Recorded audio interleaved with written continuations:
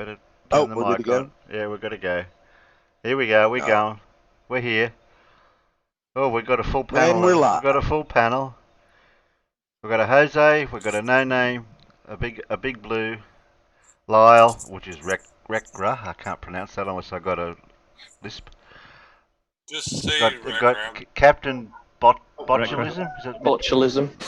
Geez, X, I wish you'd make your mind up what name you're going to use. Davros, a casual spaceman, and a Sean Smith. There we go. Okay, we'll do housekeeping. No, does that mean there's only 2 Aussies in here? I'm one. Does that mean we have to clean? Yeah. Well, guys, remember I said I'm wearing my French maid outfit. one of the main rules, remember, to make Big Blue happy, we all have to talk every time he starts speaking. So he get interrupted every time. Exactly. Yeah, no, Jose, that was only happening on Discord. And by the way, I fixed it, dude. Beautiful, man. I'm happy. Yeah. Well, what was it? A simple I'm thing? very pro. Yeah, it was a simple thing, but he wouldn't let me touch his thing. No. What it was a part of my settings that nobody else had actually noticed or actually told me to go to and try. Except and I me. found it and I did it myself without any. No, you didn't tell me to go there ever. No, but I wasn't gonna. Yeah, but you wouldn't let me even look. No, I didn't. I wouldn't let you. All I just told you what everybody else had tried. That was all I said. That's well. The rest, If you'd insisted, Terry, I would have let you. I did insist, but maybe I wasn't firm enough. I've been told I'm not assertive. No, Dad. Hey, no, Terry. Dad, you weren't firm enough. Terry, you got a soccer account in your channel with a range. RT96 only have 1 subscriber. That makes him a soccer account. Shout out to Anthony Riley. Anthony Riley consider people with no subscribers or no content, they're trolls, and that's ridiculous. Shout out to RT96 in the chat. He's always been all right. I know. He's a cool guy. Yeah, but due to the rules of flat earthers, if you got no content or no videos, you're a troll. My subscriber count's gone to the big number at the moment, Jose. So that's my celebration for the week. You're still holding strong at 333. Yep. Nice. Cool. I think I'm 334, but I haven't checked. But I was hoping it'd stay. Now you're hoping it stays. Now you're gonna have to get to 666. That is a lot of subs. Yeah, I know. Maybe in the next couple of years. What kind of black magic and wizardry is this 333? But I have got a fundraiser going with anyone that can donate to my cause for my sub purchase. Oh, that's right. To do the Simon Dan thing and buy all your subs. Yeah, yeah.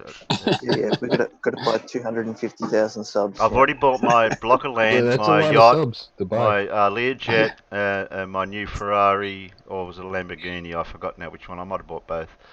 And what I got left over, I might be able to buy some subs. So.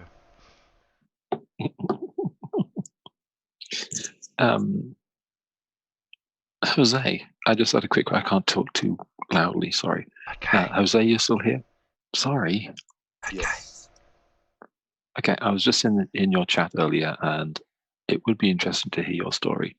Would you be interested in chatting about that sometime in a DM? In a Yeah. Cool. Yep. Oh, there was a bit of hesitation there though. I go like, it's not that I'm tired of telling it, but it's true. It's a little all over the place, and some people don't know where I'm coming from. So yeah, I'm up to it. Well, once we've all heard the story, Jose, you can start embellishing a few things after that. Yeah. Right. I could only see like 3 feet of that lighthouse. Oh, I'm just kidding. I went up to the top of Mount Everest.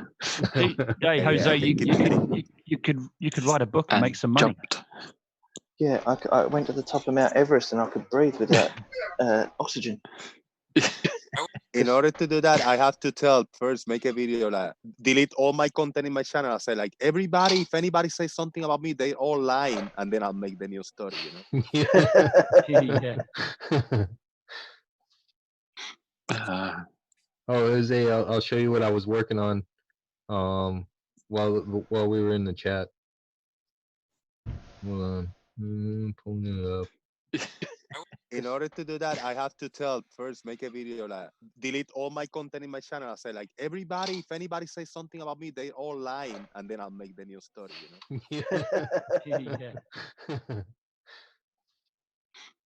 After Jose shares his full story with you guys, he needs to move the goalpost so that his story can change. Yeah, that's really cool, Sean Smith. Thank you for sharing that. Put that back up. That was cool. Put that back up.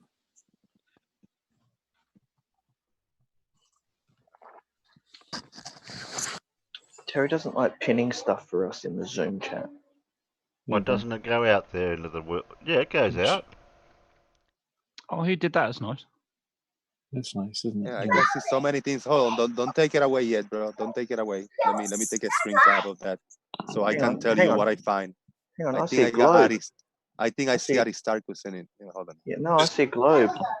No, Okay, I'm seeing. I also I'm see actual seeing. rotation. Plus, I see an seeing- atmosphere without a container. Is that the first flat Earth model? Yeah. I'm seeing a very heavily disfigured blue meanie. It looks like a Salvador Dali painting. Blue meanies from the Yellow Submarine. Oh, Damn, Meanie, actually- yeah. Actually, it looks like Blue meanie. hillbilly blue balls has Let's been see, yeah. spread out over a canvas. I see a duck. Man, Oh, I see a bunny It's your rabbit. pareidolia. see, I I'll like tell you all this what. stuff. I see a bunch of colors. Oh, look! It's a 1,000-mile dragon.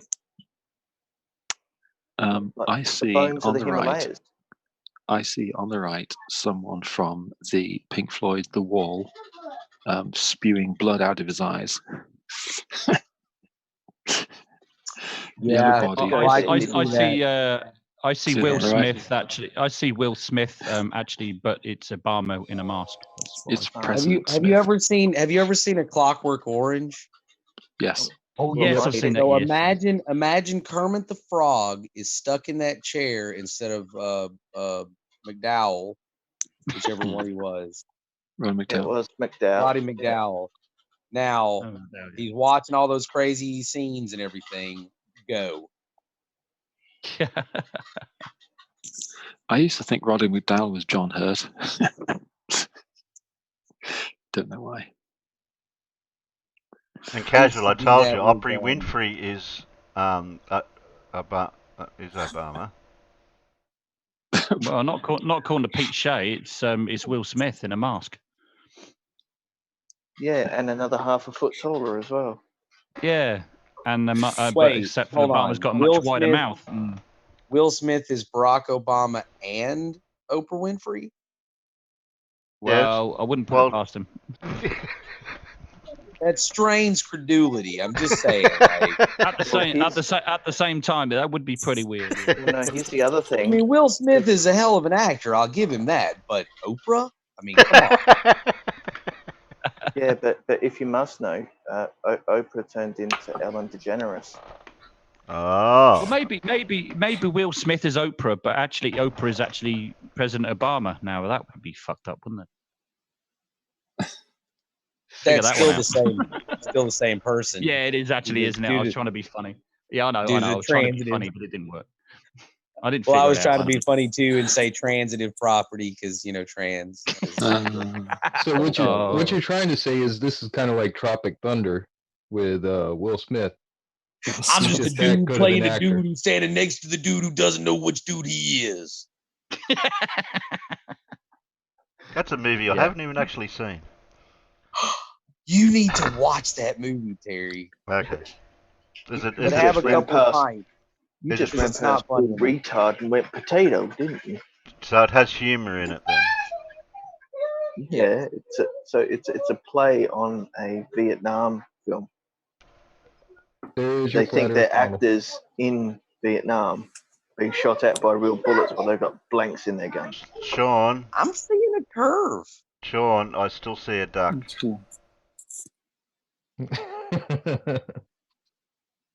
Actually, it looks like Dragon Ball. Yeah, Roku is going all Super Saiyan on somebody. Yeah, but behind that ball that looks like it's flame coming out of it, does that look like the Silver Surfer? That little blue blob? Yes, it does. Could be. Could be. Yeah, he's the herald of Galactus, right? I can't see Tasmania on Australia. Oh yeah, it's not accurate, is it? Is that to scale? It looks a bit like artwork from Samurai Jack. Yeah, it's almost to scale. It's almost to scale. Okay.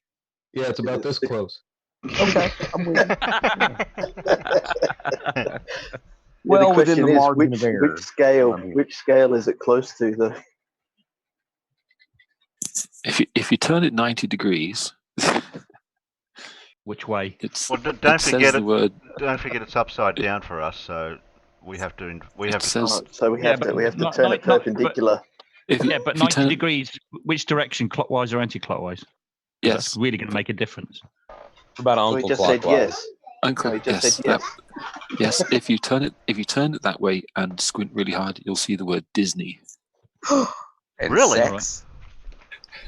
And if you say it really slow, it says gullible. Can you see it? You know, gullible's not in the dictionary. Yeah, turn it upside down. You'll see the word gullible. Actually, go look it up. Really, it's not in the really dictionary. Close, you have to zoom in on it really, really close, and it's blue. That's like the joke where you just say to someone, "She's out there making owl noises again."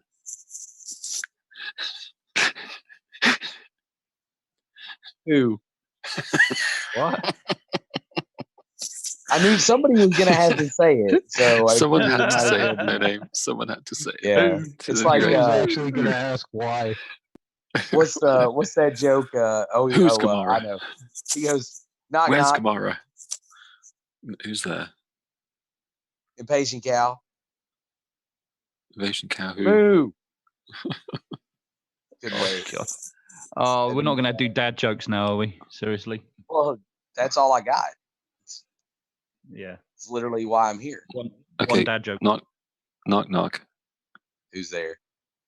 Control freak who? Okay, now here's the part where you say control freak. Do you want to hear it? Do you want to hear an Irish knock knock joke? Yeah, I'm sorry. I said, do you want to hear an Irish knock knock joke? Yeah, go on then. Yes. You go first. That's mean. I like that. Look, it's Oprah Winfrey. That's pretty good. You guys see? That is, I see a frog teenager from the 90s. He's wearing his hat backwards, and he's got a backpack on, and he's got some fruit coming out of the top. No, I can see his arm and his Scooby-Doo face. Australia. This is Sean Smith's own picture. I figured it out. It's Italy, and then. Thank you. Oh, I can see the duck better now. Yeah. You sure that's not a dodo? Terry, you sure that's not a dodo? You see? Nah. You sure? No. All right. Now, the other way, it looks like a punker elephant, like not an elephant, rhinoceros. There we go. Like he's like a punk rock rhinoceros. He's got a mohawk. Actually, I see a kangaroo. Well, you're just blind then. If you can't see that rhinoceros, that punker rhinoceros, you're just. I see Oprah Winfrey. Again. You saw Oprah Winfrey in the last one, didn't you? I think you're obsessed with Oprah Winfrey. You got to think about Oprah Winfrey. As long as he has something under my chair, yes. Okay. As long as it's a brand new car. Hey, Aussies in the panel. Marty Moose wants to know: do Aussies really call females Sheilas? Maybe about 50 years ago, but yeah, not much or if you're in the outback. Gotcha. Even then, they call them ladies now. Ladies. Chicks. Ladies. Yep. Is it chicks? That Say is- chick. I like that. That's nice. Prettiful right there. I don't see a duck though, Terry. Oh. Actually, it looks like a whale threw up. No, I see a duck. No, there might be some ambergris there. Ducks? Dude, what? There's 3 ducks in there. Oh, actually, I say an upside down duck, but one of those Them are bath ducks. ducks. Not like Yeah, it's but, like a but bath duck. are they to scale? Is this like Find the Duck? Is this some Australian game that I don't know about? No, It's like Where's Wally? this pareidolia thing. Every time that comes up in the Hangouts, whatever, if they look at a cloud and you see a rabbit, I always say I see a duck. Yeah, it's a default. It's a default pareidolia. Duck. Default pareidolia. I see ducks wherever I go. Yeah, like he'll see those dragons that BB shows, all that fish. They're all ducks. Yeah, I see a duck.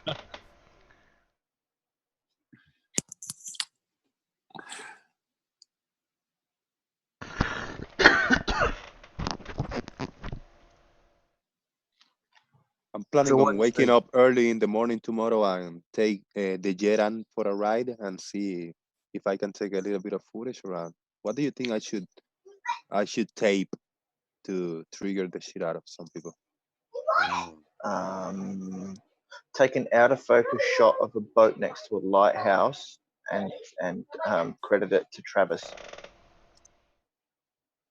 Good idea, man.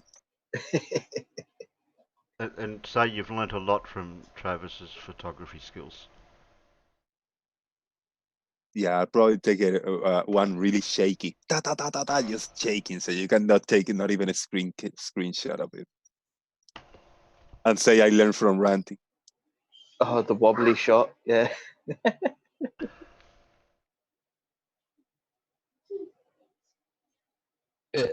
Jose, I don't understand that. You know, I mean, I understand going out and taking pictures and everything like that, but wouldn't you want to learn more about it if you want to take better photos? I mean, obviously you did. You learned as much as you could. Yeah, they want to go and just. I bet that either Ranty and other people taking shots, they go. If they go 3 times a week, and if they don't upload a video, but every other month. Why? Because every time they see, they catch either really crappy videos or really good globe proofs. And they want to find this one little something that say like, I can maybe tweak this around so I can make some word salad and explain it on a flat earth. So they cherry pick the observations. They don't present everything they shoot. They delete a lot of shit, because I did in the beginning with the Jeran, and I'm not proud of it. But when I start taking footage with the Jeran, I got a lot of clear footage of things obstructed big time from the bottom up, and really good footage that I didn't know how to explain. I said like, yeah, I don't want to even try this. So delete, and re-record until I got tired of deleting bullshit. And I said like, I'm just going to present all I cache and try to figure it out. But I bet they do cherry pick a lot of things, and they delete a lot of footage. They're fucking disingenuous, most of them. I think a lot of us already knew that anyway, Jose, to be honest. And they can deny it. Now, on the other hand, Ranty is more of he present most of the things he shoots, but the word salad explanation is there, definitely 100%. He makes us shit. I don't know where from. Every explanation but curve.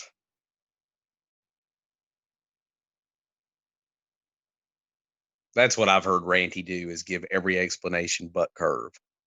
Can totally be anything but that. Yeah, I hope, fingers crossed, that I get a clear day, that at least I don't get, a lot of either foggy in the distance. I didn't say fog. I'm sorry, fog. That I didn't get a lot of, that I don't get fog or too much mirage going on, and get a clear day. Did you look at the forecast for tomorrow? Oh, It no. appears to be all right.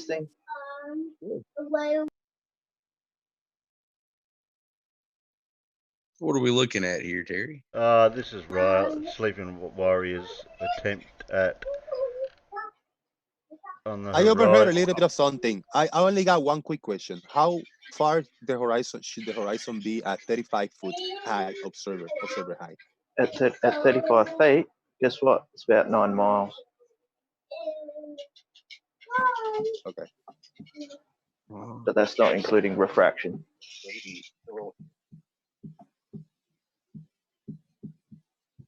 Well, he's shown an What does he mean? observation that he's. What does he mean? Horizon must be. What was that? Horizon must be more than 90 million. Oops. Yeah, someone doesn't like staying still on pictures when we're talking about them. Well, I'm only just trying to narrow down the section that's the bit that he's taught. I don't want any other crap. So it goes from there. Then he goes to the curve calculator, so we can listen to what he's. Yeah, well, I don't like that curve calculator. Doesn't. Hold on. I've looked at this picture before. Somebody threw this up in Jim Panda's like a week or so this ago. is the one. This is one we're talking about 3 days ago. No, this was earlier than that because I saw a side-by-side comparison. Yeah, it was 3 days ago. Refraction. Dude, this was like a week ago. I'm telling you. It was when I got into an argument about Modin's Tolus with some guy. Yeah, that was 3 days ago. There's no time on flat Earth. Oh, okay. So it was 2 weeks ago then. Right. Okay. I'm telling you, in my experience, in my Slick James experience, it was a week ago. But Well, I'm not saying that same conversation can't come up every day. So, you know. We'll play it and we'll see what from about there. No, I don't want to hear his voice. Man, the best part is on the left, the way that crane bends like a pretzel. Like you're not so you can't say that that's refraction, but whatever. These people. It's loomed. It's loomed. Super looming. Loomed up. See, It's been claimed that one of those pictures was taken a foot above the water. It doesn't matter though. Here's the Look thing, at the refraction. You can see the refraction on the oil rigs. It's obvious. Mister, listen, mister. Okay, mister. If master. Yeah, if these were both the same height, and it was the flat Earth, wouldn't the one behind it be at the same height as the other one? Yes. Yeah. In fact, with that amount of refraction, the one behind it should actually appear higher. Yeah, see that line? That's not the horizon, man. That's nowhere near it. The horizon's in front of the other one. But that's a good point that Stingray did before he left a few months ago. Now he came back, but they say, think about in a flat Earth. Due to perspective, no matter how high or low you are, the objects are going to be the same height. The further object is not going to dip, it's not going to go in the top part, it's not going to go down below any way, shape, or form. It's not going to go below. Yeah. And it's not going to disappear from the bottom up either. On a flat plane. It would disappear. It would compress at the same ratio, like from every angle. See, look at that. That is totally raising up to meet the eye. Yeah, they've tilted the camera down to take this shot. I don't think it'll make a difference, if whatever you tilt the camera, you just gotta put the image in the center, because by tilting the camera, it's not gonna change where the horizon is gonna be. The point is that you can tell by the amount of refraction of how it apparently twists the crane on that oil rig, it's creating an optical effect that's bending everything. I've seen that same picture taken on a day without refraction, and it looks completely different.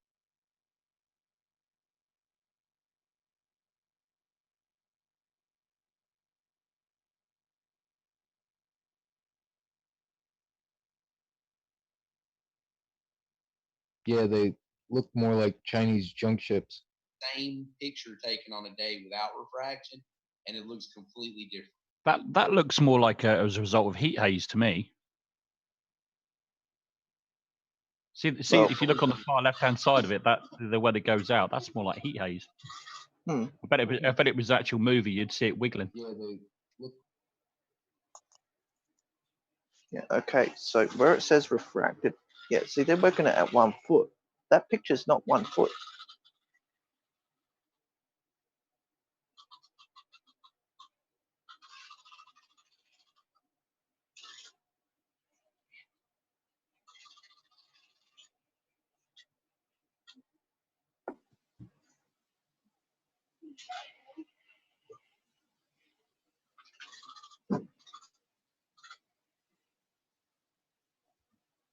Which calculators are you using for the... That's not the curve calculator we use, is it? That's not the point, Terry. Okay, they have not taken a picture of their location where their feet are, so they could be totally lying about the height of the photo. Not to mention they've already falsified the information by putting in 10 miles. They need to put in the object distance.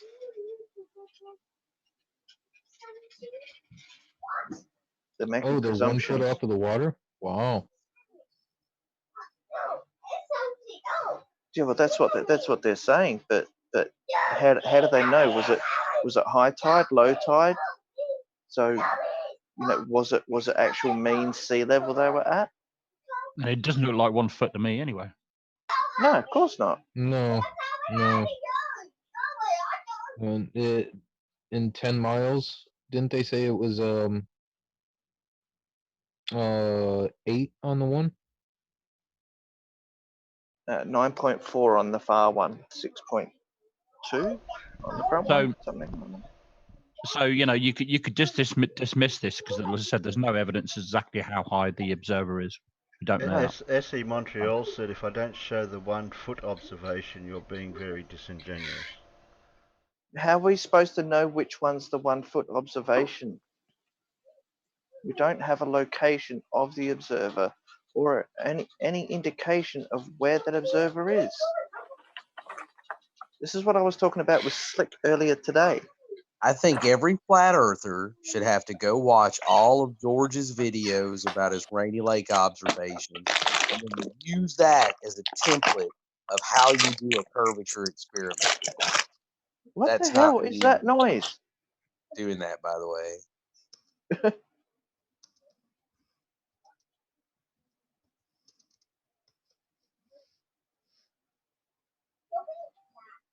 SE Montreal can come in and talk if he wants. No. Look, No? look. Does this video down in the description explain location and actual height? SE What Montreal we're says. SE Montreal in the chat has said yes, we have taken a picture and a video of where their feet are. Well, we'd like to see it then. Is that in Riley's video?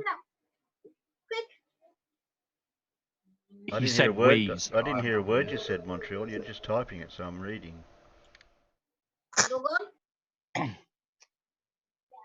Yeah, he said if I don't show the 1 foot. What? I can't understand which one you meant.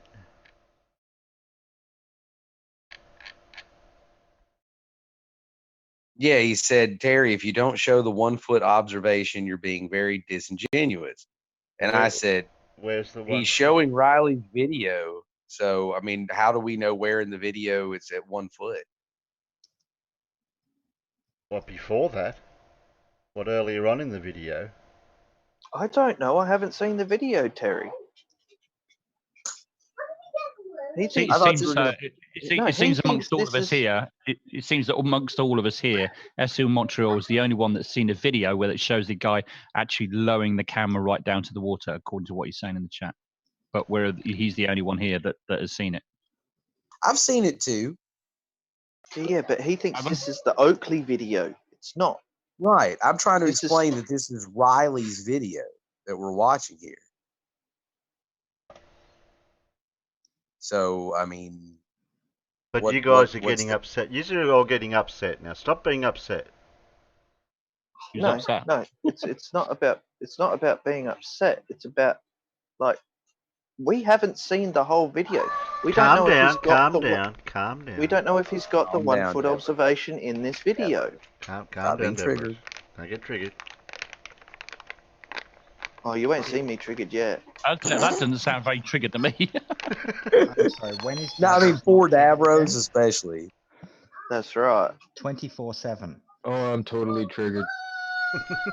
Davros, I'm so triggered. I might go and have a bath. Sleeping triggered. Like, how do you go sleeping?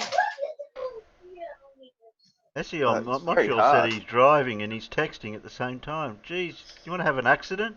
You know how illegal that is? It's not safe.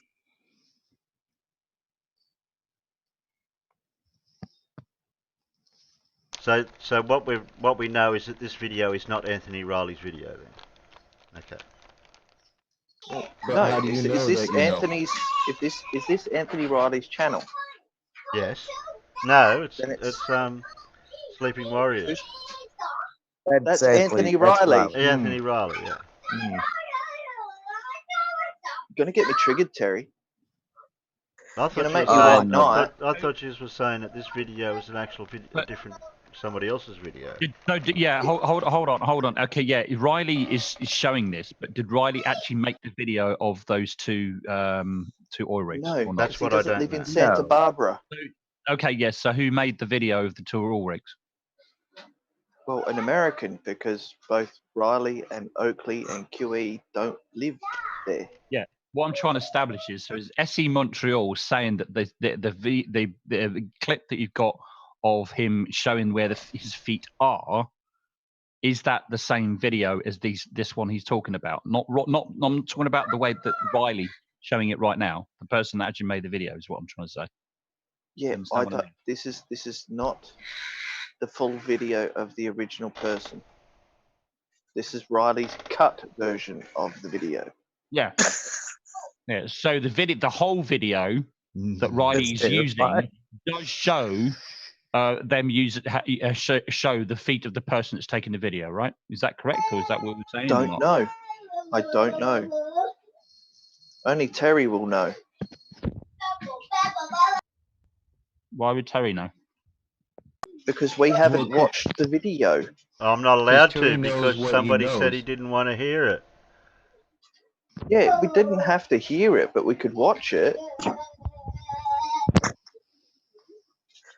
Well, kind of do, really. Yeah, it would be helpful to actually have narration at this point. Although, if we could find the original unnarrated over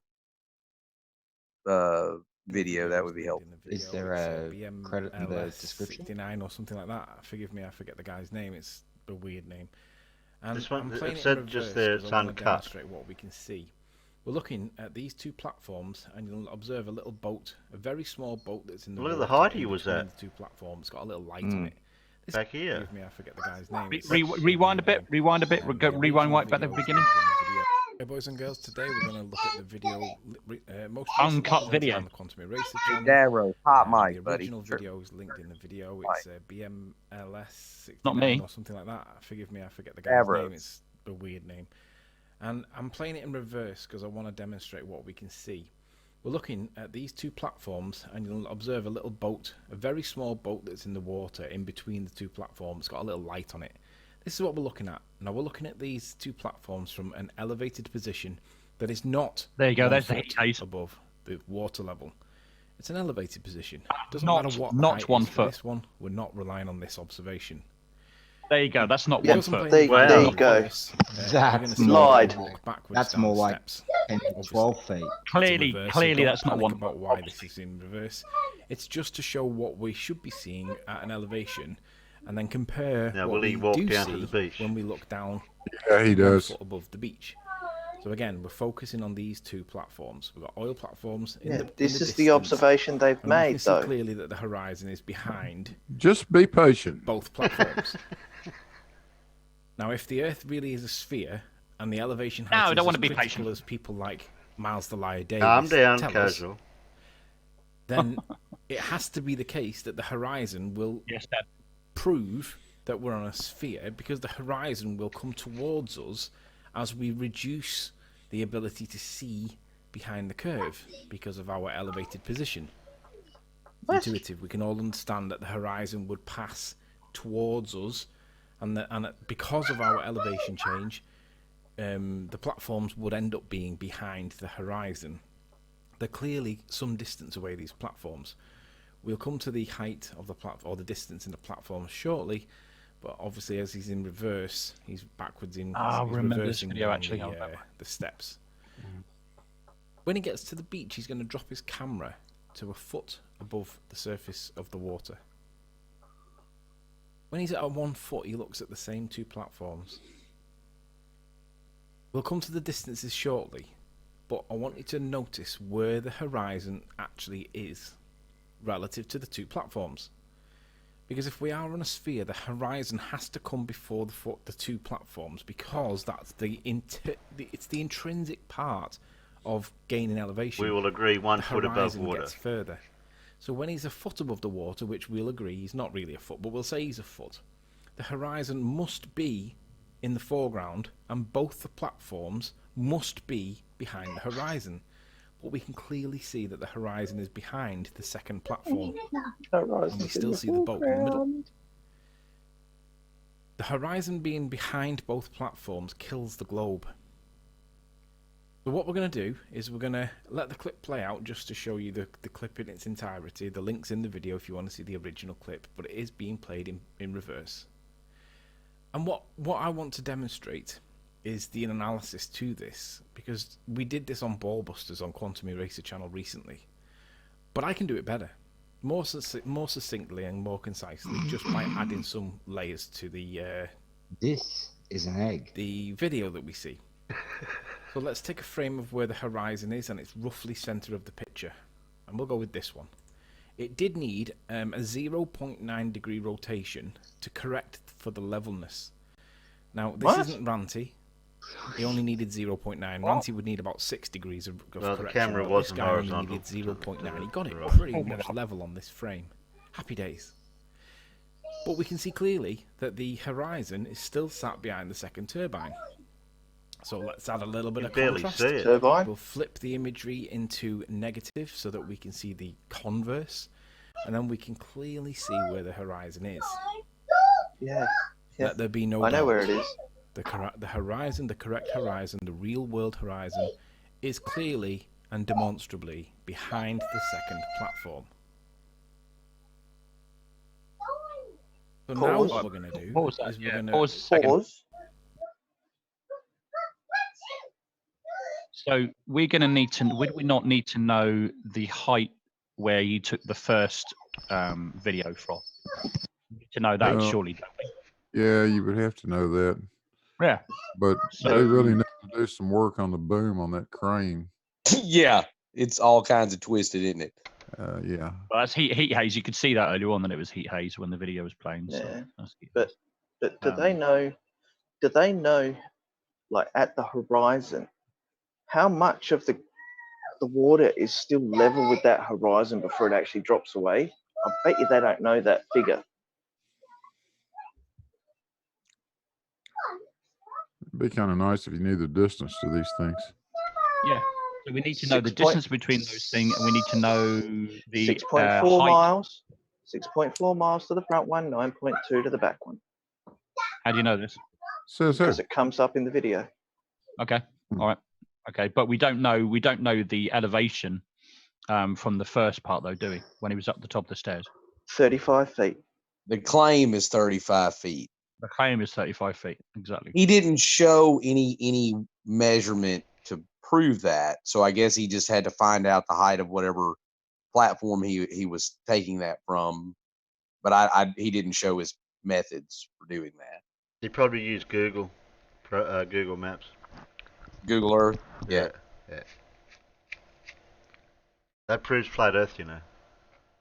put in the line for where the horizon is, and we're going to use this to pin a grid, a perspective grid that I've made myself, over the top, just so that you can appreciate the point that I'm making with the grid. That's not the point is that whatever the distance to these what do you call them these platforms, we'll now remove the line And you can just see the lines. And the idea behind them is to demonstrate that with distance, the gap between each mile reduces. Now, this isn't done to scale.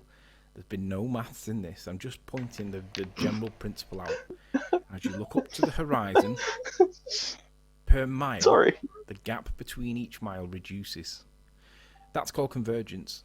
It's a really important part of perspective. Ballers deny perspective. They ignore this kind of stuff, but we realise that it's important. So the point I'm making with the grid is that we can appreciate that the lines that lead up to the horizon get closer together with every mile that you're getting towards the horizon. Quite intuitive, right? Makes sense. It's obvious. This is on a plane, of course. We know that we can't be on a sphere because the horizon's behind the second platform. We'll come to that shortly. So we're applying a flat plane grid. Now let's add the distances to the platforms. We've got the two platforms in picture, and you can look these up yourself to check the distances. But the first one, the nearest one to us on the right-hand side, is Platform Hill House at 6.2 miles. And the second one in the distance, the one that's furthest away, is 9.4 miles. We can safely conclude that the platform in the distance at 9.4 miles is before we see the horizon. Right, well, we don't know. Where's the evidence that they're both either 6.2 and 9.4 miles? Beyond 9.4. How do we know this? Yeah, we haven't got a location. Let's just say it's 10. It's far well, more. it doesn't really matter whether it's but let's 10. Just say it doesn't really matter whether it's 10 or 15. That's the claim that they're making. That's what they're telling us. But we don't know this, do we? Proof of nothing. Perspective hijacking curvature calculators from Pause. Metabunk. Pause, Terry. Pause. Right. So he hasn't shown the original photo of the observation made at the ground level and him zooming into this picture. Disingenuous fact number one. Number two. So this is the observation from 35 feet now that we're. I don't know. I don't know. He did not say when he took the screen grab. Well, right. You can so that's compare. Number two. Number three. We don't know whether for sure whether it's 9.4 and 6.2 miles away. Each of those rigs. There's no evidence to suggest that at all. We don't know. But even looking at it, you can see that the back rig sits below the front rig. There's curve. Well, yeah, clearly, yeah. Obviously, I know that, but it would make a difference if it was further away, though, wouldn't it? But between the two, there's only 3 miles. To be honest, it does to me. It looks more than 6.2 miles away. That first rig. Sorry, but it just does. Yeah, this is the 1 foot. This is the 1 foot observation. Well, Marty had made a good point that we should look this up on Google Maps and see how far out, we could actually how far out those oil rigs are. We got a location? Santa Barbara, California. Those are off the coast of California. Okay, do you just want to go down and get some measurements then? I don't know his position at Santa Barbara though. Well, on the beach. Well, he was right over there. It's a big beach. Yeah, but I can line it up. It would be helpful to know. It would be helpful to know his coordinates so we could, Well, that's why I asked if there was any further information at the bottom of the video, like in the description of this. No. Nothing. He doesn't give credits to the original. Observer. The original video, but doesn't say who it was. Yeah, right. Santa Barbara, the Google Maps doesn't show any platforms or rigs outside. Yeah, there is. There is. I'm not. No. I'm not saying there isn't there. I'm just saying it's not on the maps. That's what I'm saying. It doesn't show it on the map. Oh, yeah. Google Maps. I'm not saying they're not there. I'm just saying it doesn't show on Google Maps. Yeah. You want me to use Google Pro? I've got Google Earth here. I'll open it now right now. Hold on. Yeah, I thought Google Pro was better. When you find Santa Barbara, I'm using Google Pro. Oh, okay. Yeah, when you find Santa Barbara, what you'll see, what you'll see is says he's already done it. Yeah, you'll see 3 black markers, and that's where the oil rig platforms sit. They got names, Gale and Michelle. something. It's habitat. Gale is one of them. And I'm looking for it, Terry. but hang on, has someone stated they've already done a debunk on there? Michelle says she has. Michelle says she's done she's it got too. the measurement, and as I completely debunk these videos. Who? Oh, Michelle lives Michelle near there, so okay. Does someone have a link? Just zoom in closer. They're blacked out. Just zoom in closer. I've gone to the original video and I'm having a look at the start of it. There's a map, California offshore oil platforms map. It's zooming in. Give me a second. Someone going to present Yeah, one of this? I can't see it. I can't see it at all. The rigs on Google Earth Pro at all. I see an object, but it doesn't look like an oil rig. It looks like something. You got to zoom in, Michelle said. Yeah, I've zoomed in myself. Okay. No, I can't see any rigs off Santa Barbara on Google Earth. Oh, hold on, what's this? Oh, here, there's something here. I don't know what that is. That could be it. Would coordinates help? Well, how can it be pronounced desert when it's spelled dessert? That's just that's just not fair, Michelle. Right, I found the rigs. It's showing actually looks like 3 of them actually. 1, 2, 3. Well, there's actually about 7 of them out there. Are you going to share? Right, Dad. Well, no, he's trying to work it out first. Well, actually, hold on. I'm not that familiar with. I've not actually started using it until 2 days ago, so I don't know how to measure. So just bear with me, and I will. So you don't know how to use the ruler and the pin and the thing. Okay. I'll figure it out. I'm Okay. Calm down, casual. Calm down. Hang on. Blue was about to get triggered. Let him There are go. 3 on there: Habitat, Henry, and Hill House. Damn it, boy! You missed your calling as an auctioneer, sir.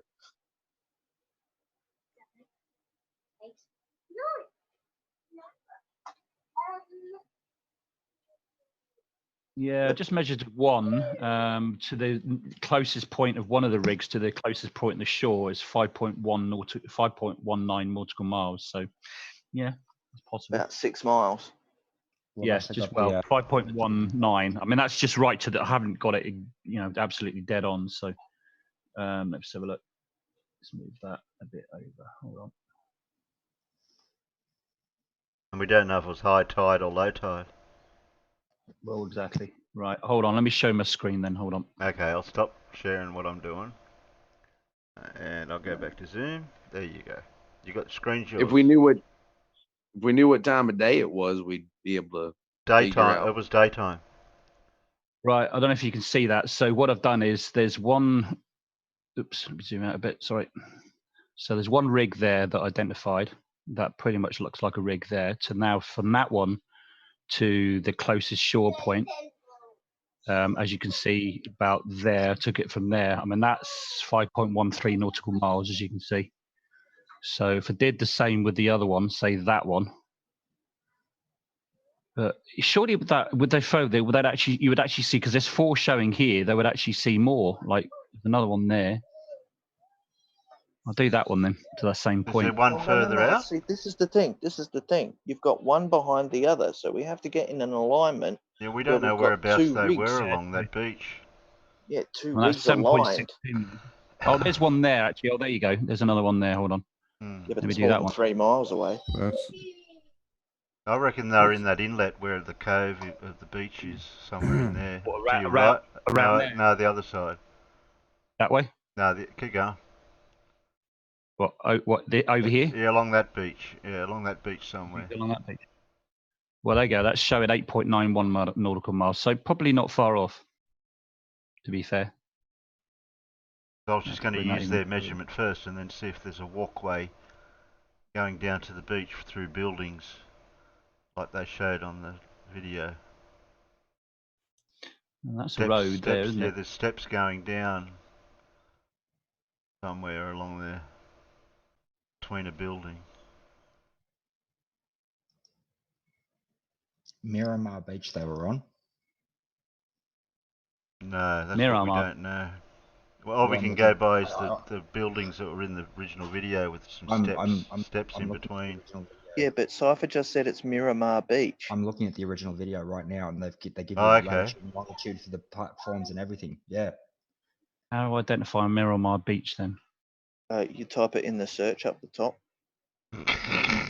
Well, like you're actually literally on top of it. I just thought it'd be labelled on the map. That's what I was trying to. 34 degrees, 25 minutes, 5.4 seconds north. 119 degrees, 37 minutes, 53.69 seconds west. Oh, so they did give GPS. Yeah, in the original video, yeah, it's all in there. There you go. There's Miramar Beach there. Look. Okay, so let's see if we can figure out where the point. So one of those buildings had steps going in between it. Down at the bottom of the screen before you moved it right then. Go back to your left, right?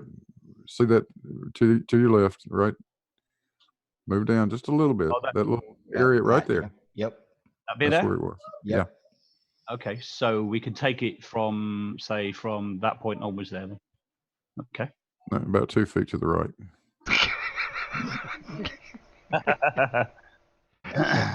So right, okay. So let's go to that one. Let's go to the furthest one there then. There you go. 8.07 nautical miles. So it probably is. It probably is that one and that one. In which case, then has to be. Put on statute miles and see what it comes up. Yeah, that's nautical miles. Hold on.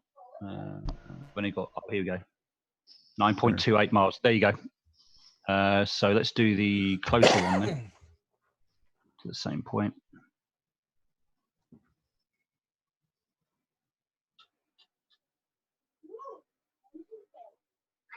Our model's fine.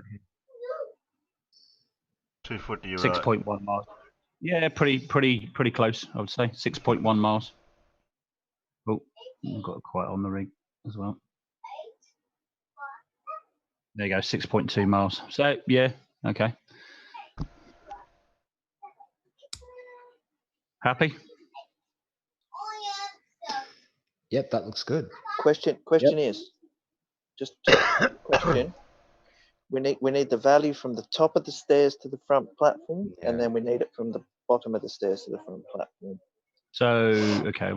Why do we need that for? Because the videos from the what he's using from the bottom. Just to make the opposite calculation at the 35-foot elevation. Well, it shows an elevation of 8 meters. What? That's times that by 3 and 3.3. It's what 24. About 28 feet.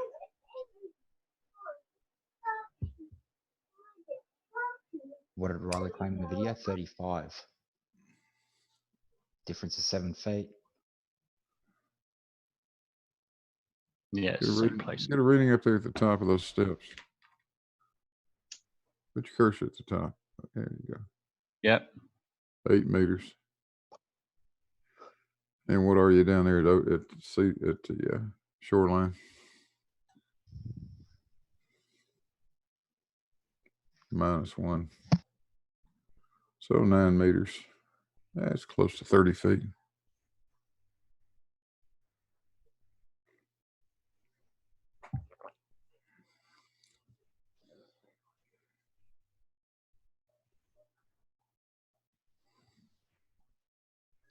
There you go. Happy enough? Yeah. So what's the distance from the top of the stairs to the front platform? Oh, it was barely noticeable, was it? It was not very far, is it? All right. But you know what these guys are like. We have to be pedantic. Got to do the you trying to scroll back out so you're looking for top view? Yeah, hold on. Yeah, I've got you. You press your middle mouse button down and then move your mouse along your pad. Press your middle mouse button down. That's what I'm doing. It's not doing it. Just hit exit. Hit the exit ground level view up there. Yeah, that'll do it too. Yeah, it's better. So, right.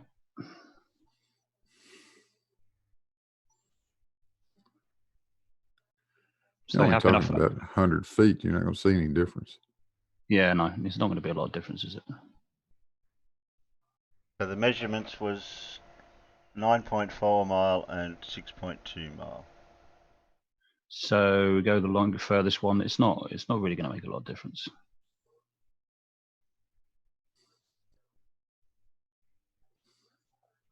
There you go, 9.5 It's just miles. picking which two are they actually talking about. Yeah, it's got to be Those are that the one. two. It is. Yeah, that one and that one. It's got to be that one and that one, isn't it? That one there. Yeah, the angle The only way the they're shot on there. lines up. Yeah, you got a gap between that one and that one, so that has to be the alignment. Yeah. Yeah, it's about right, probably. Yeah. So Yeah. we take it from that point out right on the rig. Yeah. That one and there and the other one.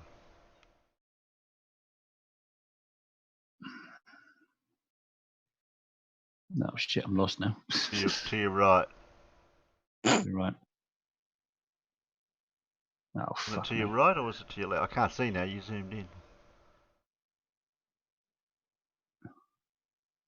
Fucking lost now. What the fuck? Oh, here.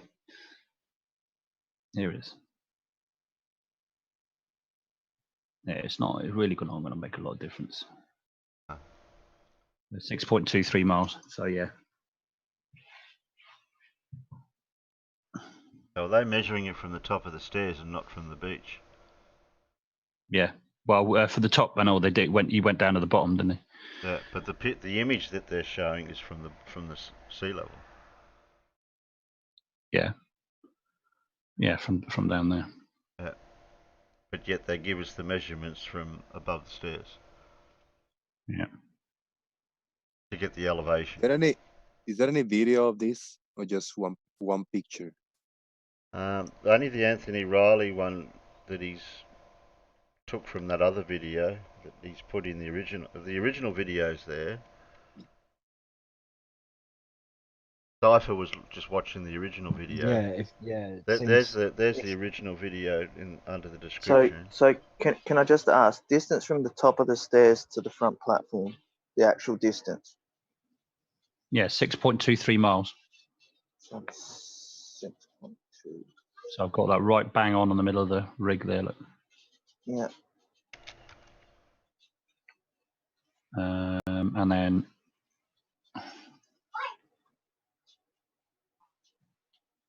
I've got it just at the top. I hate to obfuscate, but I want to share a 1 minute video I have, and I show you how a video from really down close to the water looks like. And I gotta get out of here. Right, I'll stop sharing it here. Yeah, sure. Is 1 minute. Go for it. Okay. Let's see. We'll get back to this video in a minute. We'll see what's going on. This one right here. All right. Let's share. Okay. There we go. I want to show you how a 1 foot observation looks like. Under 1 foot. This is a while ago that I took this video. All right, let's see what I'm gonna put the camera. That's what you need to record to see how high you are. You see how I got my camera there, almost in the rocks. Yeah, so the one they're using, the calculations and stuff, is definitely the one at 35 feet. Okay, now I'm gonna zoom into this biggest cargo ship. There you go. Davros. Yeah. Sorry. Yeah, sorry. It's a little fuzzy and bad, but at least, I mean, what I want to show, that's how they got to take videos and show where they put the camera, and they got to point down, you know? Yeah, I actually thought before, Jose, that they were sitting on. But how hard is it to get a video like That's that the with the ocean with hardly any swell? That's the bugger. Yeah, the key is so you can see where the camera is, you know, at least some kind of a guide or something. Yeah, I'd like to get a camera to zoom in out over our horizon to see if water's just as choppy as that. I got more where they came from. Yeah, tomorrow, hopefully, I get some good stuff, man. All right, I'll stop now. Yeah. I gotta get out of here, guys. Have a good night. Jose. Thank you very much for the time. Mate. All right, see you, mate.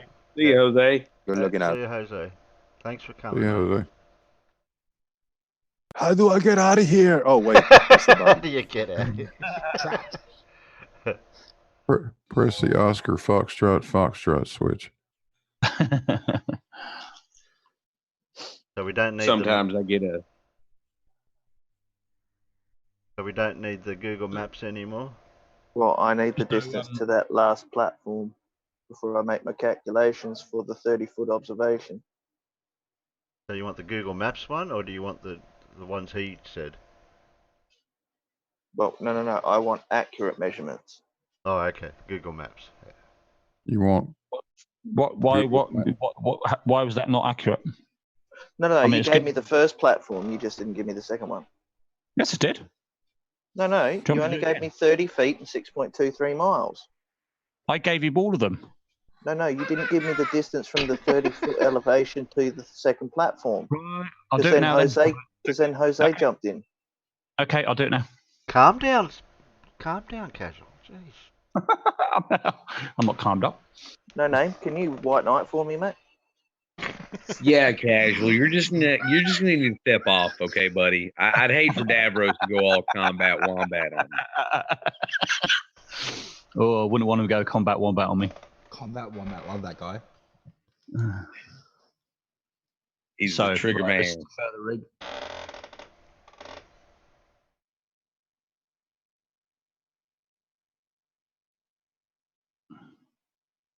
Right, and you want the top of the stairs, yeah? Yep. Ooh. Right. Are you happy with it just there? Good enough? Are you happy with it just there? Top of the stairs. Yes. Yeah. Just there, right. What is it? Okay. There you go. 9.4. 3 inches to the left. So it's 9.4 exactly? 9.44. 1.44. Let me just check I've got it right on the rig. Hold on. Well, that's pretty I wouldn't want close. it to They're be, going by 9.4, yeah. Yeah, I wouldn't want it to be. There you go. It's right onto the center. Yeah, it's in the center. Yeah, that'll do. Oh, well, Happy enough? At least they were okay that way. That'll do, pig. That'll do. But that's to the top of the stairs, and yet the image that we're seeing is from the ocean, from the beach. Yeah. So it's only about 100 meters difference. Yeah. Well. You want to know that as well? No. I'm curious. I'm going to do it anyway. At top of the stairs to the beach. Yeah, I mean, we don't know exactly to the beach, and we can only guess that it's going to be in and around about here, aren't we? So, yeah. And it could be low tide, could be high tide. You don't know. Well, no, it's not about the tide. Don't worry about the tide. We're giving them leeway on that. Say there. So what's that in meters? Let's have a look. What's that in feet? 46.5 feet. Ground length 47.31. Meters. Yeah, in meters. Do you want that in something else? Inches? Feet? No, meters is the best measurement.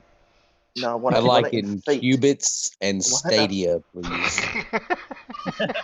Right, I'm gonna get triggered. I just want it in feet. What do you mean it's going to? Right, feet. There you go. 152.79 feet. Sorry, I couldn't hear you over Terry sighing. I can't hear you over your children. Well, sorry, my granddaughter's turned up and she's crying. Children, I'm sorry. That's a flirty. I know. I'm only teasing you. I'm only teasing you, Dad. Is it a child or is it a flirt in a cage that you've got? No, it's Anthony Riley. Yeah. Got him in a cage. So what's that? 152.79? Yeah, and ground length. Approximately, yeah. 152.79 feet. Yeah, I know what you mean. So obviously we're not going to know where it could be there. It could be here. We don't know. I think that'd be quite reasonable to put it down there somewhere. Mm-hmm.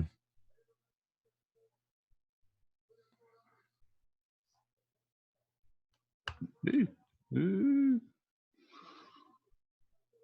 Oh, I see the distance even follows the contours of hills and things like that when you do that. Yeah, because it's clamped to the ground. That's why. Yeah.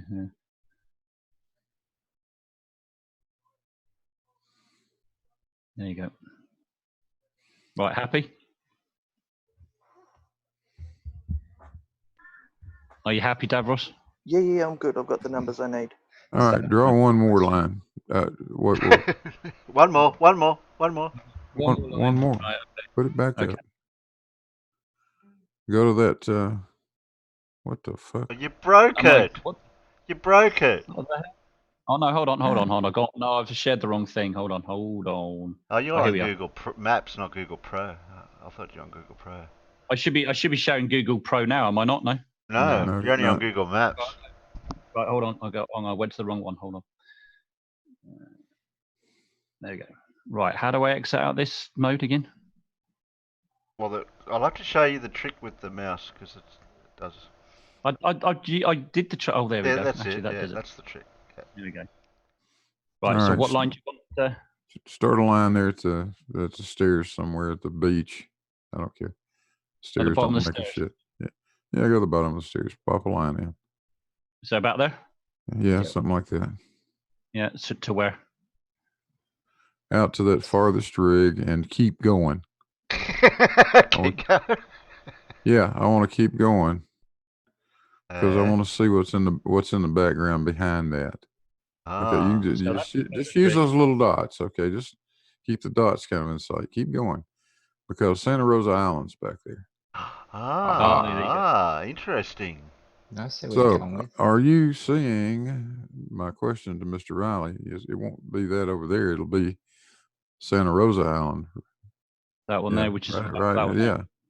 Yeah, you should be able to see. So are you seeing the horizon? Are you seeing the horizon, or what he's calling the horizon, or possibly are you seeing the frigging island? Mm-hmm. Could be any of that. It could even be possibly. No, maybe not. It could be more like here. No, that's right behind it. Yeah, that's what I was that wanting angle. to say. Yeah. Yeah, it's about right behind it. it. Comes about there. Yeah. Yeah. Interesting. Hold on. That is a very good question, Big Blue. Well, yeah, it's about there. Realizing, but I mean, if you go by the first rig, it's going to be about the same anyway, isn't it? Yeah, it comes out. Okay, guys. Comes about there. Yeah. Around this area. So we're going to see that area.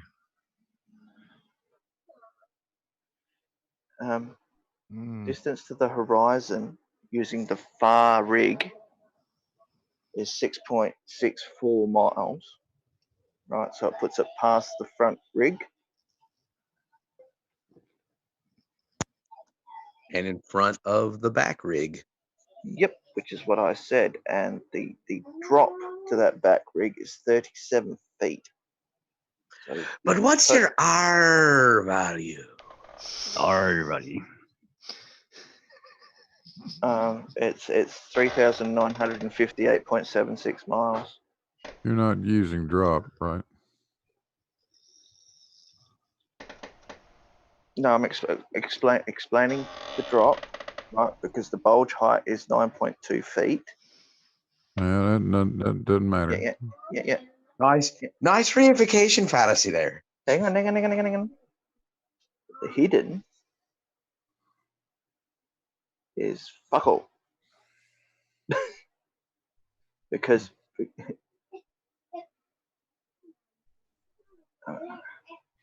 which calculator are you using?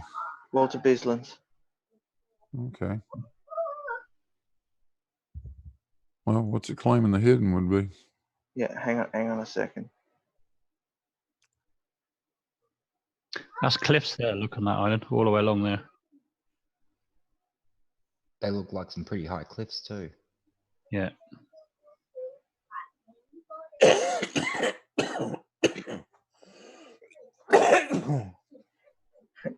Hidden's only 5.17 feet.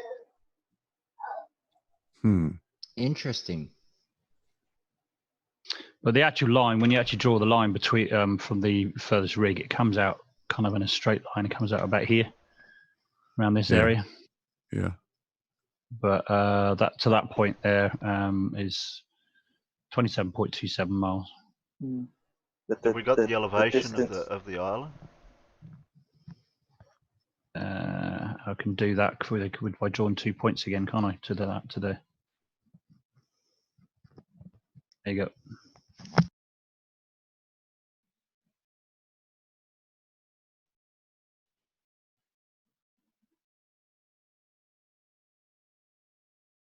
Maybe Blue, would you like to plug the numbers in? Hmm? Would you 12 like to plug meters. the numbers? Just in case I've done something, because I've put the platforms at about 200 feet in height. Well, it won't matter. The hidden is the hidden. Well, it will matter. I usually just set. I don't even put a height in. Just make it 0. It just tells you how much hidden.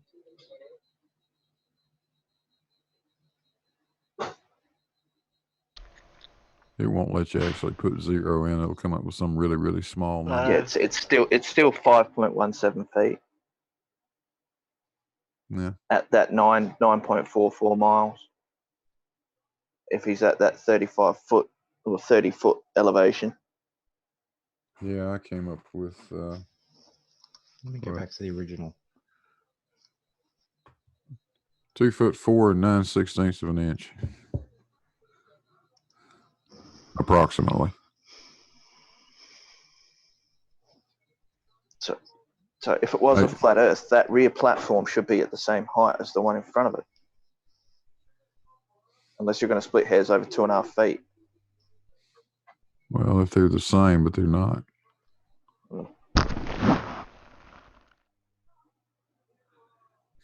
So we don't have any measurements of the actual platforms even. No.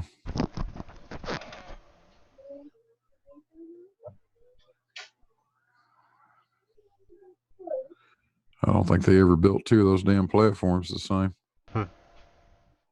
Those are owned by different companies, I believe.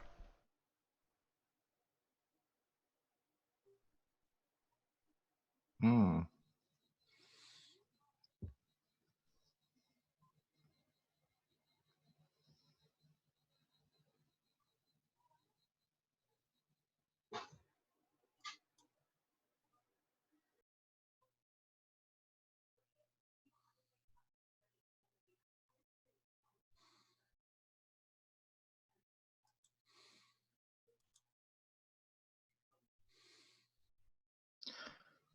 Well, I just started watching the very first part of the original video. You can clearly see the larger island off to the right as it zooms in a bit. Are we able to Google the name of the platform into Google and get any specifications Yep, or I was anything? literally a step ahead of you. M-Ball has just put them into the chat. Okay. Let me have a look. Habitat and Hill House. Habitat's the further one at 9.41 miles. Hill House is 6.2, the closer one.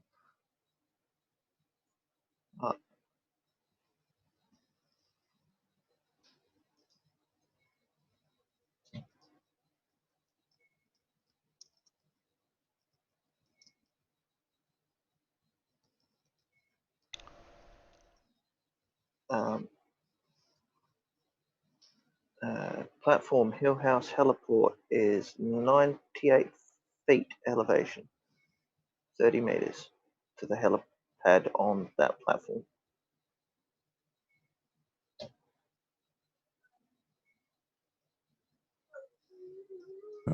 I really don't understand what they think this shows. It's a hazy day with a lot of refraction.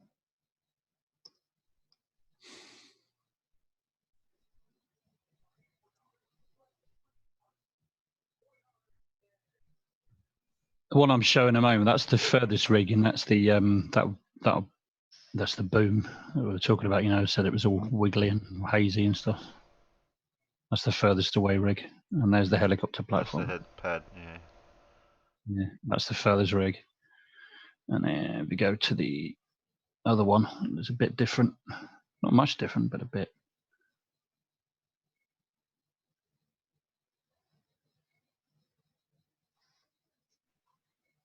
And as it showed in the there you go. There's the helipad. So if I do that to the.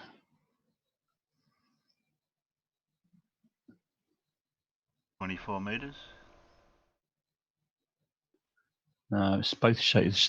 Two figures are showing 24.9 meters. I don't know why.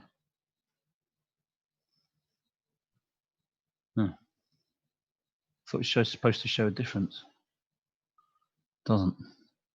Michelle is saying you are possibly seeing the island creating that horizon. That's what I Well, thought. that's what we were looking at earlier on. But right, hang on, I'll do it again. Yes, but this is from the lady who lives there.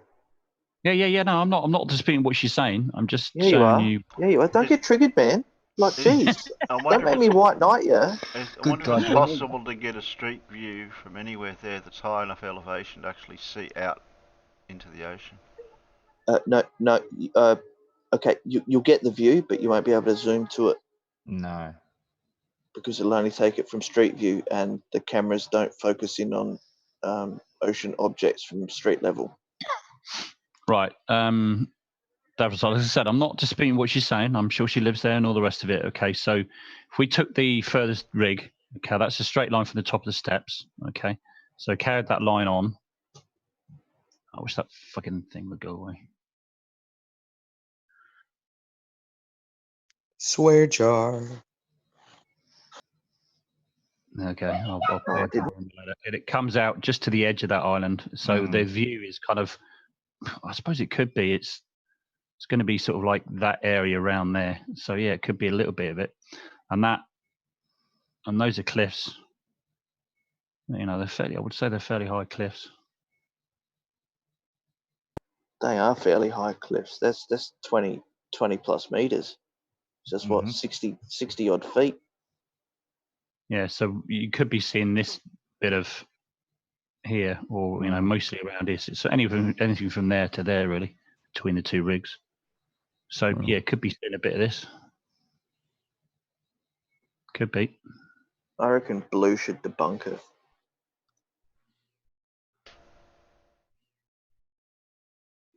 See what I mean? Because to me, that the one that's at 9.4 meters, it does look like it's set into the water, a fair way into the water, because it's missing the pylons where it usually stick out of the water.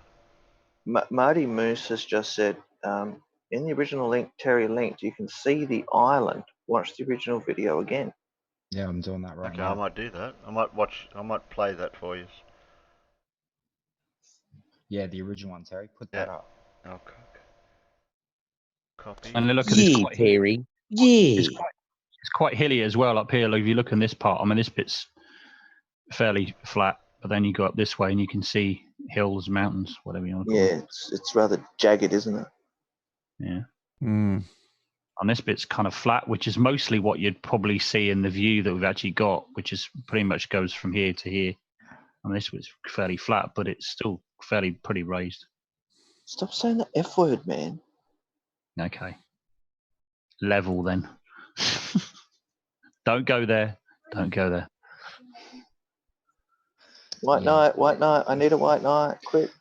There's a couple of shots that. Yeah. Okay, we'll watch the original video while you're playing with that for a minute. Wow, those islands are at 923 feet at the highest summit.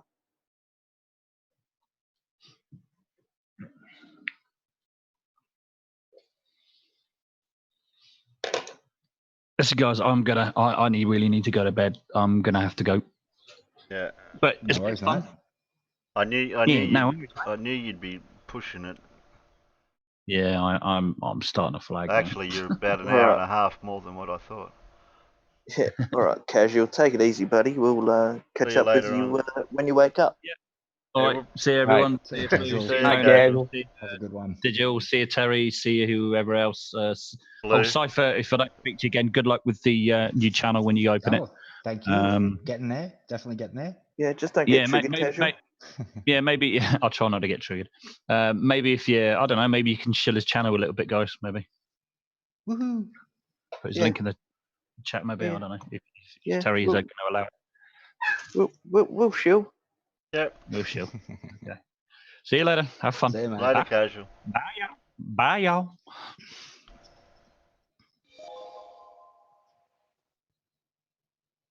But I still think Blue Marble Science should debunk this one because it's his favourite Anthony. Yeah, don't trust that guy. You don't say. Why ever not blue?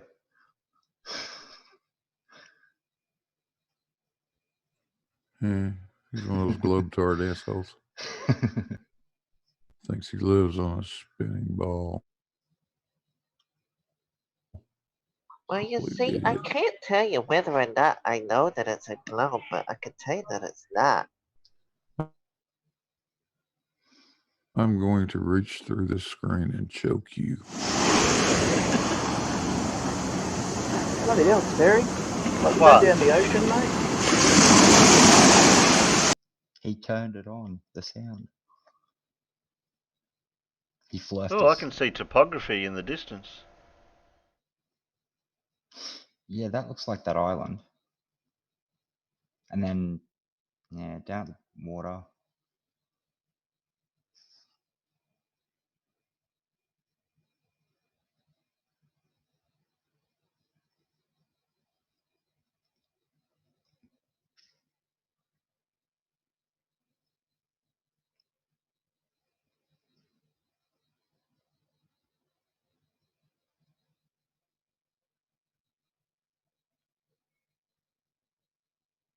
Wait, go back a little.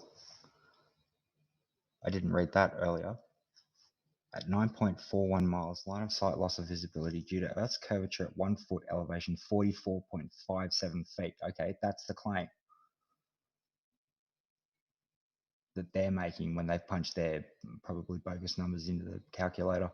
Hmm?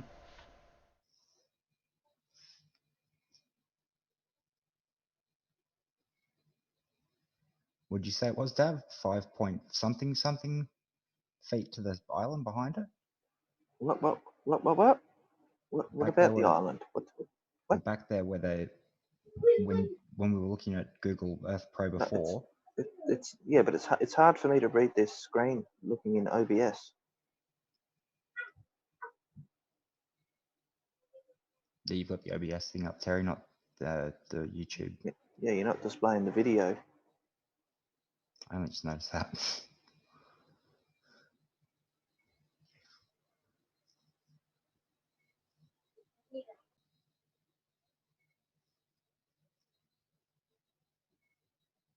Okay, so yeah, 9.41 miles, line of sight, loss of visibility due to Earth's curvature at 1 foot elevation, 44.57 feet. What did you work that out at? Well, no. How can he say that's a loss of visibility? That's not how you work out visibility. What's the temperature? What's the humidity? What's the water temperature? It's already incorrect calculation. Oh, Yeah, I'm being picky, Blue. 24/7.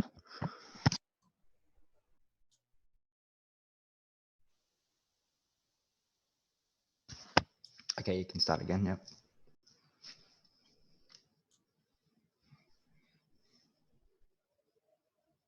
Did you want to read that? Yeah, it would be nice. Yeah.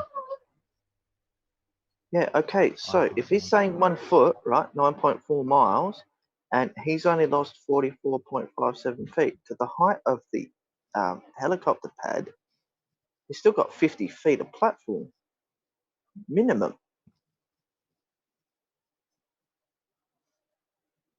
Just saying.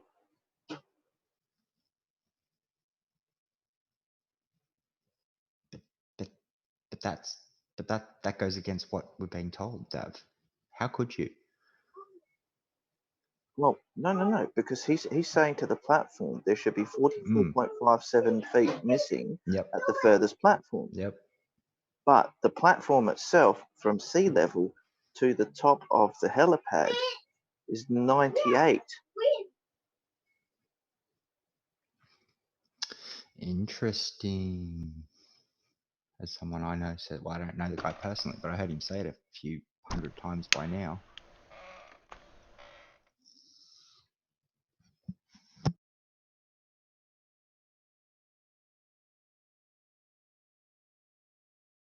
Yeah, like I was saying, you can't see the hut, all the rest of Yeah, that rig way on too the hazy. furthest one.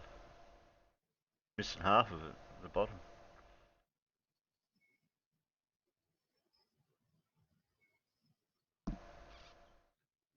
But that's also not telling us the refractive index of the day, anything like that.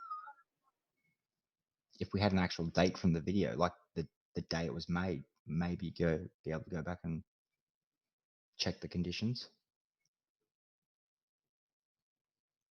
Funny thing is, this is taken from October 22nd, 2016. That's taken 3.5 years to use it. The original video does have quite a number of views on it, 24, nearly 5,000, 24,349.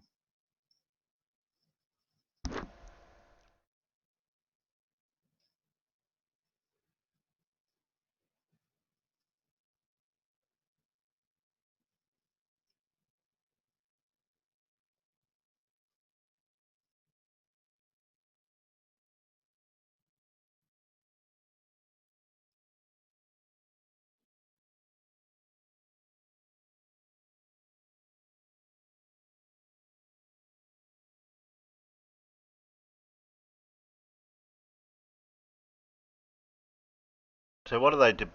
What are they trying to say, that the Earth curve calculator doesn't match up to the observation, or the observation doesn't match up to the calculator?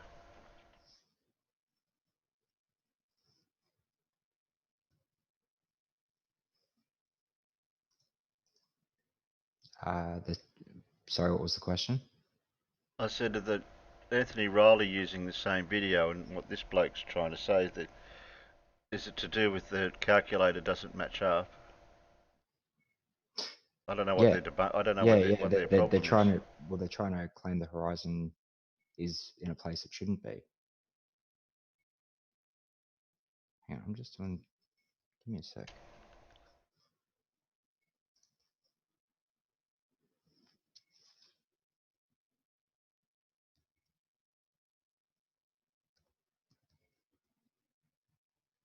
Okay, 35 foot. No. That's just showing the coordinates. Elevation. Horizon angle.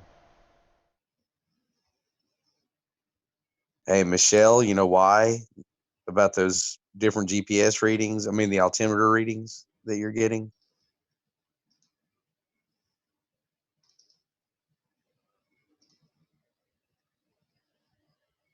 I just dropped a screenshot into Fair Suck of the South Terry.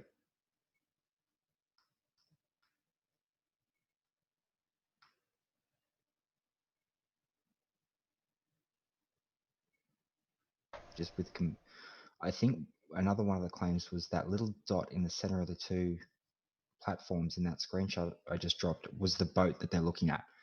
But I've gone and hovered back over the bar of the video, and if you have a look at the size of that boat compared to the boat, if that's what it is there's something wrong. That may be a fishing boat that they've taken a picture of instead of the bigger one.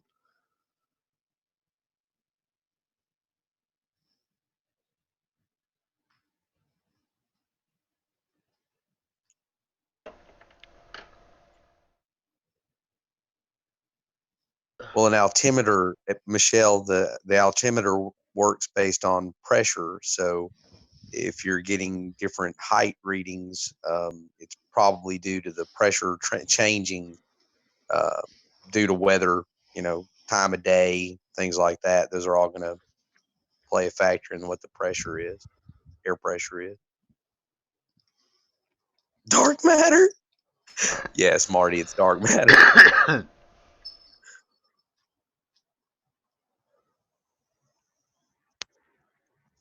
I would be curious to know too, like what the tide conditions were like that day at that time. He did mention stuff about that here earlier. The tide? I never heard that. I thought there was something written that he wrote. 5:59. There. Oh, dude, I can't see anything. I mean, I Okay. can see it, but I can't read it. It's too small. Yeah, I'm just going through it. Water temperature, air temperature, atmospheric, mean wave direction, average period, wind, location. No, doesn't say anything about high or low tide. But the time and date, I wonder if you're able to find out a tide from the date. But you'd have to go back in time to find it. Hang on. October 21, 2016 is apparently the actual date, and he's uploaded it on the 23rd, so it was 2 days after he took it, he uploaded it. If that's the date of the at the time. Yep, 21st of October 2016. At 6:50 a.m. Yeah, I didn't catch a time if you did. Pacific Daylight Time or something. Yeah, it just says October 21st, 2016, Miramar Beach, California, Earth curvature test. No time.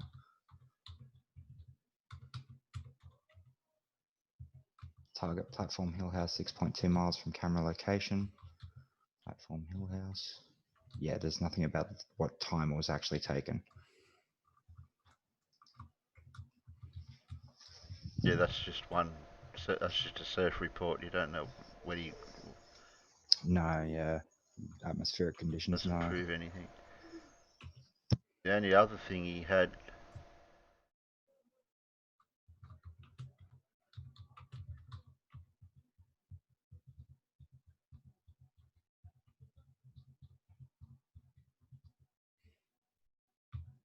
Time was that? He had a. Yeah, that got anything on it? No, it doesn't even tell you. Oh yeah, 8th. No, that's not it. That's nothing either. No date. They don't have a time and date on those things. Don't let it trigger you, Terry. Yeah, don't get triggered, man. But you know what time it was? It was 8 in the morning. Where did it say that? Well, if you went back to where we were discussing, What here? well, where did he show the GPS locations? Just after the intro. Hang on, let me have a look. That. That's not GPS location. No, I know You just what had the screen up with the time and the GPS and the altitudes. What, the one with the phone app? Yeah.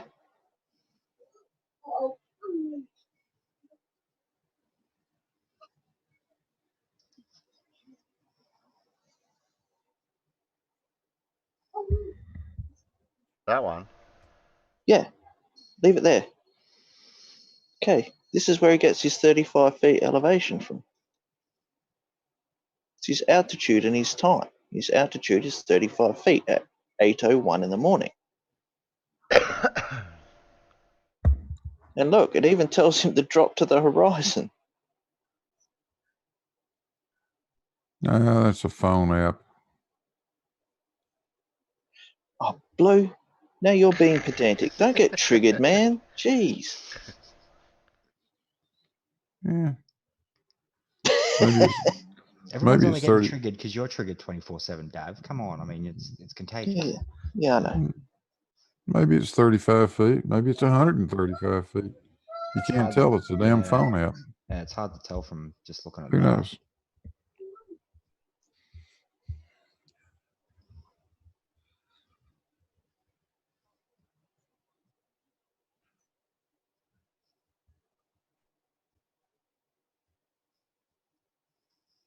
Mm.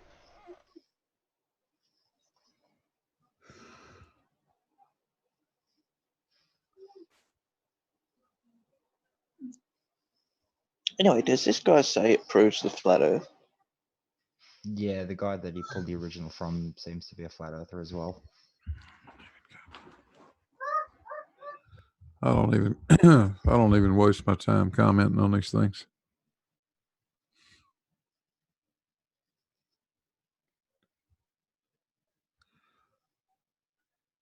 All you can say is you saw something.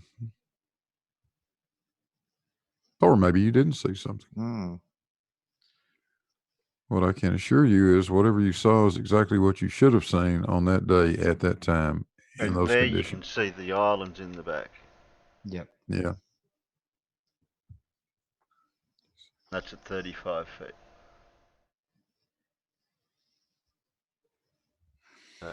I don't know what the problem is.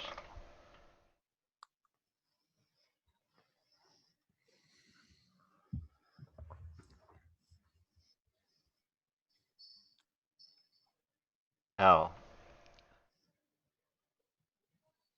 Anything else?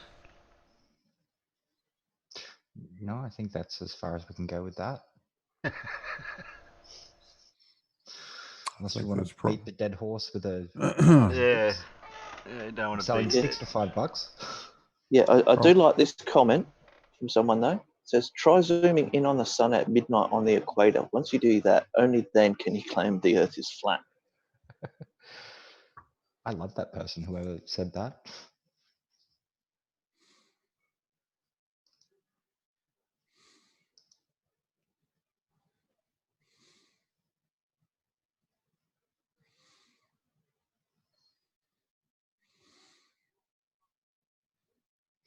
Yeah, I think from the start, they've got pictures of the boat, and I'm pretty sure they're trying to compare a completely different size boat to the one that's in the first 40 seconds of the video.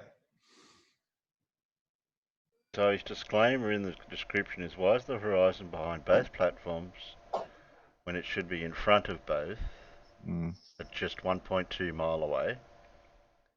Because we all worship the curve calculator, and we only address why things are obscured. Why don't you do horizons?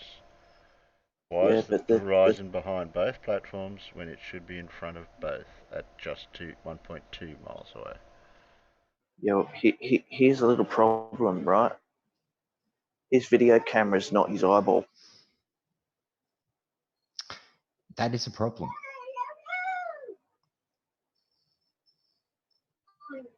That curve calculator is not for a camera.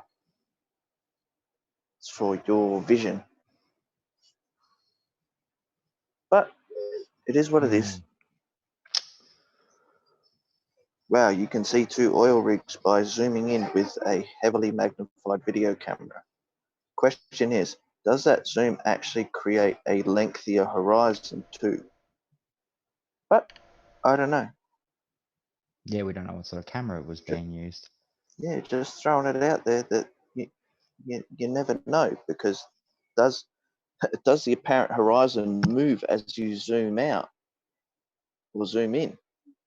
Does that happen? I don't know.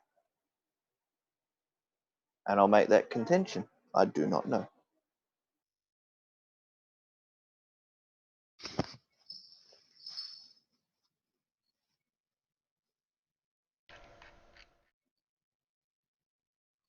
Has anybody else been debunking any fruitcakes lately? All the time, every day, trying to at least. Pretty much just Skip James and Wrong the Foot. Glenn was in Jose's server the other day, dribbling his usual brand of shit. Yeah, but Mr. Left the Foot thinks he knows physics, right? I asked him if he knew what a lepton was, and he didn't even answer me. What is a lepton? I'm not even sure what that is. It's a neutrino. Okay, and he'd know that if he was a physicist. If he knew physics, he would know what a lepton was. It's a fundamental particle. Well, Wally put out a video. Randy Flat Earth proves where's Wally and Soundly were right. Okay. Well, play it. How long does that go for? Oh, it only goes for 8 minutes.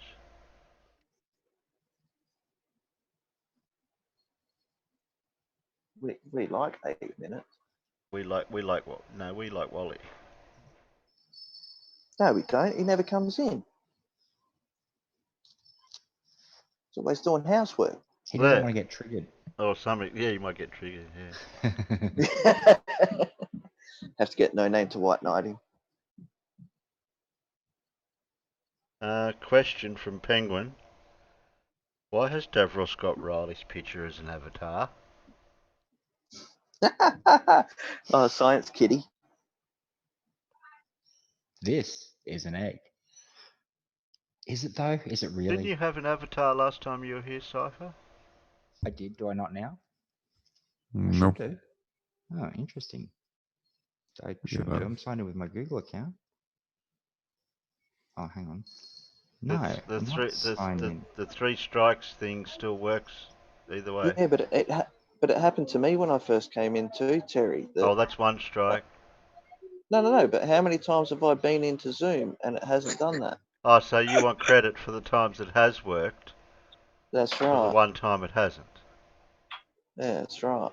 I can't have it both ways. Yeah, don't get triggered. Just remember, I use a superior operating system to all of you, and it has a few extra quirks that I'm still working out. Every time I download a new program, I have to work the quirks out. Yeah, bullshit. You're using Windows 10. I know you are. Windows 10, for toilet paper, sure.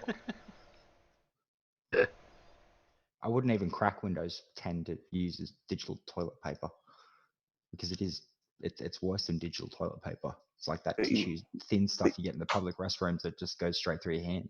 But you're still using it though, aren't you? No, I use far superior Linux operating systems, and you know this. We've had discussions on what I have to do to the base when I build it. Yes. You know this. Why are you lying, Dav? Why are you lying to me? You're telling lies. Hey, don't get triggered, man. I thought you loved me. Don't get triggered. Don't get triggered. No, don't get triggered. You I'm only going to get triggered because it's infectious. Remember, you've weaponized. Oh yeah. You've weaponized being triggered. So now in a little spray bottle, you just got someone and they're triggered. Yeah, it's funny because early this morning when I was beating up on Slick, I said, "You don't even know what white knighting is." He goes, "You tell me what white knighting is." I said, "Well, geez, that's why I call you thick, mate." You want us to do homework for you again, Slick? Yeah. Again? Come on, really? Is white knighting opposite to black knighting? Hey, don't bring that up, mate. Don't be triggered, Terry. If you're being triggered, you live in La La Land. Are you going to play this video like or what? In a game of chess?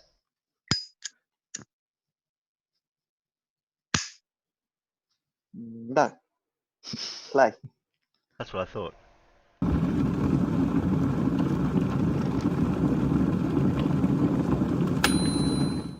We're here today to talk about another globe earther called Soundly.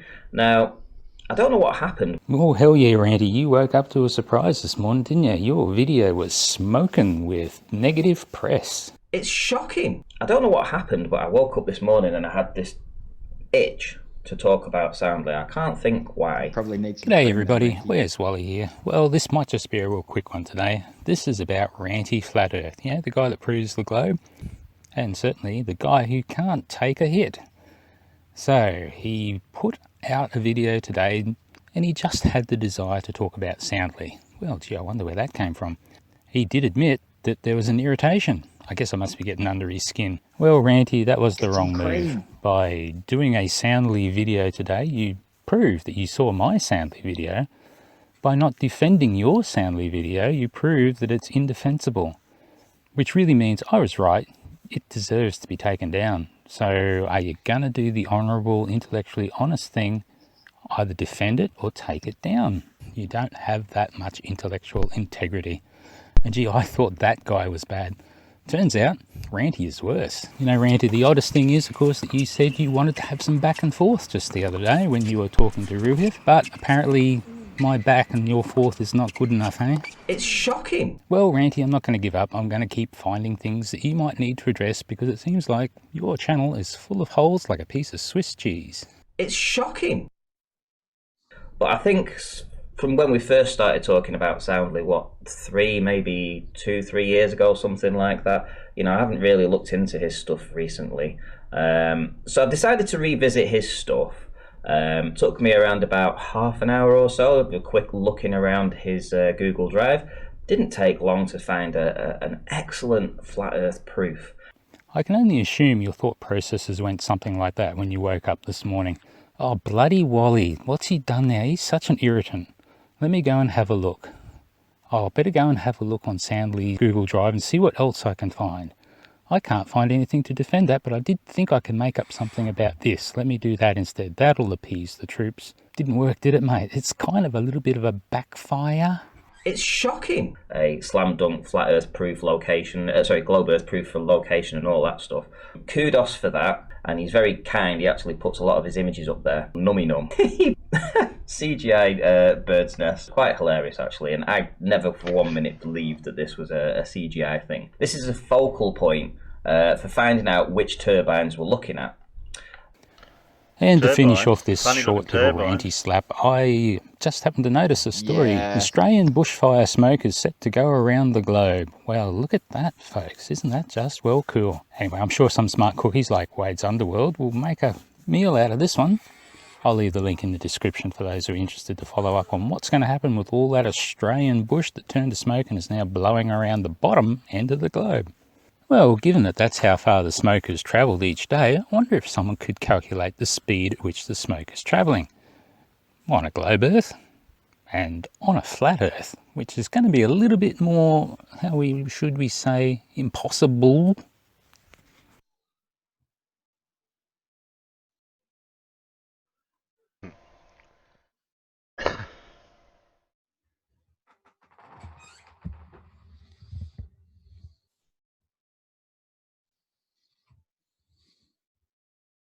Yeah.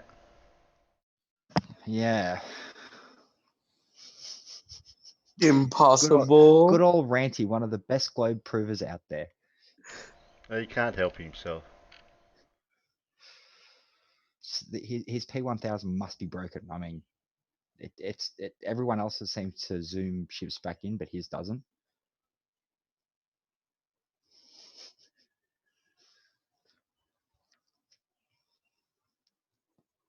Oh, there was another Where's Wally before, but it's got sewer rats. One. Antonio pokes the bear wolf pilot, but unfortunately gets the answer. That was yesterday too.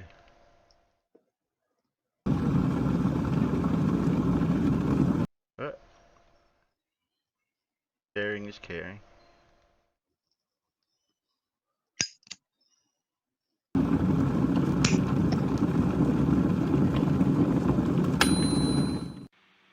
A brave pilot refuses mission over the South Pole.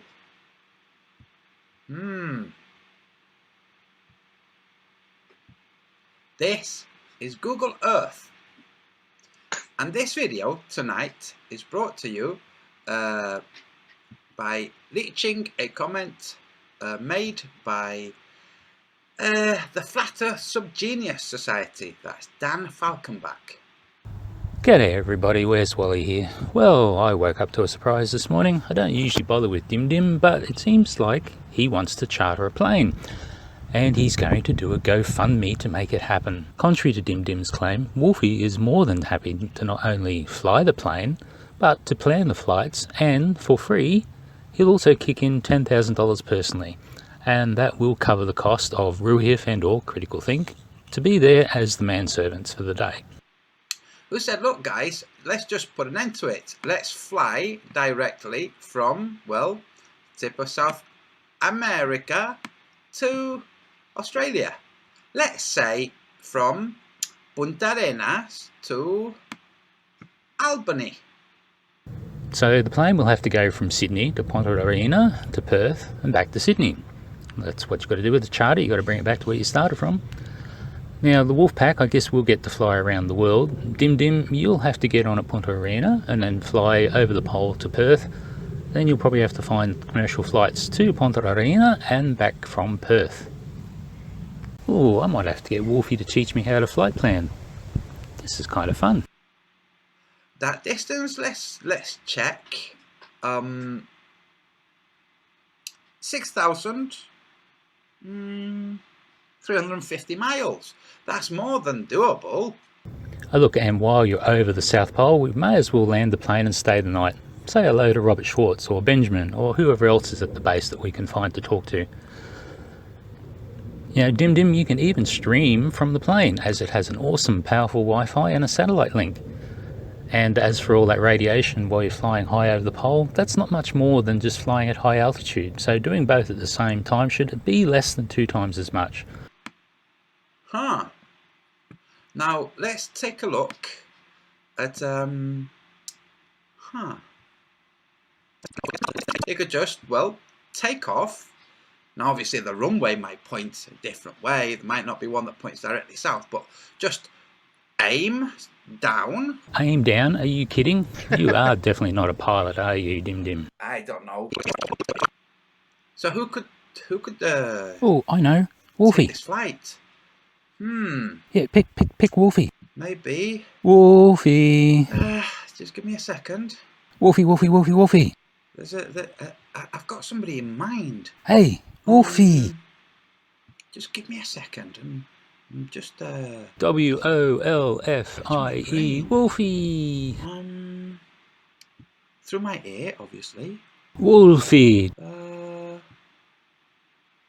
This guy. That took you long enough to get to it. Maybe this guy. Or will he be the pilot that is brave but refuses the mission to fly over the South Pole? What say you, Wolfie 6020? Are you chicken? To suggest that Wolfie would not jump at the chance to fly a plane to some far-flung place while someone else pays for the bulk of the costs is just absolutely laughable. Have you met Wolfie? I don't know. Do you know what he does? I don't know. Do you know where he is today? I don't know. This guy has contacts with NASA. You know, the orbit, one more orbit, failed disaster thing, and all kinds of friends and acquaintances of acquaintances in Antarctica. If anybody can grease any hinges or grease any wheels, it's this guy. Yeah, I feel like Dim Dim is just trying to get more subs. It's a bit like his failed Reds rhetoric debate on the Simon Dan channel. If Dim Dim agrees and Wolfie goes and plans the whole shebang, there would need to be some surety or bond against the real possibility that Dim Dim finds some objectionable way to get out of it and then just claims that Wolfie was chicken. Could happen. Okay, Wolfie 6020. I'll organise a GoFundMe campaign. You organise the plane, you fly it, obviously, crew it however you want. You fly it, and I'll organise for a group of flat earthers to come along. Okay? Yes, Dim Dim, you would definitely need to be on that flight because we would need to be a person of high integrity and honesty. Who am I kidding? Just go ahead. Communicate with me. Let me know how much it will cost. I will set that as the target for the GoFundMe. Well, he's as transparent as the firmament over the dome Earth, isn't he? We really know what he's up to, but no, this is never going to happen. But of course, it won't stop him from asking, will it? Maybe bring your wife. She looks like she's charming. Have a lovely chat with her whilst you're busy. But anyway, we'll have more than enough fuel. I mean, there are flights that do much longer than 6,300 miles. What say you, Wolfie? I wait with bated breath. And finally, I just wanted to mention that Dim Dim obviously didn't know that Wolfie had this open offer to do exactly this for at least 3 years. So he just said, come along, fly the plane, I'll chat your wife up with my stinking Judah breath, basically. I don't think so. I'm sorry, that's... Wow. Continue, that's...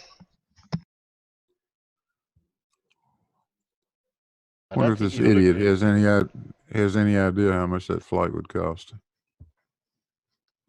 No, he doesn't. Well, the GoFundMe, Yeah, probably wouldn't even crack 1,000. Yeah. I don't even want to think what that would be. Hundreds of thousands of dollars. Yep.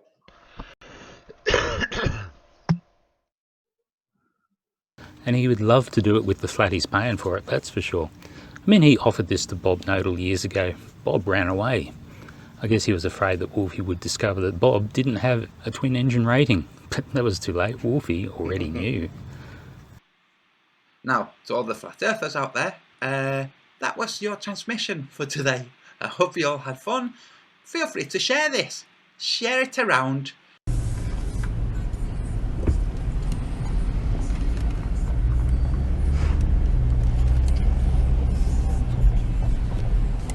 Just driving up to the entrance where we valet the car.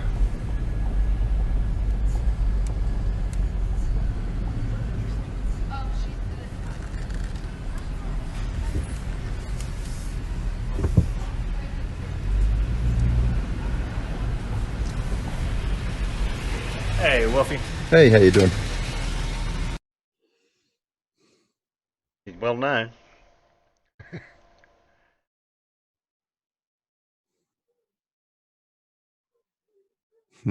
I don't think we've seen him on camera. Yeah, he's been on camera. Oh. Yeah, I've seen him on camera. With sunglasses on? Yeah. Yeah. Yeah. I saw him with his glasses on, actually, in one video that I pulled up randomly one day.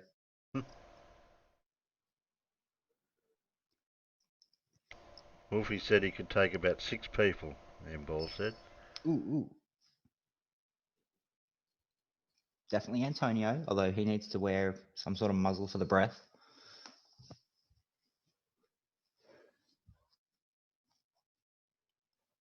As long as he didn't talk through the flight, it'd be all right. Yes. I'd like to offer my services as a bodyguard, as I have trained extensively in anti-penguin combat techniques. Got to watch out for them guys. They're wily. Especially the ones they've got trained for the ice wall. They have to be. Those are the super assassin The penguins. ones you've got to watch out for is the kamikaze penguins. Oh, they're deadly. Yeah.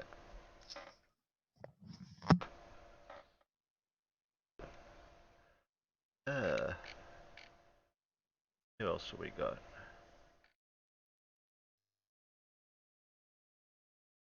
Been much put out lately. I've got a limit on how many people I can have in Discord to have the bot recommend when they upload. The only other way I could do it is... And I'm not subbed to enough flat earthers, so I can't... I didn't want to have too many. If you want a bit of comedy, go and have a look at FTFE's debate from earlier. Round 2, 5 hours Yeah, ago. round 2, yeah. Can you hold on? That goes for 2 hours. If you Really had a good topic. timestamp of a section. Anywhere after 5 minutes, basically, he gets triggered and continues to just stay that way for the whole thing, really. You could pick anything, anywhere. Okay, I'll start it for 5 minutes. Who's he arguing with? Flat Earth Ferdinand, I think his name is, or France, Flat Earth Ferdinand. Yeah, shit, I haven't heard that one. Okay, we'll see what... Yeah, he's new on the block. Okay, newbie. Sort of, I think. Fresh meat. Describes himself as, describes himself as a psychedelic shaman. Oh, okay. That doesn't sound good. The new representative of Flat Earth. okay? The one who's out here that's knocking heads around, that's shutting the globe down and whatever, all right? I'll give you that opportunity to be that guy. But the first thing you need to do is find out the fucking answers to those 3 fucking questions, because they're really fucking simple, and you should have known the answers to all 3 of them before you got into 9th grade in high school. And no, listen to me.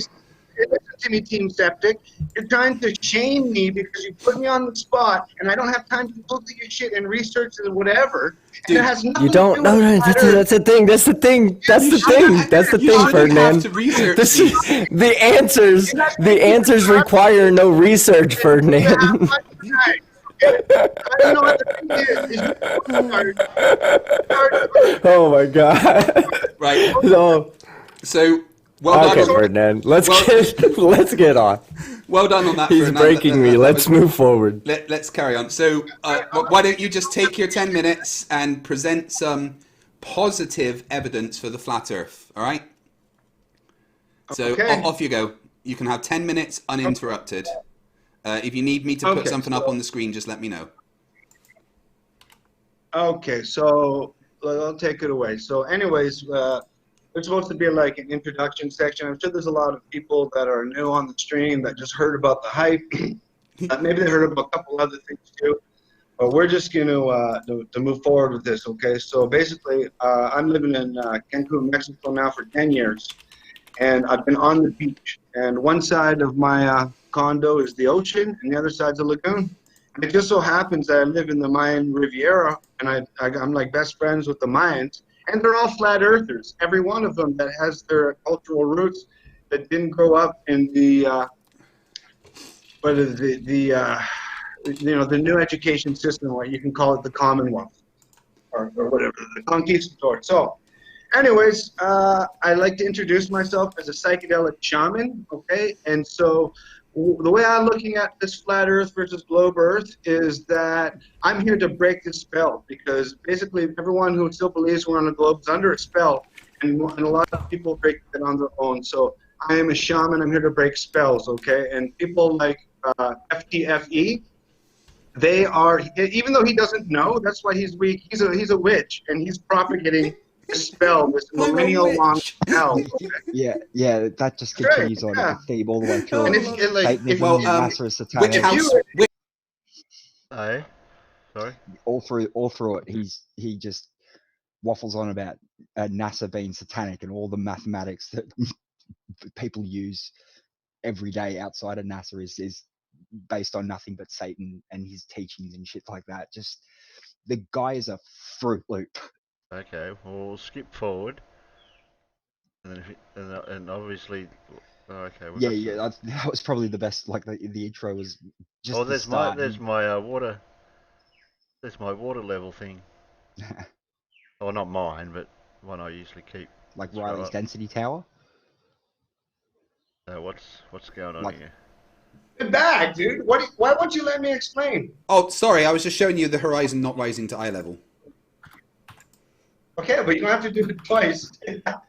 But like, the horizon always raises to eye level. Okay, so basically, it doesn't, like, the reason why you say it doesn't rise to air level, you got your little test tubes out again with the meniscus, and that doesn't prove anything. So what we're looking at here is the horizon dip, and then you see where it says eye level and surface level, and then it go, okay, below that bulge and drop. So this doesn't, okay. So where they're, okay, so, and I agree with you. I'm not trying to hide the fact that this is measured from the flat horizon stuff, okay?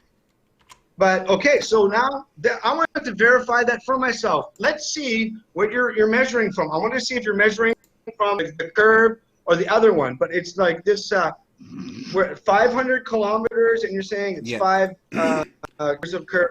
Okay, well, I just want to verify what you guys are talking about. Let me finish. Don't interrupt, because I haven't finished my point. When I'm finished, I'll let you know, okay? I'm getting it there.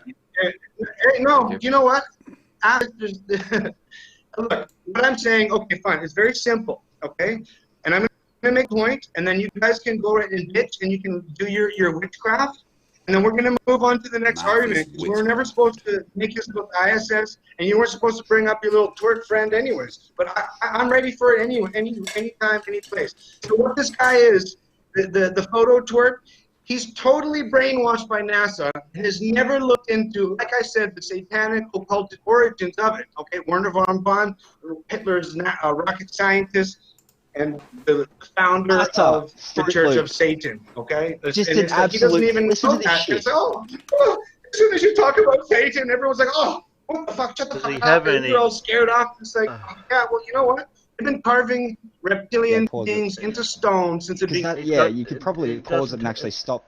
I don't think he has anything to say against anything. I think if Craig's putting up these images, but what's he doing? Okay. Ranting on about Satan and satanic rituals.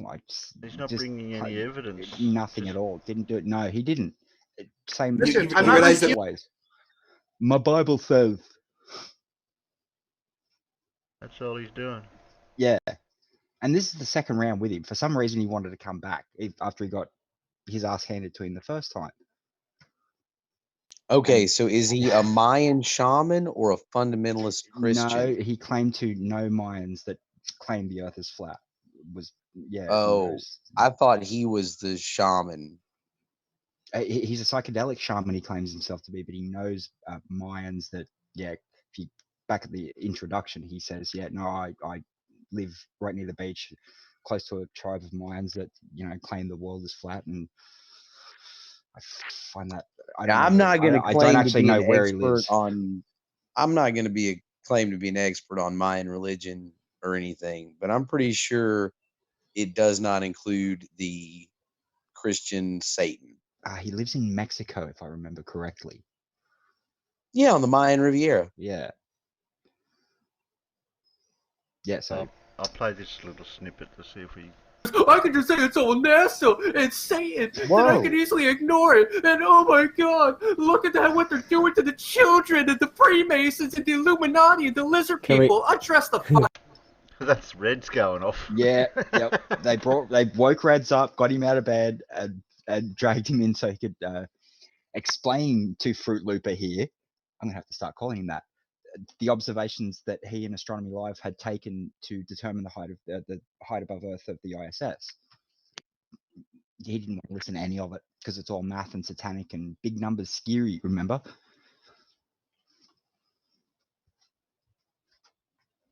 So yeah, he's got nothing to. If this guy is the best that they've got to offer, as well as the new Globebuster, then yeah, keep trying, guys. Build us a model. Get one of them to build the model.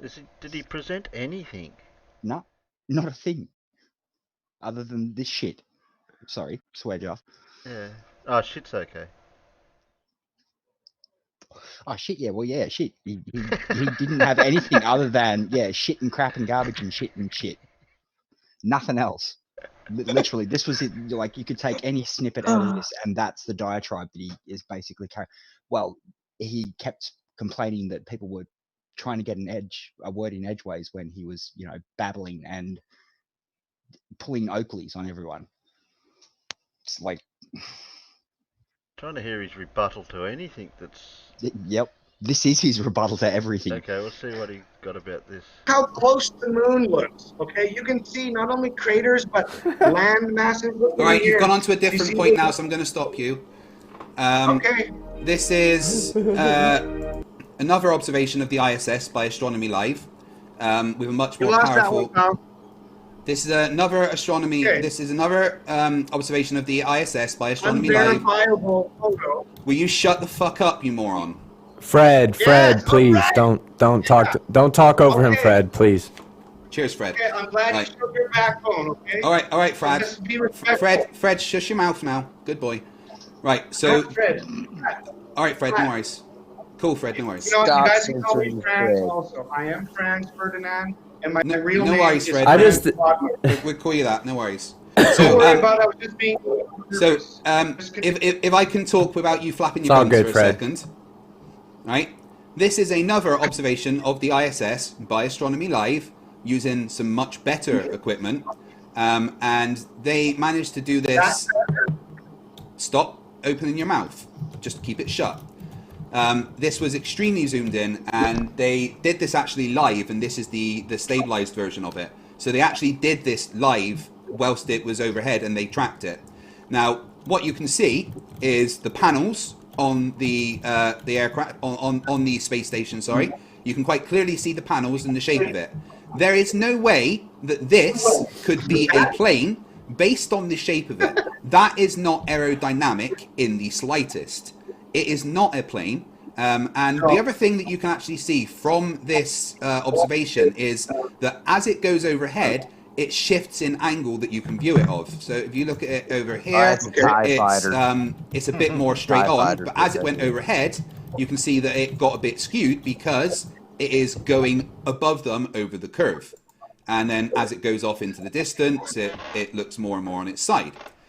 So another observation that actually matches the particular details that we are told about the ISS. Now, there is no way in hell this is any kind of spy plane, because that would not fly. Okay, so this is not the same. Can I talk now? Or yeah, we're being nice, right? Okay, yeah. You finished? All right.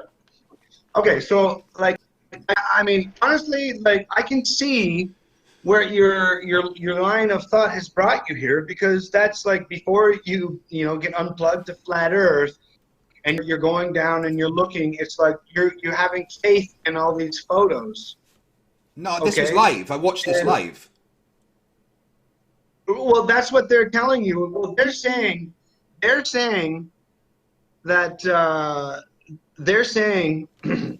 that this is in space, right? But it's not. It's in a swim. Okay, and so this is Hollywood movie like camera magic. Okay. No, again, this was done live. I'm thinking.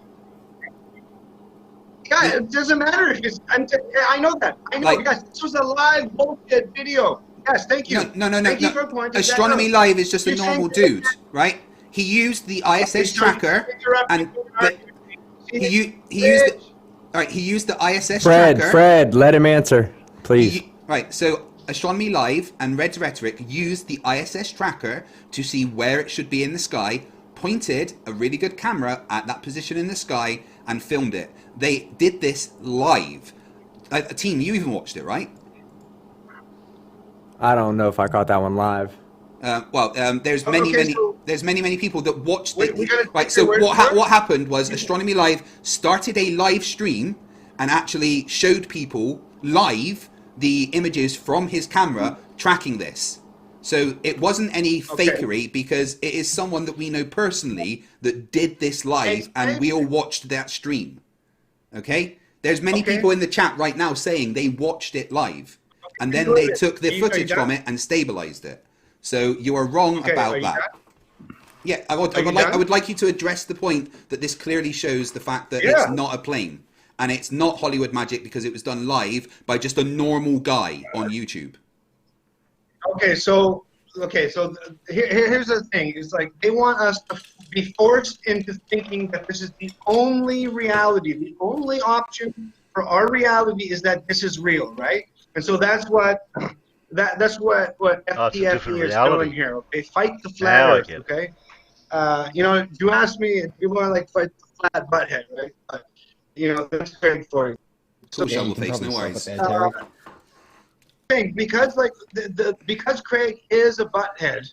Cool story, bro. He believes in this, he goes through this path of thinking. So what he's saying is, okay, no matter what, this is real. Like that can't be a hoax or a fix. No matter what, that can't be like a blimp in the sky that looks like that in the middle of the night, because they're gonna do it every once in a while to bring it out and travel and just tell people, oh, it's going 17,000 miles per hour. A blimp. How are you going to get a balloon to go 70,000 miles per 17,000 miles per hour? And how's it held up there? I can't see the balloons even. Yeah. Like when this happened and they're videotaping this for whatever it is, okay? Number one, there's no stars in the sky, which is suspicious. And number two, That's to do with exposure. There's no way it's Yeah, going saturation. 17,000 miles per hour. Okay. Except So the math shows it basically, does. what they're saying is, okay, if it's orbiting at 17,000 miles an hour, that means that this whatever's up there in the sky, which is not traveling that fast. That's for sure. Okay, maybe there's something up there, but it ain't no man that's up there. It's not traveling that fast. Because if it was going 17,000 miles an hour, that means you subtract the fake 1,000-mile-an-hour spin. We still have 700 kilometers an hour faster. Yeah, you forgot to take off the 1,000 miles per hour for the Earth spin. Yeah. Space station, fake space station, is traveling. So you're basically taking picture with the head math.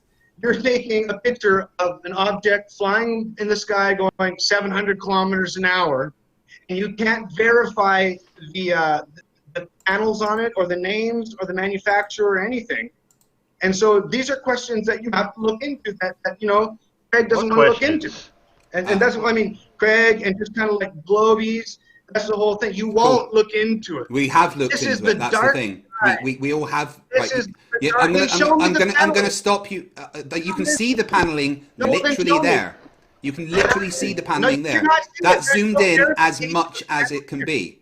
Now, dude, that looks like the antenna at Denny's. That looks like the Denny's fucking radio station. He filmed that in the sky, so he filmed that, and there is no way that that could fly. It's not aerodynamic.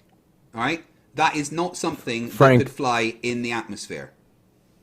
Let him talk, Frank. Let him finish, and then you can have your say. All right, Philip. So the thing is, this is not something that could fly in the atmosphere. It's not aerodynamic. You can quite clearly see the panels, and again, when you do the math, it matches what we are told. You are just denying empirical observations and calling them fake. Let's talk about that. Let's talk about what about the 700-kilometer difference?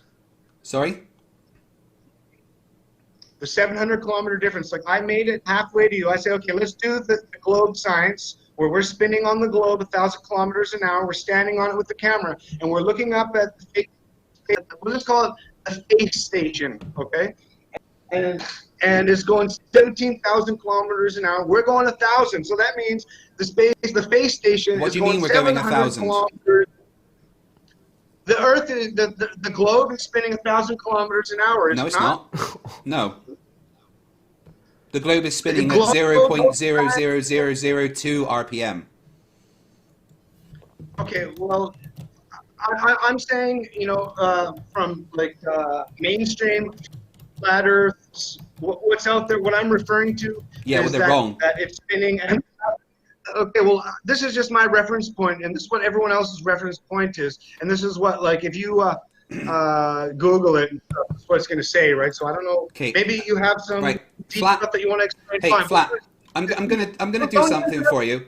Right, there's I'm referencing. It's going 1,000 miles an hour, and where is your 700? You're saying that no problem. We're going to take a picture of something going 700. The Earth isn't spinning at 1,000 RPM.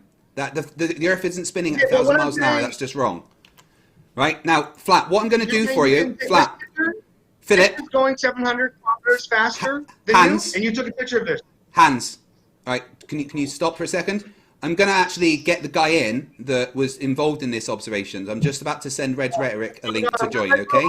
I think I meant let's move on to flat Earth, okay? Oh, no, we're going to... He sounds triggered. Oh, yeah, oh, yeah.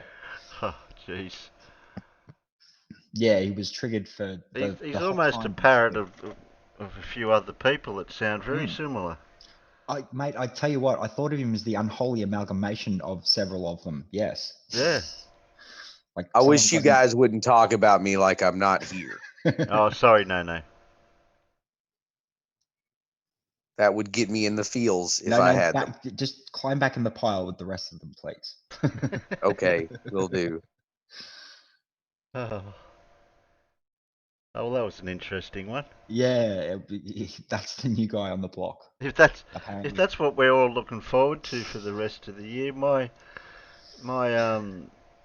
FDDA or coming up at the end of the year, I think he's going to be a contender Yeah. Oh, I think there's going to be a few new award shows popping up around the place when stuff happens from people as well.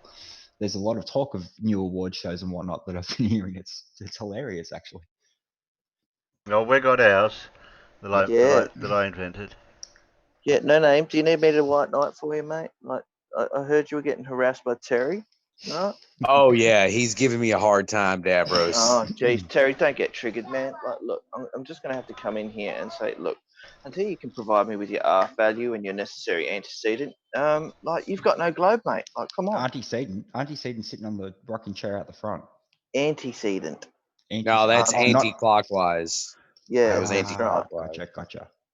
Yeah, The old we've bat already out on had the that porch. discussion. Yeah, the old bat on the porch. We got to, do something with.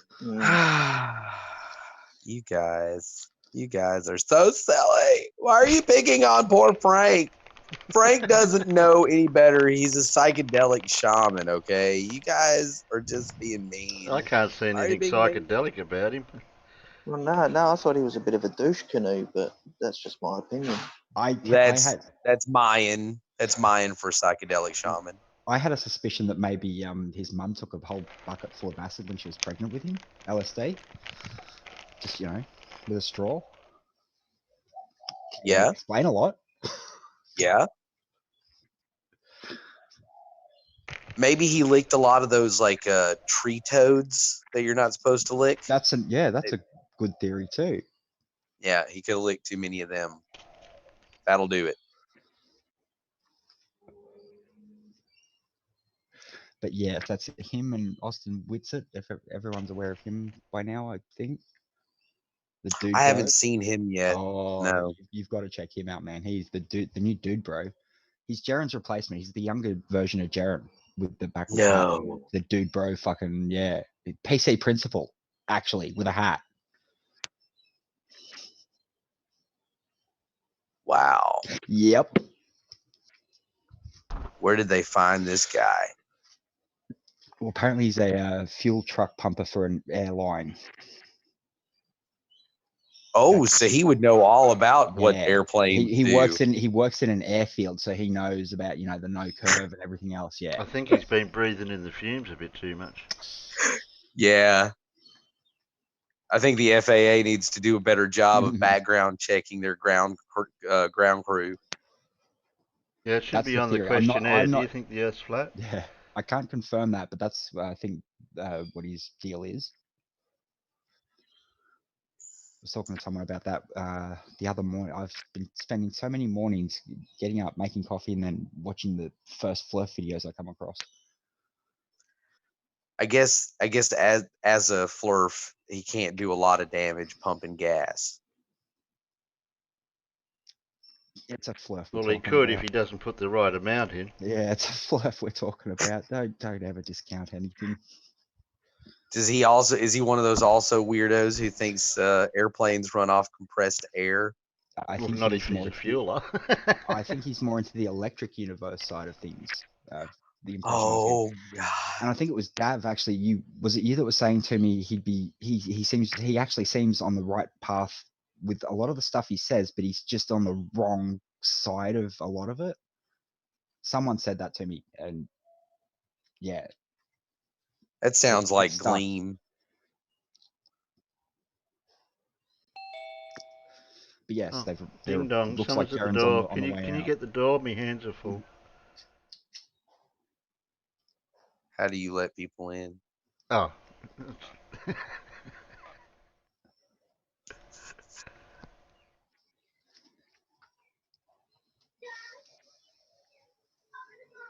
Alan.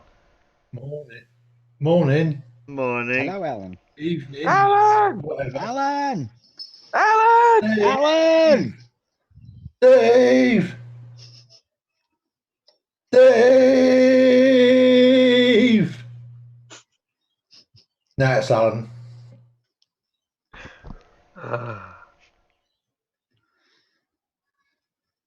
We just watched a new stupid come up in Fight the Flat Earth channel. Oh yeah. Is it very stupid? We'll say slick level. No, below Slick. I'm going to say, is it below Pete Shea? Below. Who else is left out there? Rad Vlad. Lemon Bird. Yeah, below Lemon Bird. Yeah, so it's below. Yeah, it's below the it's below the SE Montreal. offensive. It's below the offensively stupid. It's just really, really stupid. Yeah, yeah. Well, he's going on the. He's going in the nominee for FDDA. Fair Dinkum Drongo Award. Yep. Yeah. Or if you want to say fair dinkum dumbass. I like that one better, actually. No, fair dinkum drongo, because, like, you know, we all know what a drongo is. Well, yeah, and it's got to be as Aussie as possible. Yeah, you're right. Prawn. When? Actually, I know this is out of our league, but I've got someone I want to nominate, but he's not a flat earther. Well, as long as he's a drongo. Yeah. I assume that is what Terry's after. I've got to get this guy's name and put him on the list. Yeah, it's spelled UNIROCK2.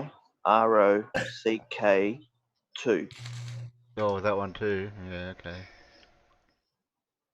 So his name's Flat Ferdinand. Yes. Or Frank, or Fred. Frank, or France, or Hans, or Franz. I call him moron. I ended up just calling him moron. So, you know. Yeah, but we can't give them all the same name. Well, yeah, that's a good fair. It's like You Smurf. can't, unless it's his real name, you can't call him Frank. That's already reserved. It's already reserved. For whom? Me. Yeah, no, I think it's I'll call him the psychedelic shaman. That's what somebody calls him. So we'll call him. I turned up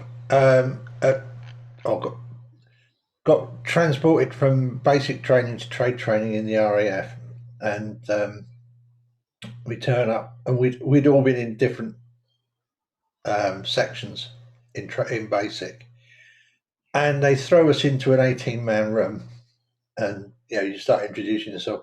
And one of the guys went, "No, you're not Alan. You're Frank." And I was stuck with the name Frank for nearly 3 years. It got so bad that because I got posted to my first actual unit with one of the guys off my course, who obviously carried on calling me Frank, at one point, one of the NCOs I worked under thought that my name really was Frank, because he didn't actually know what my Christian name was, which was a little bit embarrassing when he went to fill in my assessments, where I got sent on another course, because obviously every time you get sent somewhere, they fill out a set of assessments. Because we went in to do it, and he'd actually written Frank at the top of the paperwork. It's not even the end of January, and I've got 3 contenders. I've got Great Believer, Mitchell from Australia, Wilson, and Psychedelic Shaman. And then we're not even the end of January yet. Demonic had also submitted Unirock. Okay. I'll put question mark next to him. You wait till You'll tomorrow. trigger Davros. You're going to trigger Davros again. Don't trigger Davros, please. Yeah. You wait till tomorrow on the shills when the full brunt of the shills actually comes after him. Oh dear. Uh-oh. More drama? Oh no, he's pushed the envelope, and yeah. Yeah, I got a notification. So much drama. And Unirock versus AT2 Productions. Trolls versus Oh, Trolls. you found my video, did you? Oh, yeah, I did mean to drop that one in there. What, the Trolls versus Troll one? Yep. Yeah, it came up in me notification. That was only an hour ago. You can thank the ex-secretary for that one. I mean the ex-secretary. Did they resign? Well, didn't we replace him with Andrea?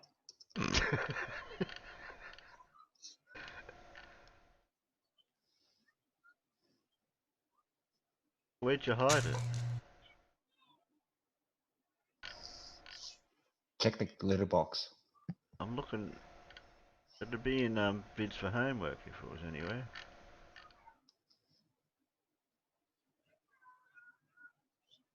Oh, it's like looking at Facebook with your mom. Yeah, click the notification button. Look, I've got it. I'll get The it. one with the bell. I lost it, son. There was a news article I wanted to show you, but it's not in my news feed anymore. Yeah. Try doing that with a 64-year-old like Alzheimer's patient. That's fun. Yeah, I'll put it. I'll repost it in there. Has anyone watched that?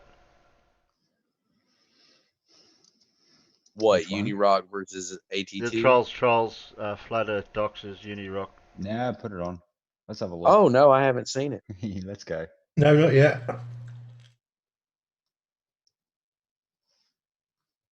Too many videos, not enough days. Hey, Peter Harrington, if you're hiding, you're doing a shoot job of it, buddy. Just saying. Poor. Yeah, I know. I'm hiding. He's hiding. No, he'll probably just saving his energy for tomorrow night's proper show. Yeah. Part B, because we didn't get to finish the last time. What's that? Part 78 of the Sun. No, it's part B of the sundials, but we forgot a few things, so we have to go back to the sundial. So it's part B. Yeah, I like that. We did what, 7.5 hour stream, and we forgot about the actual sundials. Yeah, we were doing everything. We got everything else out of the road from the first sun one, and then we found some more information.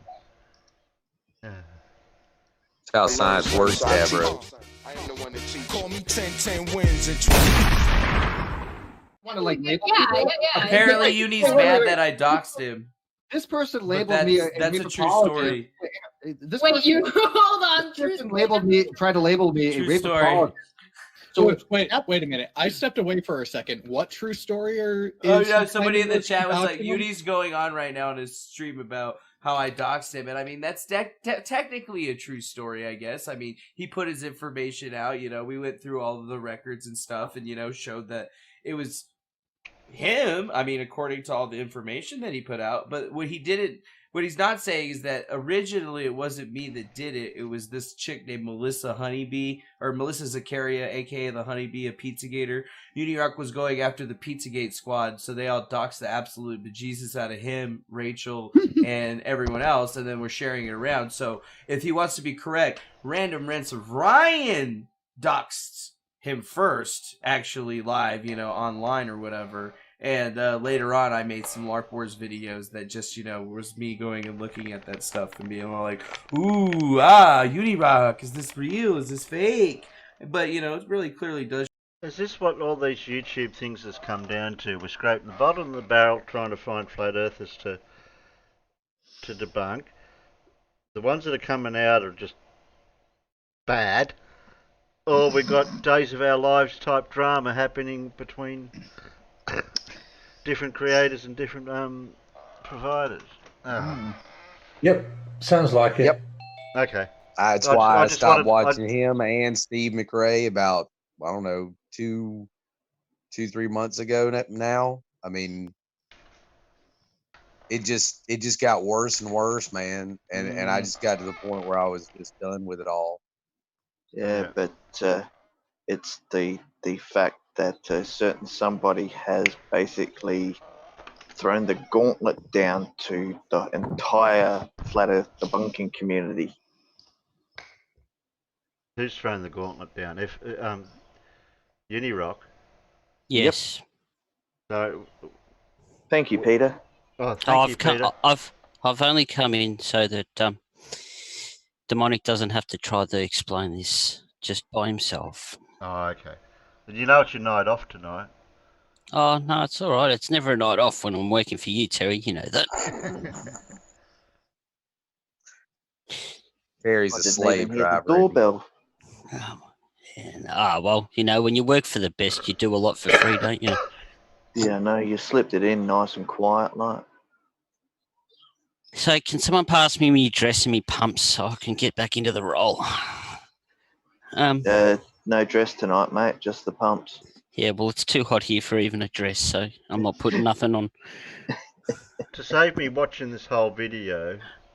All right. Which I don't really want to. Thank you.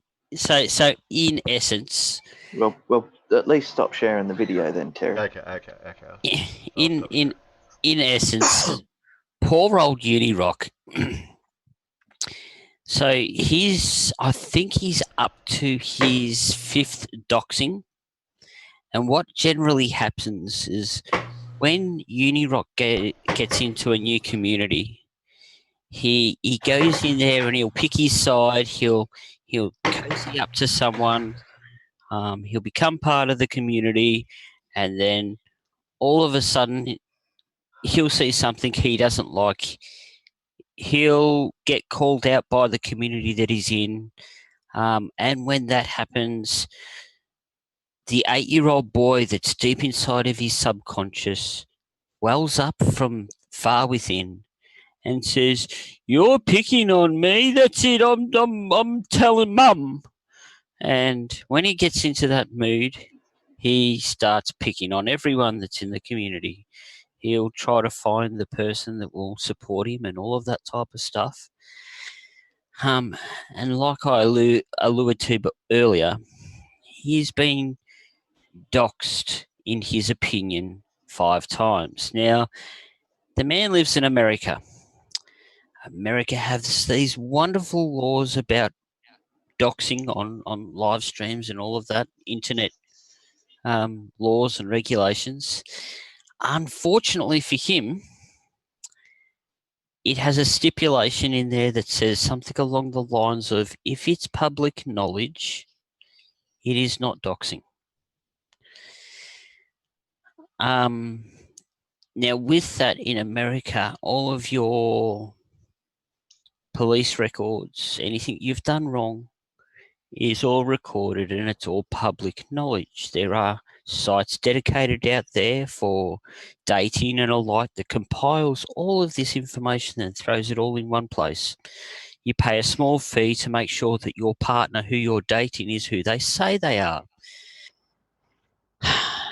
Now, this information has been accessed quite a few times now, like I said, and for him to say that it's not him is absolutely ridiculous, especially when these sites do things like cross-reference with their family, cross-reference with the people that they're living with at this time. And the one that was actually accessed, I believe, for this particular case, actually had Unirach in there as well.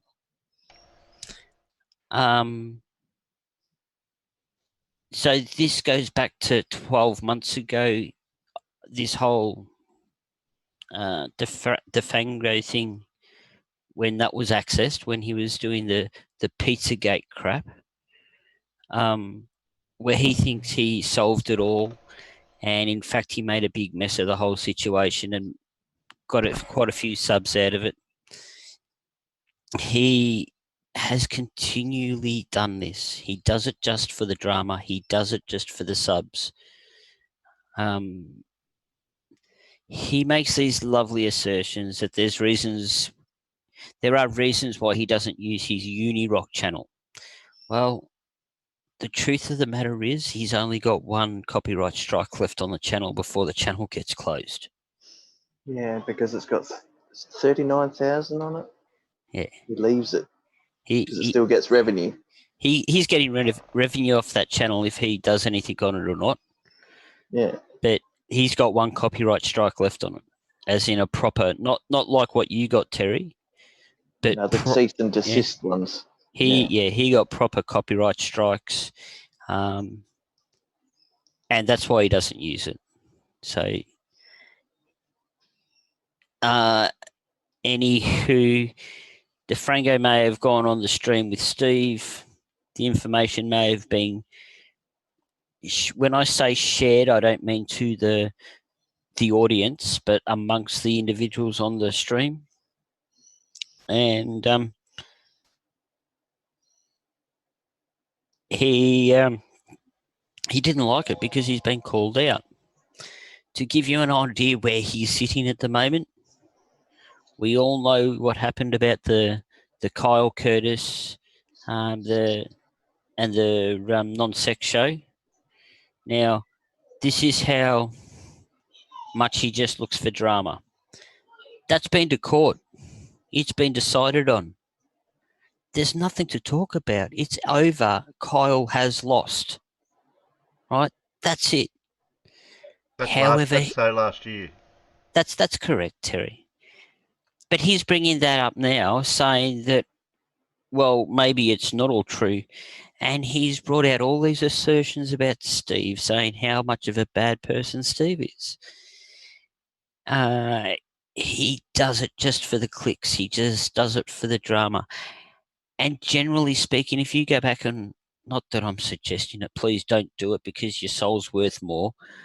But if you went back and watched other Unirock videos, you will notice he will only ever touch stuff that comes up in that that wonderful little section in YouTube when you open up YouTube and you click on those three bars on the side, and there's that your home button, and then at the bottom of the section there's that subscriptions button, and there's that little bit of fire that's in between that says trending. Yeah, well, that's where he clicks. That's where he clicks.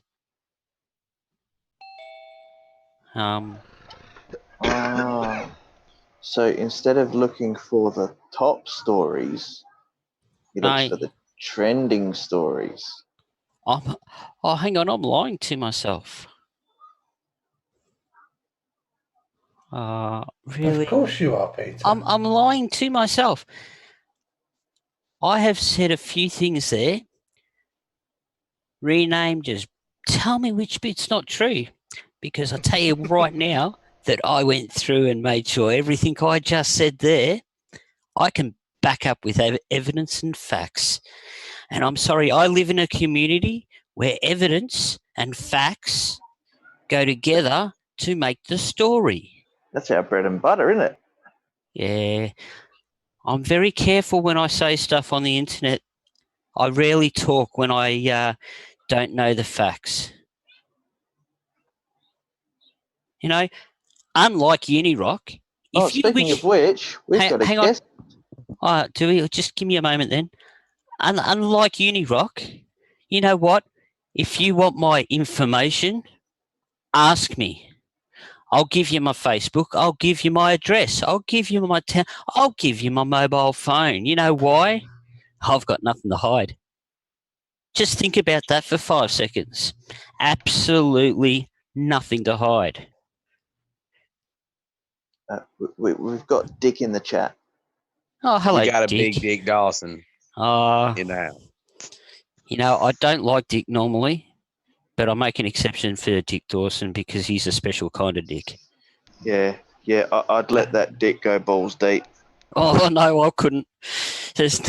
What are you saying? We should let him on and make a dick of himself? Oh, I think so. He does a good job of that. Hey, Dick, this isn't Big Blue. This is No Name.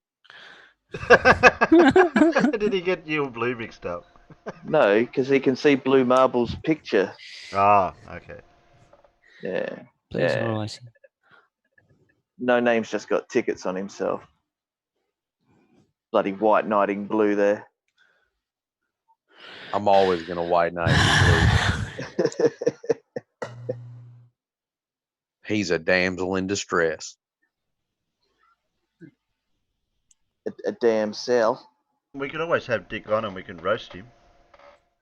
Roast Dick. Yeah, good luck, Terry. I'd like to Well, see you try. Terry, if you want to eat Dick after you've roasted him, that's your choice. But I'm not going there.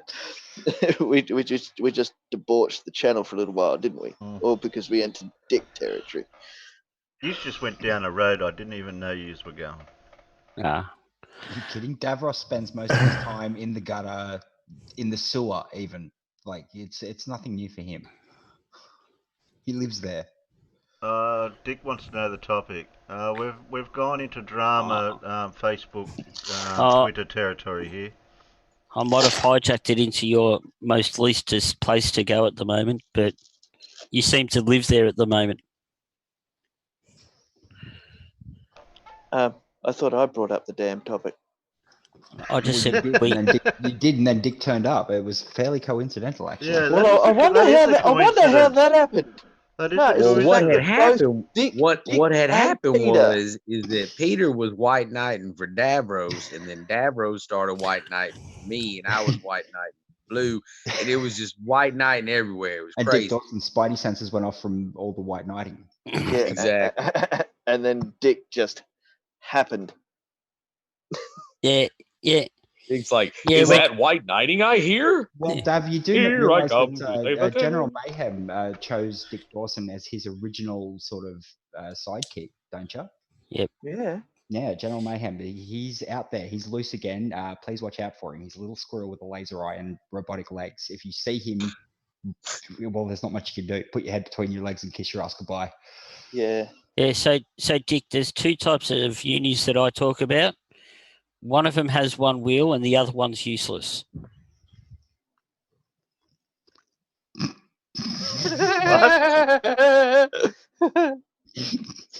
That was bad. I thought we said no more dad jokes. Oh, sorry. Oh, I'm allowed to. I'm a dad. Okay, I thought Terry had imposed a one dad joke limit tonight. So No, I don't think say I've it. got a dad joke limit, actually. Terry loves the dad such joke. thing as a dad joke limit round here. Yeah, you can't. I think Yeah. you'll find there's too many dads. Yeah, Yeah, that's it. and a couple of granddads too. It's a dad joke competition here. I don't think you And can go somebody- a 7.5 hour stream without cracking a few. Yeah, I was going to say, and somebody desperately waiting to be a granddad. Yeah. Well, you got to warm up on your dad jokes or your granddad Of jokes. course. Dick's ready to explode. He said he'd be right there. Don't touch him. Don't touch Ready him. to explode. Do not touch him until he's got the raincoat on then. And his What- hat. You gotta be what- wearing his little Dick's hat. throbbing. Dick is throbbing to get in here. But that's all up to Terry. Yeah, you know what happened last time Dick was on here? Yeah, you But there was remember a- last time? But there was a lot of alcohol involved, so Yes, but it was the fact that Dick conned Terry. so where'd Reno go? And I'm going over to the Shill Show, and I'm going to call it the Aussie Shill Show when I'm there. Yeah, I That needs to know happen. what happened Oh to, no, Dick hasn't got an avatar. Uh-oh. Yeah. Dick's It's nude. a naked Dick. Yeah, you know what happened last time Dick was on here? Yeah, you But there was remember a- last time? Where's there was a lot of where's your alcohol avatar, involved, Dick? That's so- your strike. Strike one. This isn't the first time he's been on the show, Terry. Yeah, that's what yeah, but he's like we were talking about before. You can't just because you have an avatar, you can't use that as a makeup for the one that you miss out on. Oh, Notice okay. I fixed that actually, Terry. If you noticed. Yeah, I noticed that. Yes. So you're Yes, you you're brought, in the you you're in the brought clear again. You reckon? I never said that. Oh, okay. and our resident Scott has just arrived in chat. Oh, Pip. Morning, Pip. Morning, Pip. My Good Pip. morning, Pip. Anyway, He's hello, up late Dick. this morning. He usually beats me here. Dick. I can't hear Dick. Earth calling Dick. Of course, Dick's just going to be here. Well, I think I'm in now. Am I good? Yeah, you're good. But you're naked. Yeah. Yeah, Oh no, you I can't allow pushed it naked right in. I got the full dick into that one, baby. If it don't fit, force it. Oh yeah, that's what I do, right? That's why I got banned on Twitter twice in a month, for fuck's sakes, man. No, Dick, that's just simply because you expressed your can opinion. you guys empty the swear jar for Dick? Oh yeah, right. Oh, yeah, good Sorry. call, good call. I'm not actually overly drunk tonight, so I will curb that. Sorry, no worries. Well, I can actually yeah, right. more. We're, Somebody we're, already. we're going to start placing bets on how long it takes you to fill up the swear jar single-handedly. Yeah. Oh well, I mean, if I don't actually hold back, I mean, how big is that jar? I mean, we can fill that shit right up. It's a 50-liter fish tank. Yeah, we just replaced it with a 44-gallon drum. Yeah, from yeah, Dick, there so you it's go. all good. Okay, so we got about 30 minutes, right? No problem. So you guys didn't happen to be talking about Unirock, did you? Don't know who you're talking about. Who's that? Isn't everyone? Like, honestly. He's this that little disingenuous little ass hat? So apparently the official title for everyone that doesn't agree with Unirock is "You're all dumb ding dong poo poo head cocker wankers," and you have to stop picking on me, or else I'm going to tell Mum. Oh man, I've been living this for a little while now, and it's been unbelievable. It's been unbelievable. The other day, he called me out, or was it today or yesterday? It's been such a flurry, I can barely keep up. Right? It's yesterday Australian time. Okay, yeah. That's what I was struggling with too, because But with we all live the in the past, Dick. We live in the past. Yep. Yeah. We're the we're late to the party, but we bring a hell of a lot to the game, baby. Yeah, we're slow but steady. We're gonna So- catch up with you guys. There's nothing wrong with being the last guys at the party because you get to resup all the alcohol. Well, no, actually, how it works is you get to look around the room and see who's drunk, so you know who to take home. Me and Dick have the same predatory pickup strategy. I like that predatory. Yeah. Yeah, well, no, but you got to go in with a low ball, right? Because then that way you know you're taking something home. If you go for a big, solid top shooter, well, you never know. You could strike out, right? It's better to play a brown. I just look for, basically I look to see if they'll fit in the trunk of my car. If they'll fit in the trunk of my car, they're good to go. Unfortunately, I drive a Kia Soul. So, You can't say that. Yes, he can. I love it. That's the problem. It's because he did, and it's also the fact that I do work on trunk size. Hey, if it ain't 3 feet between the eyes and it's willing to go, it's worth a fucking piece of spot or a piece of space in your trunk, right? Let the dark side flow, Dick. I can hear the money like Scrooge McDuck filling up that 44-gallon drum right now. Yeah, well, the good thing is this is not a scheduled Aussie perspective, so fuck it. Oh no, we still got to respect Terry's We still have beliefs some decorum. and have Beliefs? You think you have beliefs? What's this beliefs? There is a difference between swearing for the heck of it and having and for a comedic effect oh, and yes, absolutely. And we'll let it go. I've already been a complete asshole on Terry's stream, so I'm not going to do that again. It's okay. not this time. No, I'm still going to get back. Exactly. I'm still getting the shills back when I go on. When I go on there, I'm going to call it the Aussie Shill Show. Oh, do it. Absolutely. We deserve it, and I earned it. I'll never give that one down. By the way, tune into the Shills at 11:30. Let's do the pod GMT. again. Debunk the uni. Yeah, we're doing a special show tomorrow on the Shills. Tomorrow night, we're doing a special presentation. Digital Demonic Davros will be here, and Purple Rhymes with Orange and a couple. And we're doing part 2 of our takedown of Validation Boy, the human piece of garbage that everybody needs to take to the curb. Baby, it's on. What time's that our time, Davros? It'll be 9:30 a.m. Oh, okay. Rename or whatever your name is, just so that you know. Just so that you know, there was a very easy way to me check if the information I've got was right or not. And that's when Jason answered his phone. How's that sound? Think about that for 5 seconds. Oh, there was 33 watching, because Boggs just put up 33 watching. Because I'm up to 333 subs now, Dick. It's a big week. Nice. Oh, Terry, it's terrible. You're pulling well away from me with the subs again. I'm sorry, but it just seemed to be getting this odd sub now and again, and I don't know what's going on. Wait a minute. How the fuck, sorry, does Terry Davies only have 333 subs? What the hell is going on? I swear to God, I'm going to kill each and every one of you if you don't click that sub button. I'm pacing myself. Just so you know, I've already subbed to him 3 times, Dick. I can't do it anymore. It's a very sedate rise to prominence. It's gonna happen. Yeah, I'm trying to sneak. I'm trying to sneak up from behind. He's here for the a man after my heart. he's here for the long haul, not just the quickie. Yeah.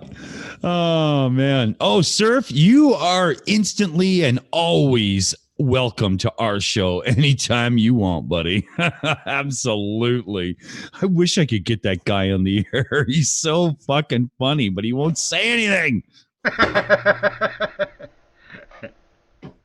But what are you going to do? What are you going to do, right? Oh, I like that. It's got to be Alan. That's got to be Alan. It has. I'm sorry I haven't posted any photos for you recently because you keep forgetting to remind me. I know. My life has been chaos for the last little while trying to cat wrangle the shills into submission. It's been not easy, I can tell you. It's time for the white knight. Alan, how dare you put all this pressure on Dick to remind you of something you were supposed to do? Don't get triggered. Davros comes in on the horse and saves the day.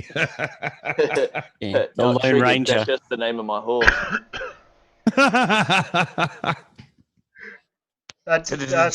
Surf's been on my stream before. Yeah. Really? Yeah.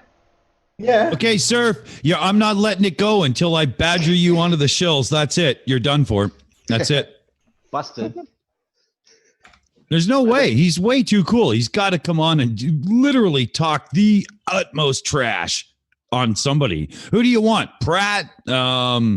Validation Boy would Surf will ride the shit out of Validation Boy. Okay. Well, Surf, you want to join us tomorrow? Why am I booking people on Terry's stream? What's going? Somebody shut me up. Jesus Christ.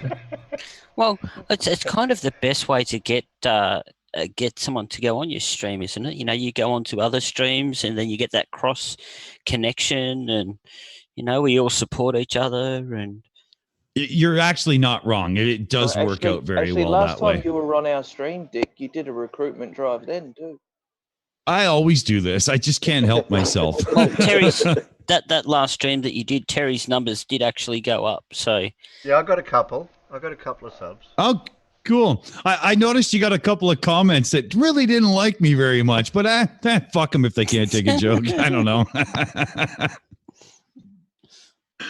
Oops, I'll stop that.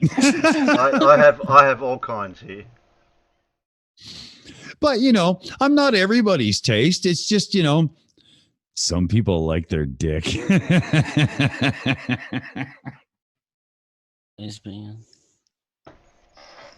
Anywho.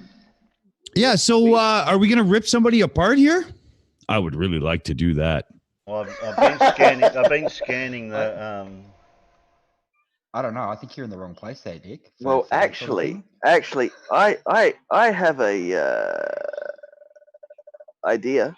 Yeah. God, that's always I what shiver every time I has hear that the sentence. human toilet cellar dweller known as the Pratt been doing?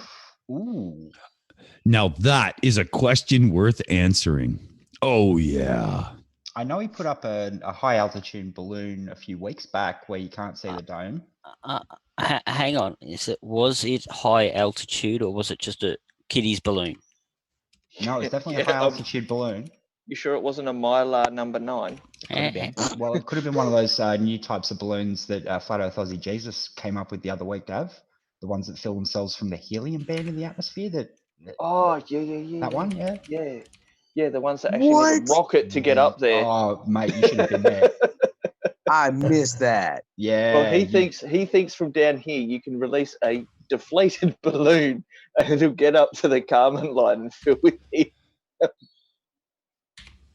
The math checks out. Yeah. I see where he's coming from. Where?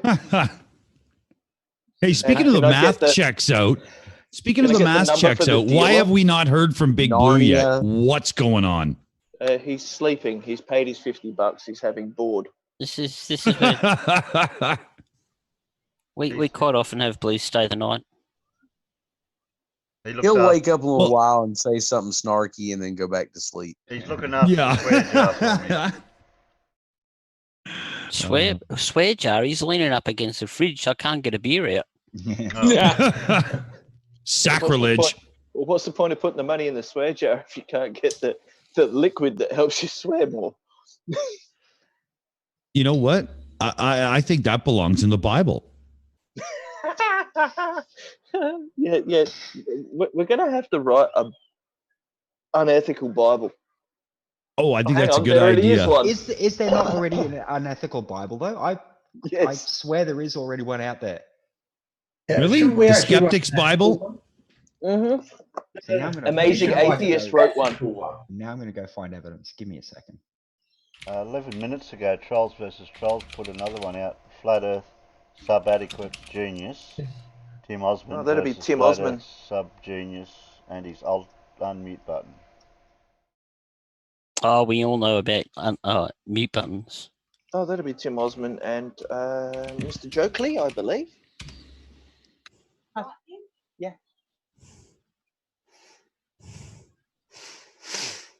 Dick, you're a good influence, man. So, is it Pratt? Well, this is all a matter of you need to make the request of said host because he has control. Oh, Mr. Ozzie, please let us have some Pratt. Please, pretty please. Have we got a link for Mr. Pratt? Well, just go to Google and look up the dumbest human the Earth has ever had. Okay, I'll type in the search, the dumbest human the Earth's ever had. Oh, look, Daniel Pratt. He doesn't go by Daniel Pratt anymore, does he? Yeah, no, it goes by Daniel Pratt, R-O-W, capital R, dot, capital O, dot, capital W. What's that signify? What's it meant to? Swear jar. Fucked if I know, mate. Is that like, did he give himself an order of idiocy or? That's actually entirely possible when you think about it. And I don't like thinking about Danny Pratt. I mean, who the fuck? I almost want to go with Royal Order of Wizardry, but that sounds too cool for Danny Pratt. That almost it's got a Harry Potter feel to it, doesn't it? Or like a Kiwi thing. Doesn't New Zealand have an official wizard? I don't know, and we don't have sheeples here to confirm or deny that one. Yeah. Without I got a Kiwi on the Shills team, and I can confirm that the sheep will deny. Ooh. I've got a propitious steer 1 day ago. Flat Earth, hey propitious steer, I'd like to come and discuss the narcissistic abuse I suffered. Oh, can we do that one? Yes, we have to. Please. Yep, lining it up. Hey, come to the factory. Jeez, and I haven't opened my Christmas bottle of scotch yet. That might get me through this. Oh, there you go.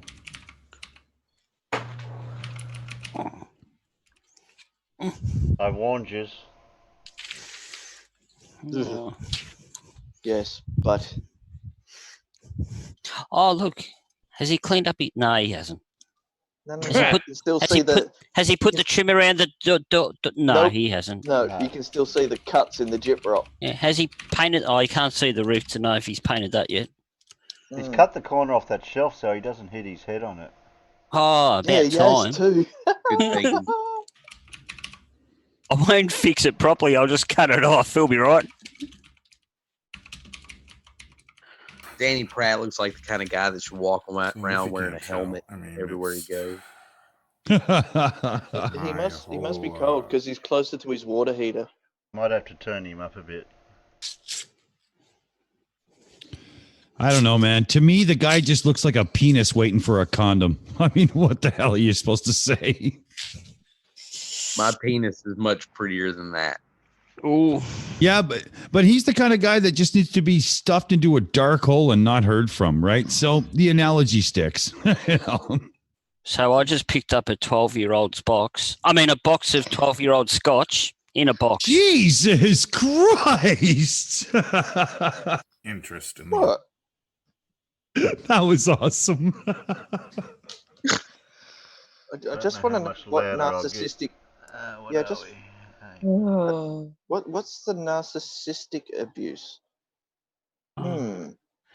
What? How has he been abused other than everyone giggling at him? Let's be honest. Like, absolutely every single flat earther will sit there and giggle at some of his claims and all of that that's on streams. But what abuse has he received?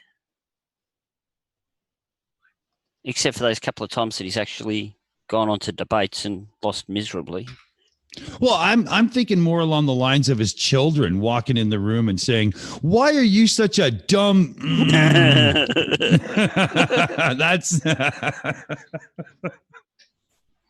see, Terry, I did good. He tries just for you, Terry. No, it's more like, Dad, why do you look like a circumcised penis been thrown in the trash after prom night? Yeah. Well, let's face it. Speaking of circumcised penis, this man literally is foreskin in the Jewish community. He is worthless. I mean, come on.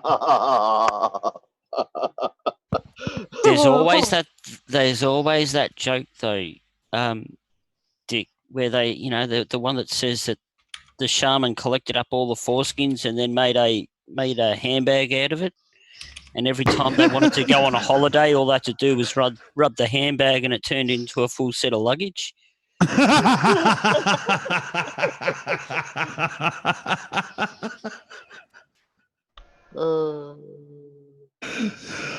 that is so good. Did somebody say press play? Yes, press play, please. Oh, that's what I heard. That's what I heard. Daily. And just, I mean, not so much as the smaller channels or people that are still actually putting out proofs. But as far as the movement, drama, and shit, Flat Earth Clown Show is right. Miss Patricia Steer, I'd like to discuss the narcissistic abuse I suffered at the hands of a passive-aggressive woman that thinks she's never wrong about anything. Can we pause this? Question for you. This man talking about abuse suffered and passive aggressive and so on. Does anybody on the panel or watching this show right now remember this raving lunatic going on posting 5, 6, 7 things a day when he was having his fight last year with Team Skeptic when he filed the false DMCA claim against him? Hear this sorry ass sack of shit say that, I can't believe what I'm hearing. I want to mail him. I want to mail him a victim card. I just want to send him one in the mail. Say, here you go, buddy. Here's your victim card. Yeah, here's your Sorry. victim card. Park your white privilege over there, and if you think you're gonna get any out of me, the vending machine is closed. Hey, Dav, we should have Chad send you one of the butthurt report forms that he's been working on. Show me on the doll where the bad man. Yeah. Show me on the Can flat you show map. me? Show me on the flat Earth map where the bad man touched you. Yeah. Oh, wait, hang on. What's wrong with that? Has anybody on the panel watched the cartoon Kelsey Grammer did? The guy that played Frasier, Gary the Rat? No. Oh, because the "show me where the man touched you" is a line from the little cartoon he did. He did this cartoon where he's such a despicable POS lawyer that he turns into a 6 foot tall human rat. And it didn't go over well because it was from like the mid 90s before adult raunchy cartoons were popular, right? Oh, you mean before Adult Swim was popular? Oh, Yeah, that's yeah. bullshit, man. MTV had all the best cartoons in the mid '90s. What you talking? But oh no, this one kicked ass. The opening thing was Gary Andrews, successful Wall Street lawyer, blah blah blah blah blah. One day he turns into a rat. So he walks over to the mirror and he looks in and he goes, "Gary the Rat, shit." And that was the opening, like the actual theme song to the show. And it was like from damn. Yeah, it was from the mid 90s and people were just like, what the hell is this? And it was too much for them. But had it been released now, it would be the funniest thing you ever seen. It's too bad. And I thought you guys were referencing that. And I was flipping out going, wow, they know it. But yeah, I'll shut up. No, now. man. I'm going to go look that up just, now that you've mentioned it. I'm going to check If that anybody- out. I remember the Max. If anybody can't That was find the it- best cartoon in the '90s.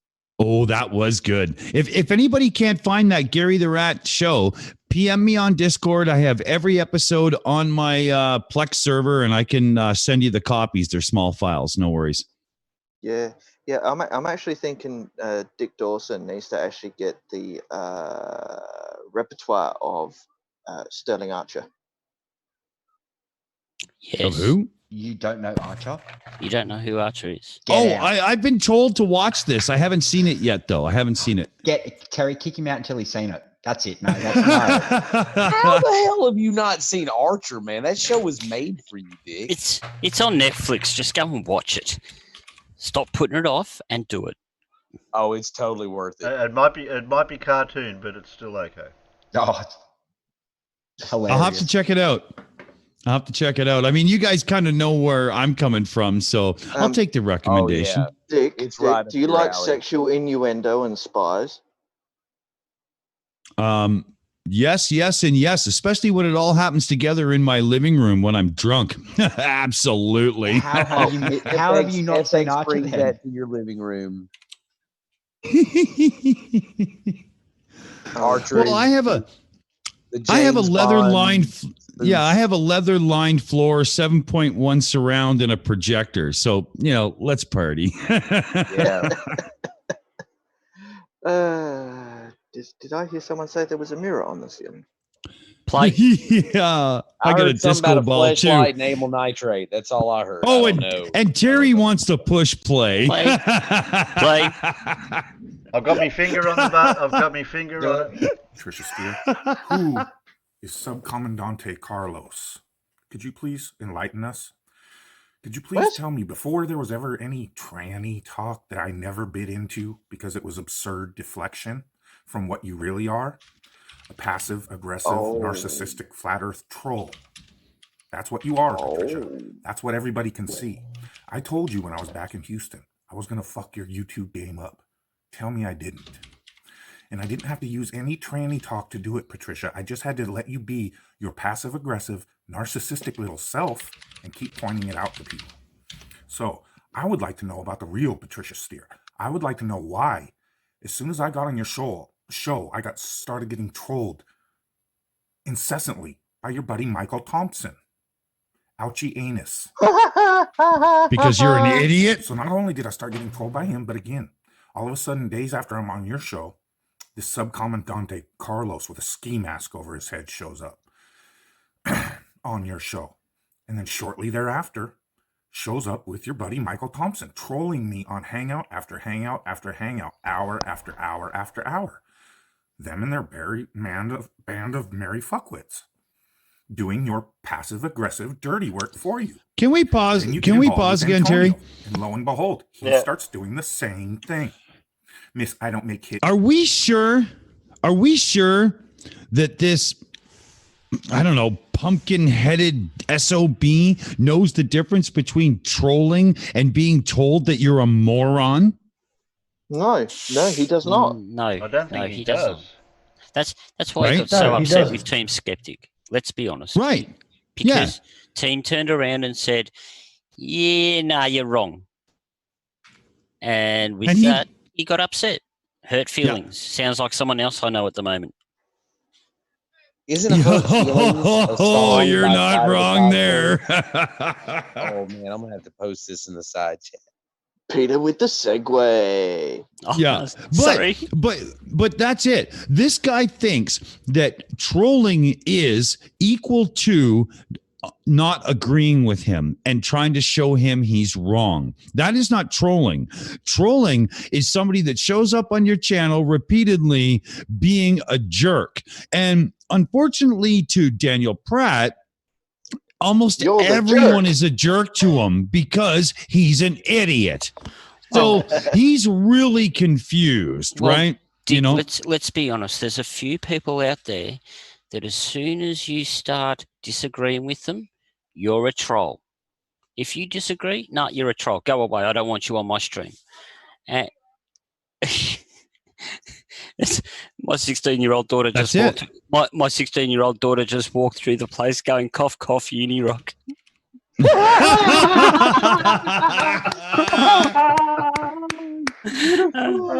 Oh, geez, I love her so much. Do you guys want a little heads up here? So some of you may know that I also do the other channel, Canadian Thomas, that does the Flat Earth parody songs and whatnot, right? Yep.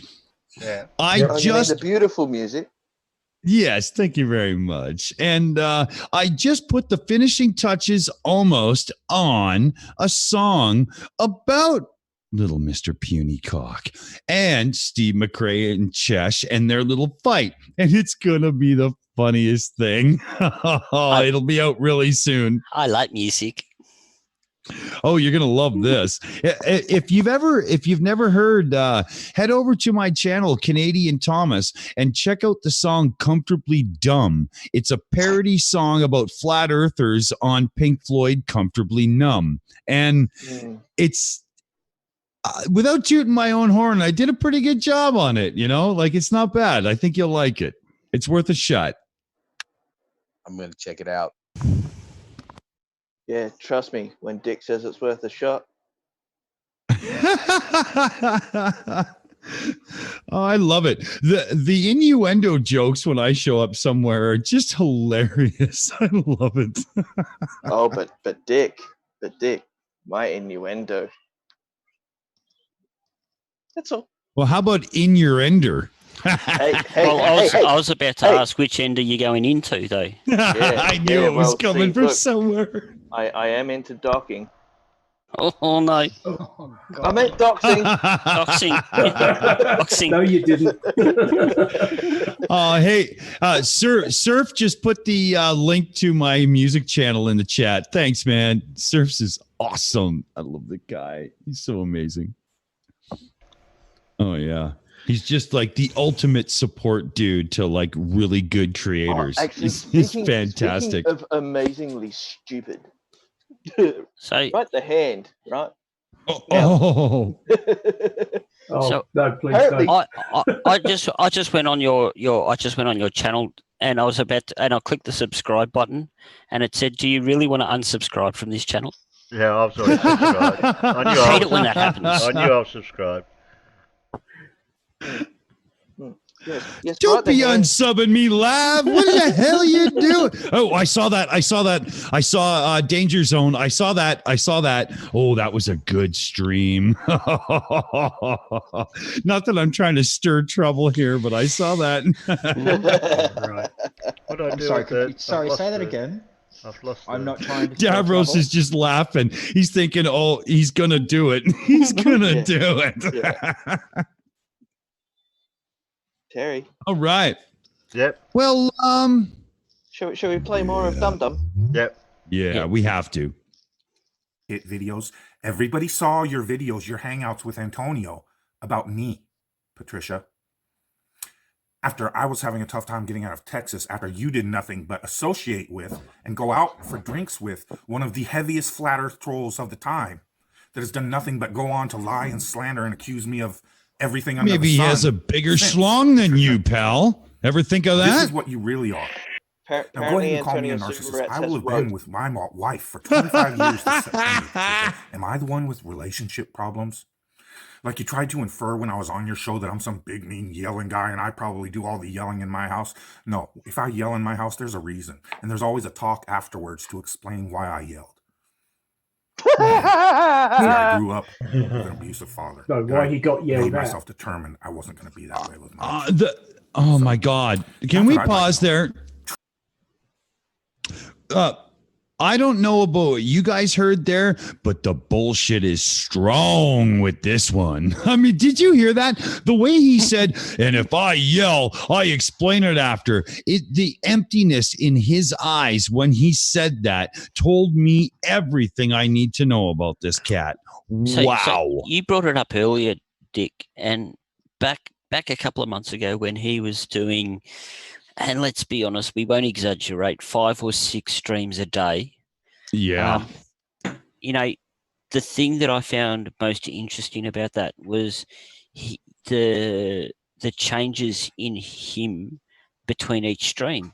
He would literally go from a man that had almost no soul in his eyes at all. He was completely obsessed with whatever he was talking about. And then he'd come in 5 minutes later and he'd be talking about bloody candles. Yeah. You know, he just...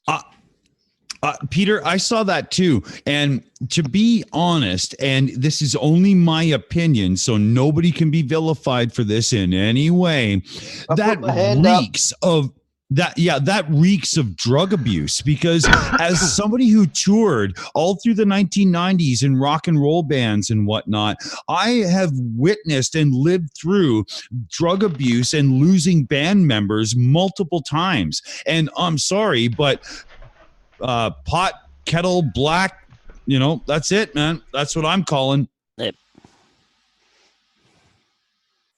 It's pathetic too, because, he talks about being, father this and blah, blah, blah and whatnot. And here's the question though.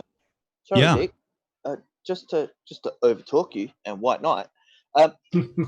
Anyway, the thing is, he waited until Patricia Steer came back into YouTube to make this video.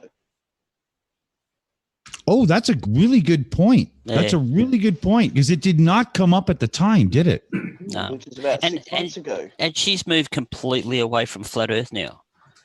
Like, yeah, but he's hello? trying to, he's baiting her. That's what he's doing. Yeah, except she records in like what looks to be a real little home studio for recording, and he's in the garage because his family are so fucking embarrassed by him that they don't want him around. Right? I'm sorry. At this point, Daniel, I'd rather listen to her. I mean, we're going to rip you apart, but I'd rather listen to her. I'd rather watch her. She's easier on the eye. Yeah, well, that's true. That's true. Especially with this pucker up pose he's on right now. That's an unfortunate pause point. Damn, it's another East Anglian. Hey! Jeez. Although he kind of drifted into the East Midlands now. Well, yeah, but my heart's still in Cambridgeshire. Yeah. You're not too bloody foreigners. Bloody. Don't you start. Sean G's not in, is he? All right, can we finish the absolute silliness that we've got on the screen? I'm trying to. All right, press play. Terry. I'll try not to interrupt again. Sorry. Why have you associated yourself with known trolls and seem to be active in actively trolling Flat Earth since the beginning? And then you go on to portray Flat Earthers as behind the curve. But it's always just an accident. It's always somebody else trying to make you look bad, right, Patricia? You just always happen to associate yourself with the wrong people. It's them must be taking advantage of your good nature, right, Patricia? Or maybe you're a passive-aggressive troll. And real truth seekers can see right through you. So, do I feel sorry for you? Not a damn bit. And I'm glad you're out of Flat Earth. And nobody's going to listen to... Not that you ever talked about Flat Earth anyways. Your show's never about Flat Earth. You maybe in an hour, you talk about actual Flat Earth proofs. In a 3-hour show, maybe one. Maybe. Rarely. Occasionally. It was usually other hot potatoes, right? Drama. Just pause there for a second, Terry. Is this the lousy lay rant? Bullshit. Is this like when you break up with a girl and you're like, and you were a lousy lay, Brenda? Yeah. I faked it the whole time. I'd just like to point out, and how much proof has Pratt come out about Flat Earth? Well, he a bendy tube over a barbecue. A bendy tube over a bloody barbecue. I was just going to say... There was the time he proved that a barbecue doesn't have the gravitational pull of the earth. That was a pretty good one. If you actually scroll down the page a little bit, have a look for that one that I was telling you about before that I made a comment on that instantly got me deleted and banned from him. It's the one with the high altitude balloon. There's a little cow in it. It's one of those ones I think I don't know if it was a program or whatnot that was moving the camera. But like you can quite clearly see the curve of the Earth every time it swings around. It's not a fisheye lens because the wire in front of the balloon in the camera doesn't distort. Like, yeah, the one. You know that one, Alan? Yeah, if you scroll down a little I bit, haven't seen it, but yeah, well, that's the joke about most of those when they put a balloon up with a camera. I think just about everyone I've seen clearly shows the curvature of the Earth, but they always freeze it at the point where it's swinging about. And it looks flat. They go, look, see, it's flat. Yeah. Well, how about if you unpause the video? Oh no, can't do that. Our incredulity might show. Doesn't fit the narrative then. Yeah. The funny thing is, he also proved he doesn't know how to fly a fucking drone.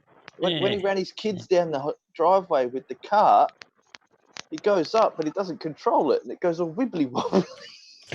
Well, Sam Cam in the chat just made a really good point.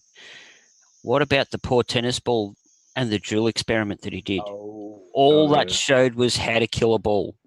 Yep. I know. If you equated the spin of that ball to the hour hand of the clock doing 2 rotations to do 24 hours, we would all be about 34,000 years old right now. It's fucking ridiculous. Well, that's why they never show the true rotational speed of the Earth, because just how boring is it to watch something turning at 15 degrees per hour? Yeah. Well, you'd be hard pressed to notice the bloody thing's actually moving. Well, that's one of the things that there Nathan Thompson for his 200K challenges show a 24-hour stream of the Earth turning. You know, it's like I guarantee everybody will be asleep. Yeah, can we watch it in fast forward? Is that all right? Yeah, no doubt. I want to watch it at the speed the ISS rotates so I don't fall asleep 3 times in the 24 hours, you moron. And even that, when you watch a live stream from the ISS, it still doesn't look as fast as most people show.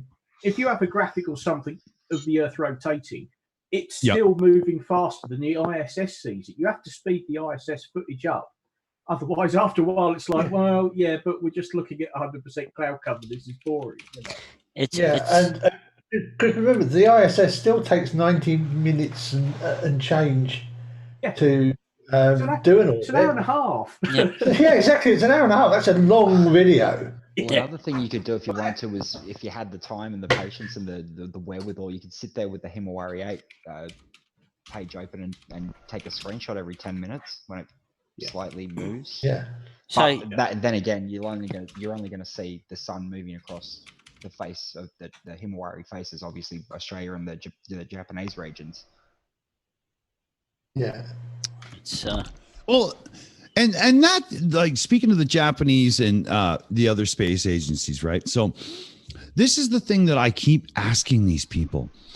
Okay, let's pretend that every single space agency on the planet is in on some big convoluted lie.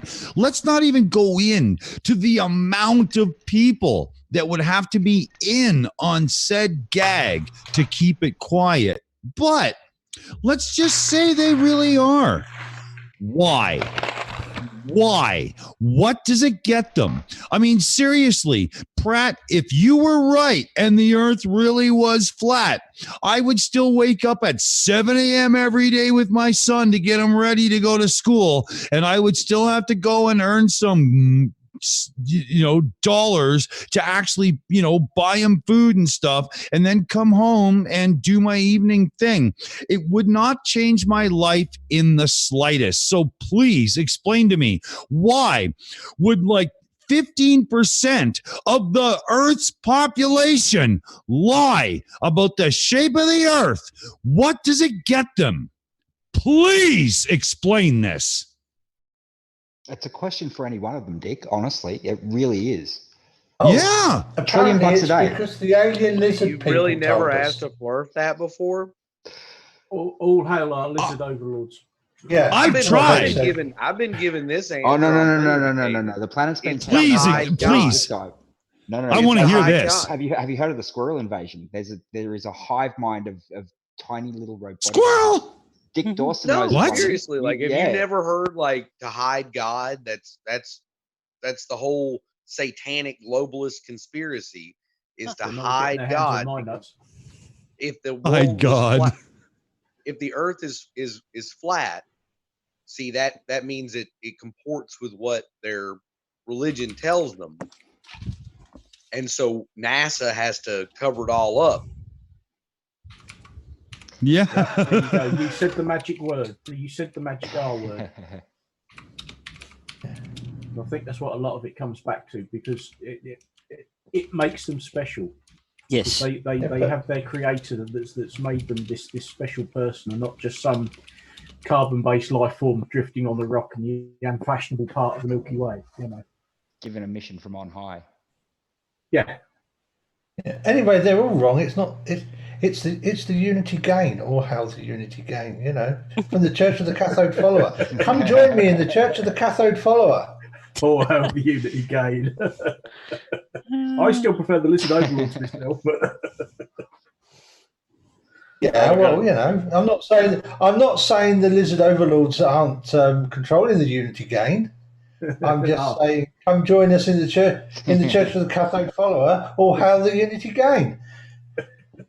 Free unity gain is fun and is good. So I have to agree with that whole that hive mind squirrel. Oh, yeah.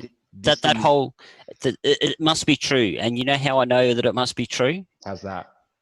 Because I'm sure I saw something along those lines on Rick and Morty. So since it's been on TV, it must be true. You've seen the documentary then? Yeah, no, it must be true. It truly is. The squirrel hive mind is a terrible, terrible thing, and it's coming for those little furry bastards. Because stealing from someone else's thoughts and beliefs here. The only reason they release it on something like a cartoon is to slowly integrate it into our lives, because they've got to tell us about it. I tell you what, here's one thing Dick hasn't let anyone know this, but he actually has one of these little squirrel things already. It's his sidekick that he doesn't tell anyone about, General Mayhem. Oh, yes. General Mayhem will be joining the shills in the live chat. He got out of his cell. Yeah, he got out of his cell. Oh, yeah. The teleporting twister game made its way to his cell. He took the chance and jumped in it and got out. So he's on the list again. General Mayhem. You guys are hilarious. He's fucking crazy. And half the time he doesn't know if he's a Flurf. Half the time he doesn't know if he's a Glober. All of the time he's just fucking nuts.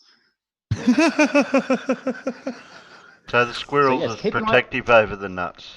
Well, keep an eye out for General Mayhem tomorrow. He will be there, and he'll be dribbling all sorts of just I'm actually going to flake through that, I think. Can we squeeze out the less than a minute to go on this? Because I'm already running it at Yes, go 1.25 ahead. speed. Sorry. Oh, really? Oh, Didn't realise that. Sorry that it's taken us an hour to get through 6.5 minutes of video. And I'm running it at and speed. Look, Terry's thinking right now, 1.25. why do I keep bringing these freaking people on? Well, I keep answering the doorbell and I never know who's there. And he gives everyone a spanner.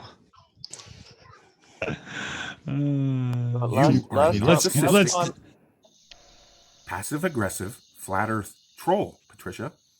So I personally couldn't care if you think the Earth's flat still or not. I don't know that you ever did. In fact, wasn't it your buddy Michael Thompson that came out and told people your little line about who cares whether the Earth's flat or round? It's a fun sandbox to play in, or whatever the hell it was. Because that certainly seems to be your attitude, Patricia. And it's all about you. But anybody that points that out must be a narcissist, right? So feel free to invite me on your show, Patricia. I'd love to discuss this with you. Maybe you'll give up who Subcommandante Carlos really was, that seems to only show up to troll me and then disappears. With your buddy, Michael Thompson. Well, if this was somebody using a fake name to be a jerk to other flat earthers, I would have to suspect right away it was Bob Nodell, because let's face it, he did us all a favor and proved 15 degrees per hour. I think I need to address the most important question in the elephant in the room, as it would be. How come he actually seems to make more sense at 1.5 speed? You got a point there. That's amazing. I got a funny feeling It's like that he video talks was. a subliminal message, and you only understand it when you play it backwards and fast. I got a funny feeling that video was directed at Patricia Steer. You think? What gives you that idea? I'm telling you, it's the "you're a lousy lay" breakup video. It's "you're a lousy lay, Brenda." I could just watch it again just to make sure. No. No? No. No. Take it now. Take it now. No. I'll unsubscribe. No. I got some Del Cal. Bring it on, baby. Del Cal is legendary. Yes, my Del Cal is legendary. John Rapp in the outside chat says I give trolls spanners. Not necessarily. There is some trolls that have been coming in here, and I haven't actually given them a spanner. So unless you know of a troll that I've given a spanner to by accident, I'm looking at Harry, you may put me in the ranks of those people, because you just said necessary, and I want to know, is that a vegetable? Is that a? Well, I mean, it's fair play. Like over triggered. on the shills, right? Over on the shills, we go really hard on these guys, right? Like we really take them to task. Should, mate. But as you fucking well should, yes. I believe that 100%, right? Yeah. Shut up. No, I'm not done yet. But it's fair. It's fair play because. I'm going to make you done it in a minute, motherfucker. No, but it's fair play. Boy. Hold on. Come on, let him finish. You let Dick finish. Jeez, you want me to? Yeah. Oh, shit! I got triggered. Sorry. You know what? You're digital, demonic Davros, and as such, we can click the little button and mute your digital ass. So just let me go here. But you can't do it. You know what? Give me the word Dick and I'll mute him. Yeah, well, you know what? Kick his fucking punk. No, I'm just kidding. I love him. But you know what? Davros, you pissed me off because I've already lost my train of thought. Damn it. Yeah, I know. That's what I was just out. about to say. What were you talking about? Sorry. How the trolls get the spanners as well sometimes here. Yeah, right, so over on the thank you. Yeah, thank you. So over on the shills, we don't give them spanners, but we make sure that anybody that has a spanner never mutes them, times them out, or shuts them down unless they go anti-Semite or any other kind of Nazi BS, right? We let them spew their flat earth pseudoscience nonsense as hard as they can because we have to. It's fair. We are hard on them. They have to have their voice too. Right. And I think it's important to realise that the way Terry does operate with his chat, it means that they can't go. As in, not. Then everyone gets to have a talk, chat, a to and fro. It makes it somewhat more interesting in the chat for everyone. On a level footing. Yeah, they've got the same. Yeah. Just like John Rapp says right here at Terry Davies. I remember one night when you did, and I thought it was a pretty good thing. They got the message and kept it civil. And that's exactly the point, Terry. You're doing it right. Yep. But, you know, look, let's give them just a little bit I've even taken a spanner off a non-troll. Yeah, but that wasn't Casual's fault. You wanted to kick him. Oh, okay. Right into space. That was out of love, though, realistically, Terry. That was out of love. What happens one night that one of these flat earthers actually brings evidence, but because he hasn't got a spanner, they get kicked. They get blocked. That's right. You know, you've got to give them the avenue to release this information to everyone so that everyone can go. Flat Earth has got evidence. You're silly. Never hear it otherwise. Wait a minute. I've got to rewind that. Yourself, Peter. Even though it's an impossibility, the man has a point. You have to let them have a voice. If they don't, what do we have to poke fun at? Right? Come on. Anti-vaxxers. I hate them. Oh, they're the worst. They are the worst. Might have just triggered me, Davros. Yeah. Oh, well, I know where a couple of them hang out. Don't touch that one. That's a very triggable. I've just deleted the last 5 seconds of conversation. Well, no. I was going to make the point that all of us in this room right now understand that those people are the worst scum on the earth. They're 100%. Bad people. Yeah. Bad. I mean, I'm pretty much a single parent with an autistic child, and as soon as I hear somebody go anti-vax, all I want to see is my toes sticking through their mouth because I stuffed it so far up their ass. Yeah, that's cheeky. I'd like to see that. The same as me there, Dick. Well, whatever floats your boat, you know. Shit! I just noticed Farmer's Boy's got a strike. Oh, really? What did she do?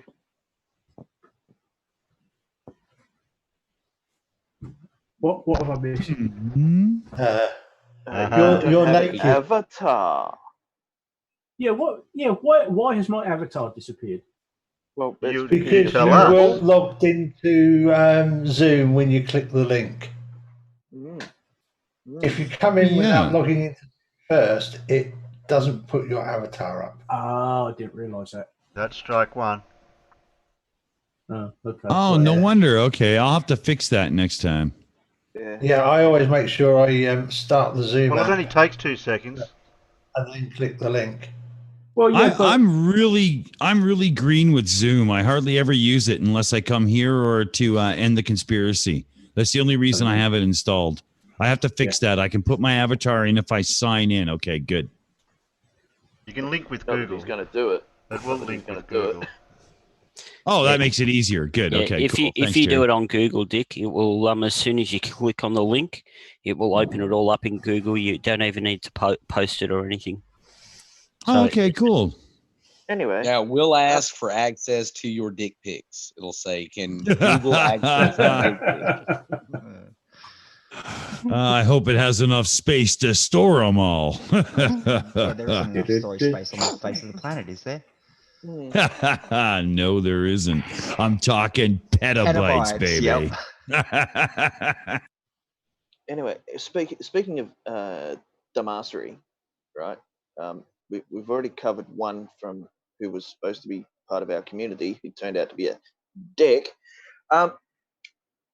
a certain right the hand seems to think he has a bachelor in physics, right? Oh, Yes, yes, he does. yes. Yes. You can't be serious. That. Oh, yes. No, you've got it all wrong. He was a bachelor for a physicist. Is that what it was? What's that? He was a bachelor for a fist. What? No, for a physicist. I've never seen anyone avoid answering a question so much as right the hand when you kept asking him, "Oh, what school did you get your physics degree from?" Just completely. I asked him, okay, can you name 6 fundamental particles of physics? Which would be quarks, leptons, and bosons, and then their antiparticles, right? Yeah. Okay, so he couldn't answer that. Then I asked him, do you know what a lepton is? He couldn't answer that. He kept having an argument with a couple of other people in the chat going, oh, you can't, maths isn't a part of physics. What the hell is calculus? Oh, for fuck's sakes. What the hell is calculus made for? Oh, that's right. For doing physics equations. Yeah, it wasn't. Didn't some bloke by the name of hang on, Newton invent it in order to be able to do? Yes, he was the father of physics, gravity, and as Tyson said, not bad for a 23-year-old. Was that the one that I had to yell at to explain F equal MA on Jose's Discord earlier? Oh yes, when I because that's when I started chatting, and then I said, when you started white knighting for me. Yeah, I said, do I have to come in there? And Charlie turned around and goes, yes, Davros, get in there. So much white knighting, quite unbelievable. Oh yeah, Farmers, you were there in the early hours of my morning, listening to me. Yeah, I was there for some. I was there for some of it, but I missed Gleam, and I quite clearly, obviously, didn't watch the Pete Shee experience. Cause you missed Gleam, or you missed Gleam? When I went back, I noticed Gleam was going off on another one of his performances my last night, and it was gone midnight, and I thought, oh fuck it, I can't be doing this. Because Gleam, when he gets going, is just utter. Oh, sorry, I'm doing a rumpus now. Yeah, it's just gibberish. Yeah, you heard me, like, let me see, it would have been about 13 hours ago, 14 hours ago, when I was drilling Slick, basically. Oh, I'm getting jealous now. Drilling Slick. I better see pictures, buddy. That's all I'm saying. So, and can we call him Skip? Can we call him Skip, please? Skippy. Skip to the loo, my darling. Skip James. Yeah, Skip James. It was funny because I think it was Brian Peck asked you, who's Skip? Yeah. Yeah, he did. I kept calling him Skip all day. Pissed him off. He finally blocked me. Yeah. So I had explained to him, like, I jumped in Discord. It was 4:30 in the morning. I couldn't sleep for some reason, and there was Slick doing his thing, talking to a couple of English people such as Stingray and Farmer's Boy. Yeah. So I threw my hat in the ring and I said, mate, what you got to understand, right, is when you're getting some evidence, you need data. Data. It's the most important thing, right? So when you get a photo, get the date, the time, and the location. Right, that's how you verify where that photo was taken. If you've got another photo that doesn't have that information, you cannot verify the photo. So what you're telling me is that I have to have data to verify something. Yes, Slick, I'll repeat it again. If you get a photo with metadata, you've got the data that goes with the photo. If you get a photo that doesn't have metadata, you don't have the data that goes with the photo. Oh, so what you're telling me, the story is that you're telling me is that you believe that you have to have data with a photo. It's like, Slick, you're being thick. You are being thick. And then wait, no, hang on. Being and is, you are thick, it's like different. Yeah, remember, words have meaning. You are thick. You are thick. Hang on. Then the conversation went on to, hang on. The conversation went on to, is it subjective or objective? It can be both, you twat. Right. He just didn't get that at all. No. He goes, well, so when does subjective turn into objective? Well, if the subject is that the thing fell on the floor, it was the objective thing that fell on the floor. What do you mean by that? Well, the objective is the object and what happened to it. The subjective is how it happened to the object. He goes, but how does it go from subjective to objective? Oh my! And it just like the record was on railroad tracks and a merry-go-round at the same time. Slick. Yeah. But, I mean, that is slick in a nutshell. Yeah, but and then Lale had a explanation for him that Slick then repeated it back, got it wrong. Lale then expressed it again. Slick got it wrong again. Lale did it 4 times. On the 5th time, Lale just went, Slick, you're not getting it. And so I stepped in. I white-knighted Lale. Oh, yeah. You was white-knighting everybody. Oh, yeah, I was. Oh, you coming from the side white-knighting again? It's like, and then when Druss turned around and he goes, do I look like I need saving? And I turned around and I said, 6 times you've relayed the information Leo has given you and you have fucked it up 6 times. What are you not getting? Are you truly that thick? Oh, you just want to obfuscate and call me names. It's like, no, you're being thick. You are thick. Your idiot. Slick impression is getting better and better, by the way. I mean, it's spent too long here. Every once in a while, I think Slick has jumped into the panel, and I'm like, uh-oh, it started. Well, it's because, well, technically, he's my bitch. Yep. I have. He wants to kick my teeth in so bad. I said, come on, but you don't believe in gravity, so how are you gonna fly? I have one direct message from Slick, and it would get me money. I'd have to put money in the swear jar to say it on Terry's show. Can he have permission, Terry? Well, I did empty it after Cypher filled it up. Have you emptied it from Dick? Oh no, it's only about half full, I think. Oh, okay. So yeah, no name, fill it up. So it just says this is it. This is his one and only message to me.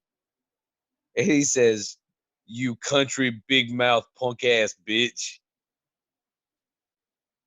Is that it? That's it. Punk ass bitch mouth country. You country big mouth punk ass bitch. I thought you said you needed a coin for the jar for that. Okay. Well, it was because my response was, "What's up, fucker?" Oh, okay. Okay.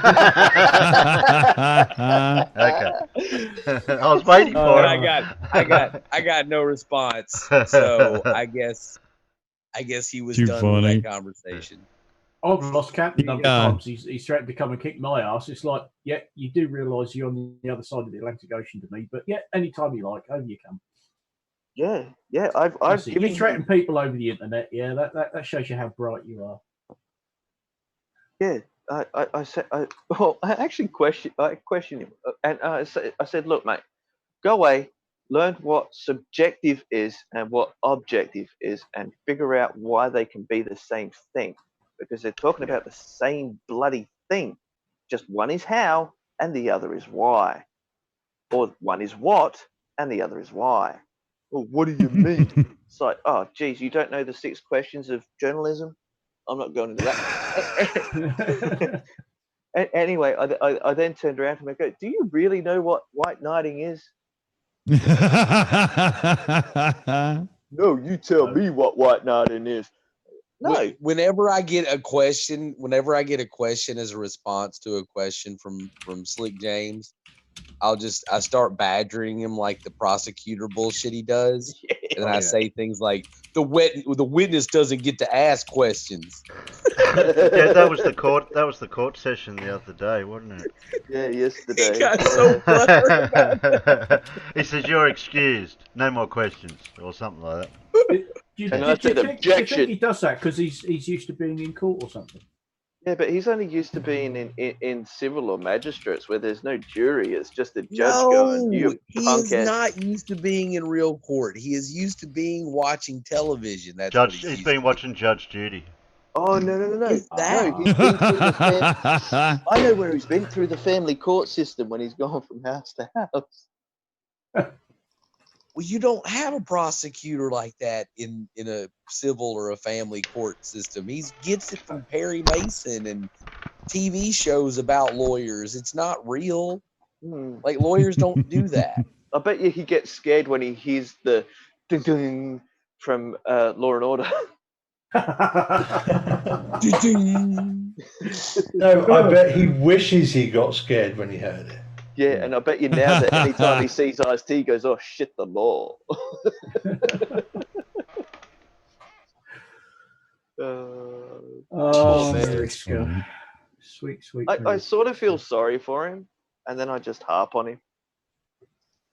I was just going to say that had to be a lead up to a joke. There's no way. I look at it like this, Davros. You know how people scratch their head and wonder how Brenda can keep going back on Oakley's show? Yes. I mean, look, Brenda is a grown adult woman. If she wants to go on Oakley's show and take that kind of abuse, that is her right. I seen a picture of her. Some sort of masochist. I seen a picture of her. I'm as an saying avatar. that Slick and Right the Hand and maybe Grim V and Gleam are masochists, and that's why they keep coming back. Gleam for sure. Yes. I thought Brenda was a bloke because I seen an avatar one time with a bloke with a beard and a moustache, and I kept saying him. He identifies as a woman, so I'm going to It's respect all a that. matter of what she identifies as. Let's put it that way. Yeah, that's a hard game at times, and it's not fair to get in trouble when you just make an innocent mistake. Damn it. You know, I try my best, but I don't always win. Say, Dick, shut up. Dick's done it. Oh, that was harsh. That was harsh. That was. But it's true, you know.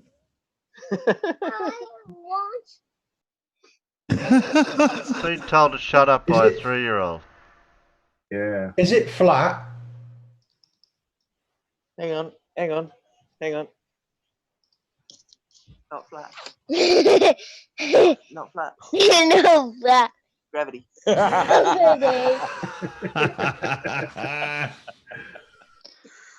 that's It's a shame that your kid knows more than most flat earthers. That's. I wish Felix was here because they could, that would have been really cool. You have to teach him to say 9 meters per second squared. No, because that's incorrect, Terry. Is it? Oh, sorry. Yeah. 9.8. I'm going to start calling you Terry Australia, the gate guy. Oh, that's low. That really is low. As Terry hovers the mouse over the kick button. Sorry for being on fire today. I told you. What do you mean today? Come on. I made no name choke on his drink the other day. You said choke on, and I had no idea where you were going, buddy. But you had your suspicions. Yes, but you can ask No Name exactly what happened. Oh, you could, but No Name would be kind of inebriated and delirious at the moment, so you'll have to fill me in on what I thought because I can't remember. I'm going to say this: certain members of this panel are repeatedly responsible for the fact that my keyboard gets sprayed with tea.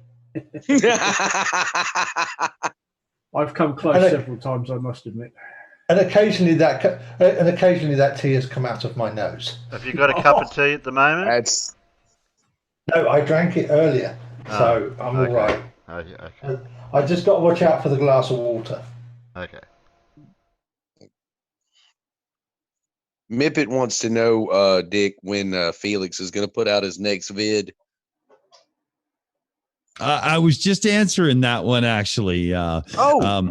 He's been very, very, very determined that he would get no help from me editing the video in any way this time. So it's taken him a little while, but he's totally on it. He's got the video all edited and he just started the narration. He's almost done and ready. And now he can say that he had no help from Dad in any way. And we even just got him a DJ drone with a camera and everything, so he can take some of his own footage of wildlife from above and whatnot. Is where we live, there's animals everywhere. It's really good. And he's stoked. It's coming. He's going to be on fire. I can't wait. I'm so proud. Nice. Cool. Nice. Yeah. Yeah. I'm And just then beaming. Alan Dora wants to know if we make Yeah, No, nobody makes me drink tea. I drink tea because I'm British, aren't I? That's why I drink tea. Yes, I've just finished a cup. Right. I'm British and I've been in the armed forces. Of course I drink bloody tea. I'm not allowed to be around Alan whenever he's drinking, though.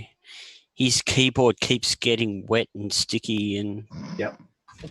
Actually, wasn't it Lock, Stock and Two Smoking Barrels when they said the history of the English Empire is built on tea? Well, it's built on the backs of everybody they conquered, isn't it? I shouldn't have done that. And when you say that like it's a bad thing.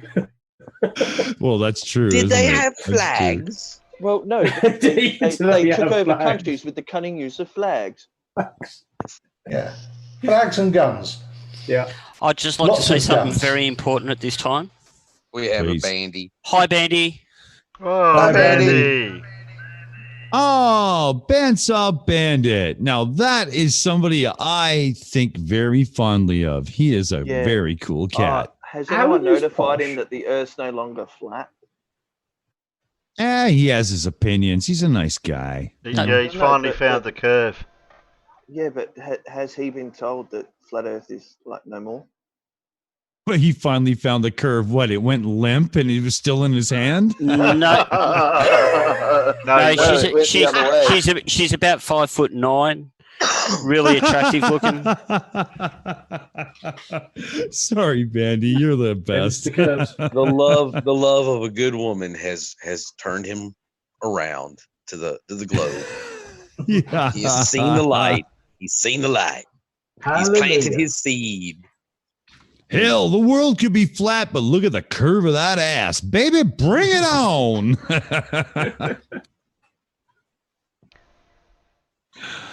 Oh, I've got to learn to shut up more. I say, boy. Oh dear. On that note, though, I'm sorry to say, Terry, thank you so much for having me on, but it's about to hit 1:30 my time. I got an alarm for 7 a.m. because I got a tech job to do first thing in the morning, and I got to bow out and say goodnight, everybody. And then we got a show to do later. Good night, Dick. Night, Dick. Well, Thanks, but what do you- for coming, mate. Well, thanks for having me. And did I do better? Did I behave okay this time? Still not fit for public consumption, but yeah, you did better. I'll never be fit for public consumption. But I'll tell you what, you guys have all seen the shills, right? Almost every one of our videos is green, monetized, fit for all advertisers. How does that work? Please explain this to me. Hogan keeps you straight. They don't let you drink. It's ridiculous because some people get demonetized for saying one swear word. And the other night, I told somebody that well, I can't even say it right now. There's just no way Terry will kill me. But hey, we get away with it. But I got to run, guys. This was awesome. Thank you so much, everybody. Davros, you suck. Yeah, man. Terry, Thanks. you're Thanks, awesome. Love you. Thanks, Dick. I'll get some more pictures uploaded for you, Dick. Yeah. Alan, oh, that would be amazing. My son loves your work. Like, we always put them on the projector, and I put some big triumphant, like Edvard Grieg in the Hall of the Mountain King or something behind it, or some cool jazz like Herbie Hancock, and it's just amazing. We dig that stuff. Who's producing tomorrow? It's actually going to be Bullinator's first production with the Shills tomorrow. Nice. Oh, hell yeah. Yeah. You know, I can't wait. I can't wait. And if Big Blue wakes up, tell him he's a right son of a bitch for not saying hello to me. Damn it. I love you guys. I got to bow out. Terry, thank you so much. Take care, everybody. Talk to you all soon. Bye. Bye, Dick. Oh, no, I'm we not don't have much longer for this world either, guys. No name? No name? Are you piking? I was about to say, now we don't have to fight to talk. Who has to fight to talk? What? When? White night, everyone. Well, now white Peter's night all back. over the place. Have you sorted out all your domestic Oh, hell no. responsibilities, The life of a single dad never bloody ends. Food's cooking, and I've got two girls that are complaining because it's 8:30 and I haven't fed them yet. I know, that's what I was just thinking myself. I've got to go and have dinner, and I'm going, okay. It's just too hot, Terry. Yeah, it was Just a little too bit warm. It was warmish today here, but not hot. Well, the smoke's worse down here today, so it's not kind too of bad today. kind of trapping the heat in a bit.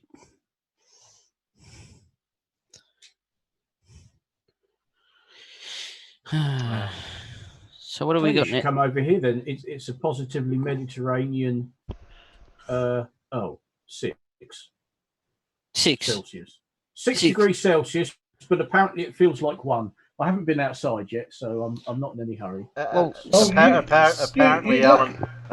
Alan's seen the sun the other day. So, farmer's boy, you've got to remember this. You can always put on another jumper. Yeah. I'd rather it was cold than warm, because when it's too hot, you've had it. But if it's too cold, like you say, put on a jumper, put on a fleece or a coat or something. But if it's too hot, I'd rather it was cold than hot. Oh, I've got a yellow wind warning, and it's going to rain in a few hours. Welcome to England.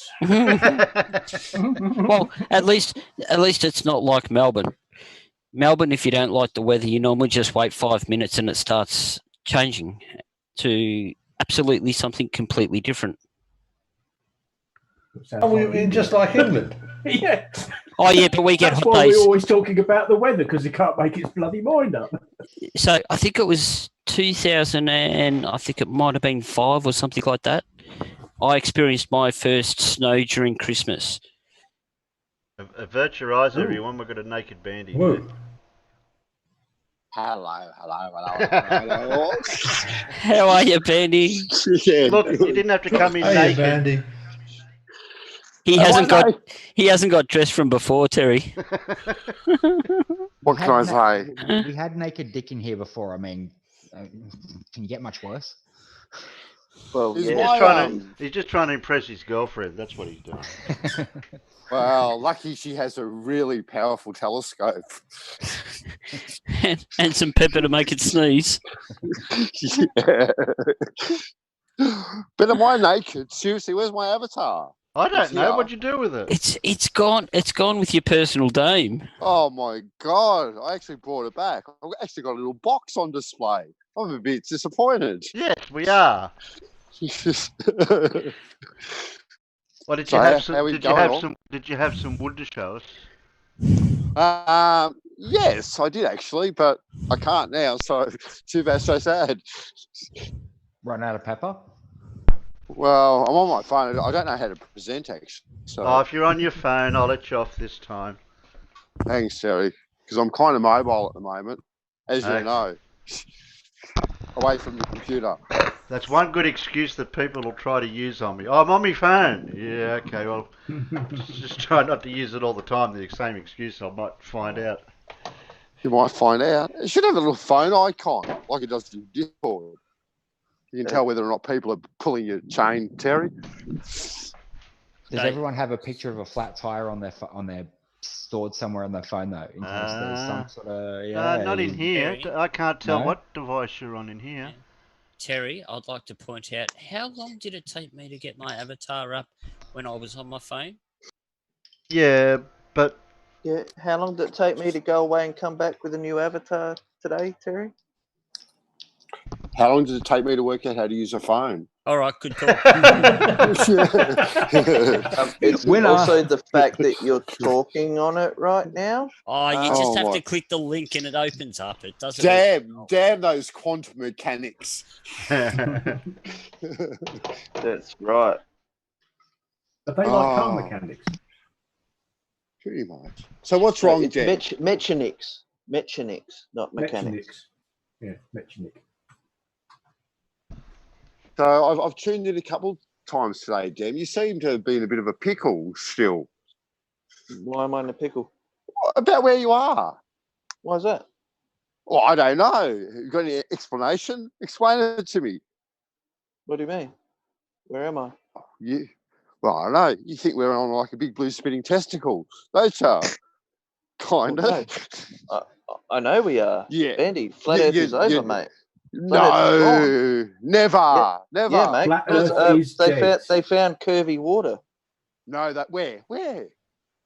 Oh, Bandy. Where? Where you been, mate? Where? Oh, you've been balls deep, haven't you?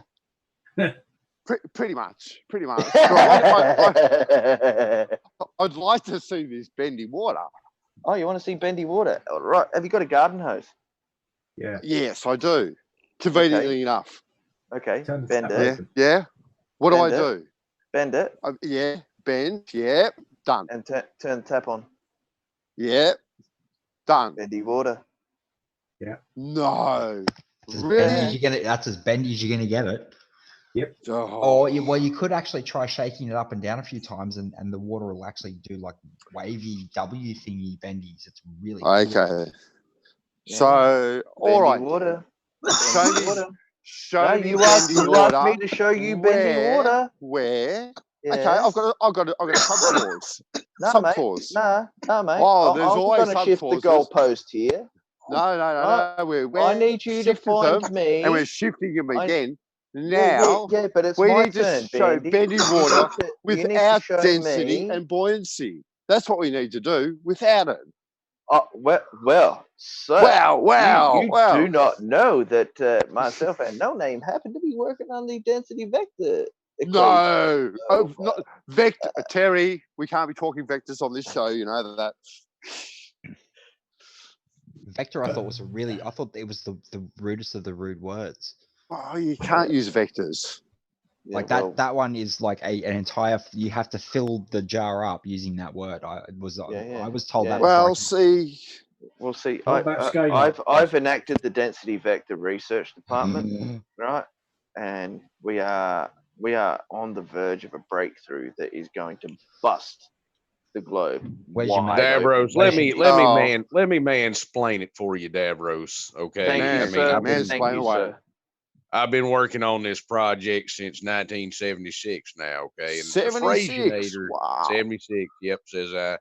And as a shade tree theoretical physicist and part-time inventor, I have worked out a new device. I call it the diffrasionator, and it's going to help us crack the density vector. Now, once we have the density vector all figured out, what we're going to do is we're going to insert it in what I like to call the thumb drive. Now, the thumb drive is of limitless potential. I mean, we're going to be able to just punch right through what I call the rectum of the ether. And once we've really dug in deep, we'll be able to travel anywhere instantaneously. Now, anywhere. Anywhere. Bloody anywhere. That's incredible. I love it. That is absolutely incredible. Wait, Didge, what you're telling me, what No Name is telling us is this is the relative densityometer that I've been asking. Oh, no. I'm sorry, sir. You're going to have to hold back there, my son. Now, what we have to do is we have to set up the terms and the conditions of you being able to be a part of this project. Right? Amen. I'm not your saying seed that I'm not in the- open to other areas of research now, but Davros is ultimately my spiritual advisor and financial counselor. So I handle all the science and he handles everything else. Oh, that's already a red flag right there. Well, actually, sir, I First must red tell flag. you that I we will do say it's the accept first your red seed. flag. Well, no, we will accept your seed, but it must come in either PayPal, a Patreon, credit card with 2% payment on top of that. We Or also accept Bitcoin and other kinds of cryptocurrency. Can I buy Oh, merch? wait, we do not No, take my cash biggest- or Can I buy merch? cashier's check. No. You've got to make the investment before the merch can be made. Oh, before I can buy the merch, I've got to invest in the company to make the merch that I then buy. Yes, Oh, that is makes correct, sense to me. It sir. doesn't sound like a Yes. pyramid scheme at all. No. There is no hierarchy. There is no hierarchy except for myself. No, there's a and Mr. density column. It's not a hierarchy, it's a density column. That's You right. gotta understand The denser very ones go to important. the top. The thumb drive I is just going want to a flat earth pierce bottle the opener, for density fuck's column. sake. Well, that's not part of my research. Unfortunately, son, you're just going to have to hold your horses there. But we may be able to pierce the dome. Now, if once we're over the dome, I should be able to get a good snapshot of the disc. When you do crack the dome, you could sell bottled ether. God, look at that flat water. Yeah, I was going to say that's from Boggs. And Boggs sent us that's a picture flat and of, level, isn't it? of what he describes as bendy water. As attack. Flat as attack. Go on, Bandy. Debunk that and tell me there's not a curve. Not a curve in sight. Once that settles, not a curve in sight.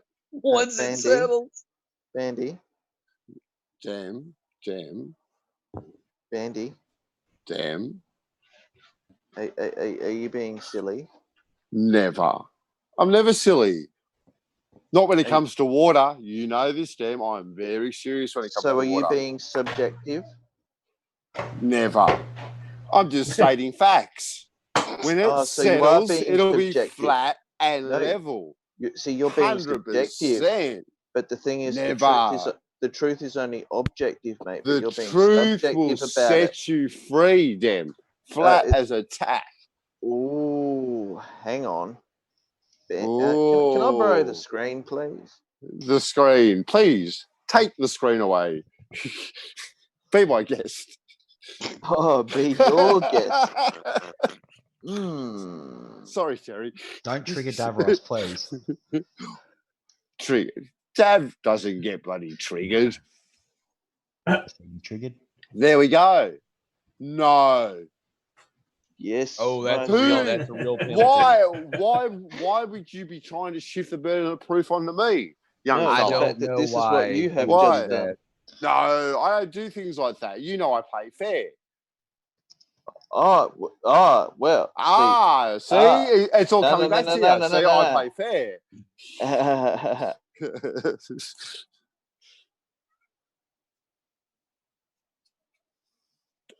Never.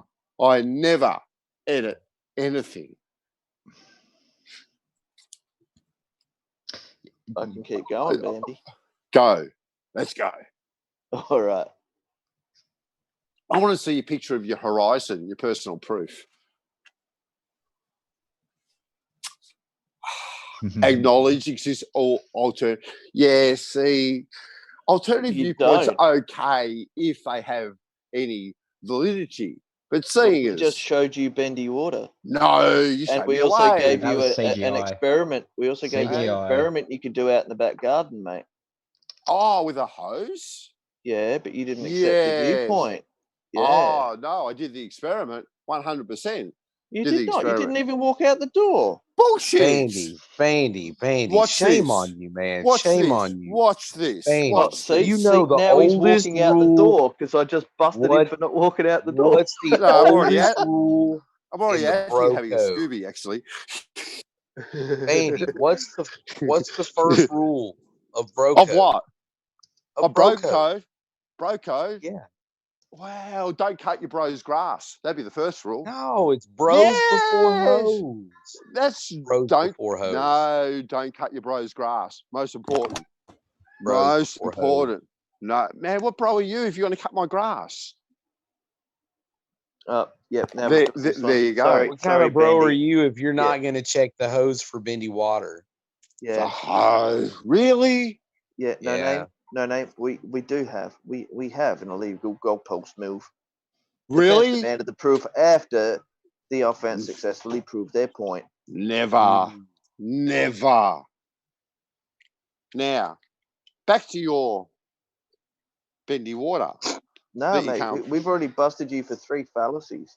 No, fallacy isn't even in my vocabulary. You know this. No, it's because you think it means phallic. No. Well, maybe. I don't know. Possibly. Depends. I agree. It's a dick move. It's a dick move.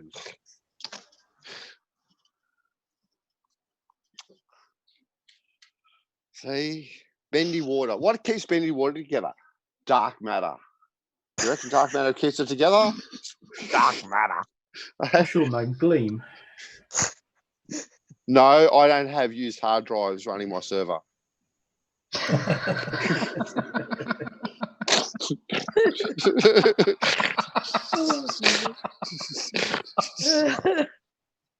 with 50 megabyte capacity. Oh, that's cool.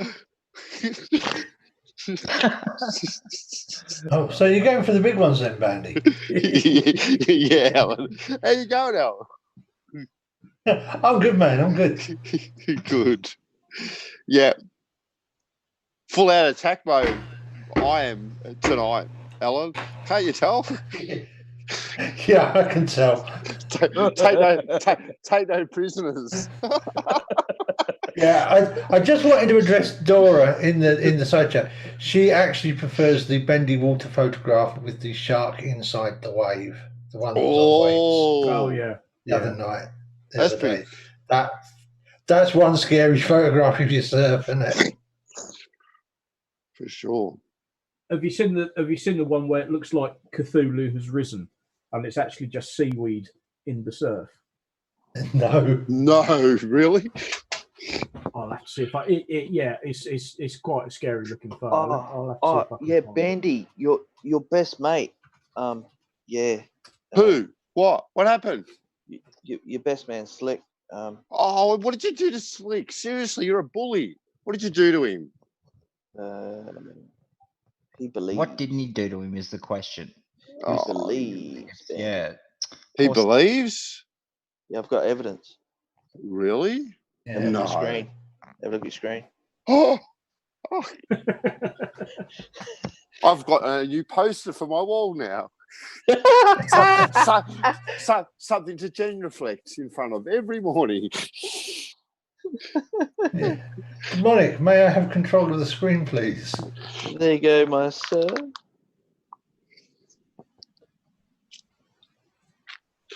Somebody pulled the plug. Again, courtesy of Boggs. Bendy water, Bandy. That doesn't look very level. That water looks curvy. What vector is that Coriolis happening? No, that's not Coriolis. Eh? That's Exactly. not Coriolis. That's right, because there is no Coriolis. No. We know this, Stan. Coriolis, I know. no, Bandy. Why? Because you can't get the vector right. That's true. This is in an inertial reference frame, Bandy. Inertial?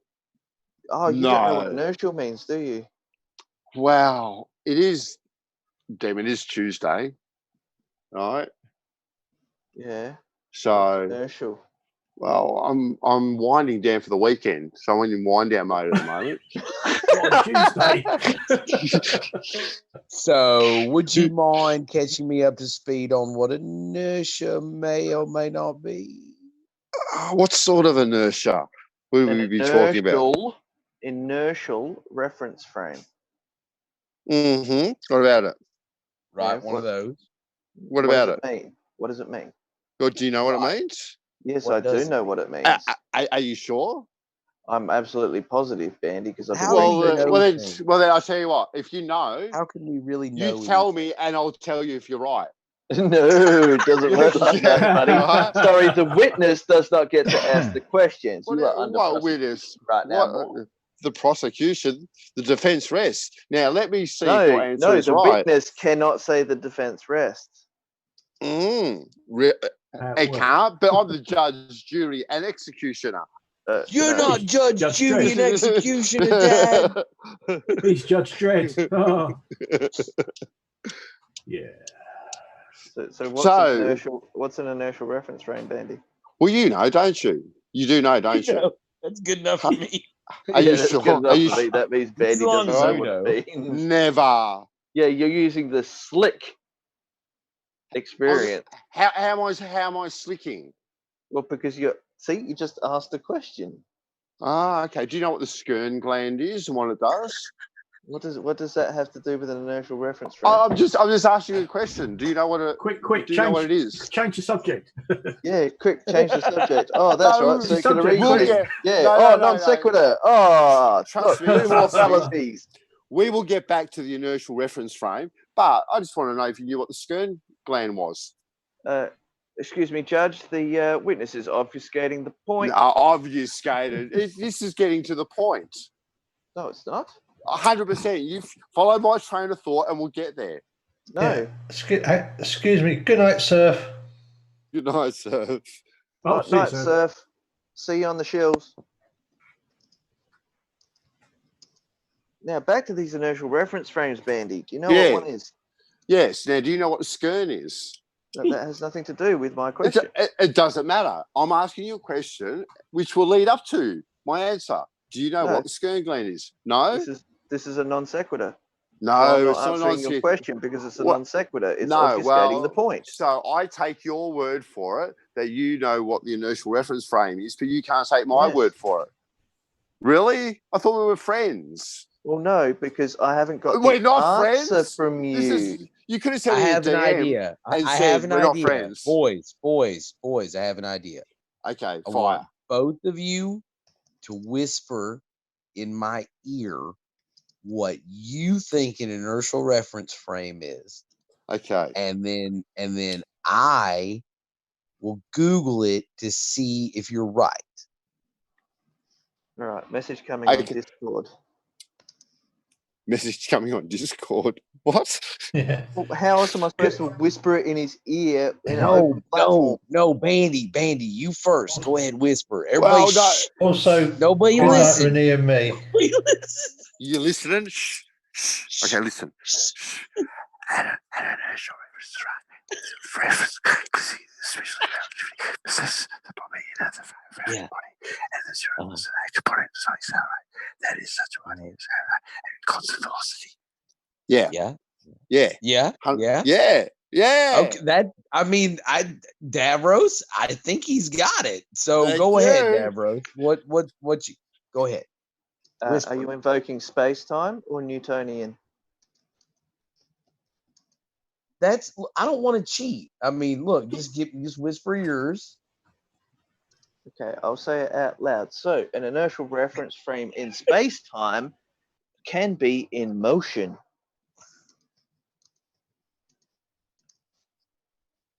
But it's the fact that your Bandy, inertial reference... is that not almost exactly what you just said to me a second ago? Hang on. Well, it's pretty close. It is maybe not every single syllable. There might not have been every syllable. Yeah, but it is pretty damn close. The inertial reference frame in space-time, okay, it is not you that is moving. It is that everything in your reference frame is moving around you. I think we're all in agreement here. Why are Exactly. we arguing this? This is not debatable. Then why couldn't Go Betty answer it without obfuscating the point? When did we obfuscate? I No, just because wanted to you- make sure we were all on the same page. I think we can all Nice. agree here. That's right. Okay, so With now that- what's with a that vectored definition. reference frame? A nice, peaceful resolution. That's what I like. I do too. Calmness. So what's We're an all inertial friends. reference frame, Bandy? We just answered it already. Oh, see, look, you just We slipped already it. we You just slipped answered it. We've been through this for 10 minutes. What the hell? Bandy, you are the worst flat earther there is. Never. Never. You are, because a flat earther wouldn't champion. have admitted to reference frames. I was trying to help. I was trying to help. I'm a champion. I'm undefeated. I was trying to white knight for you. Don't worry. I only want black knights. White knight never helps.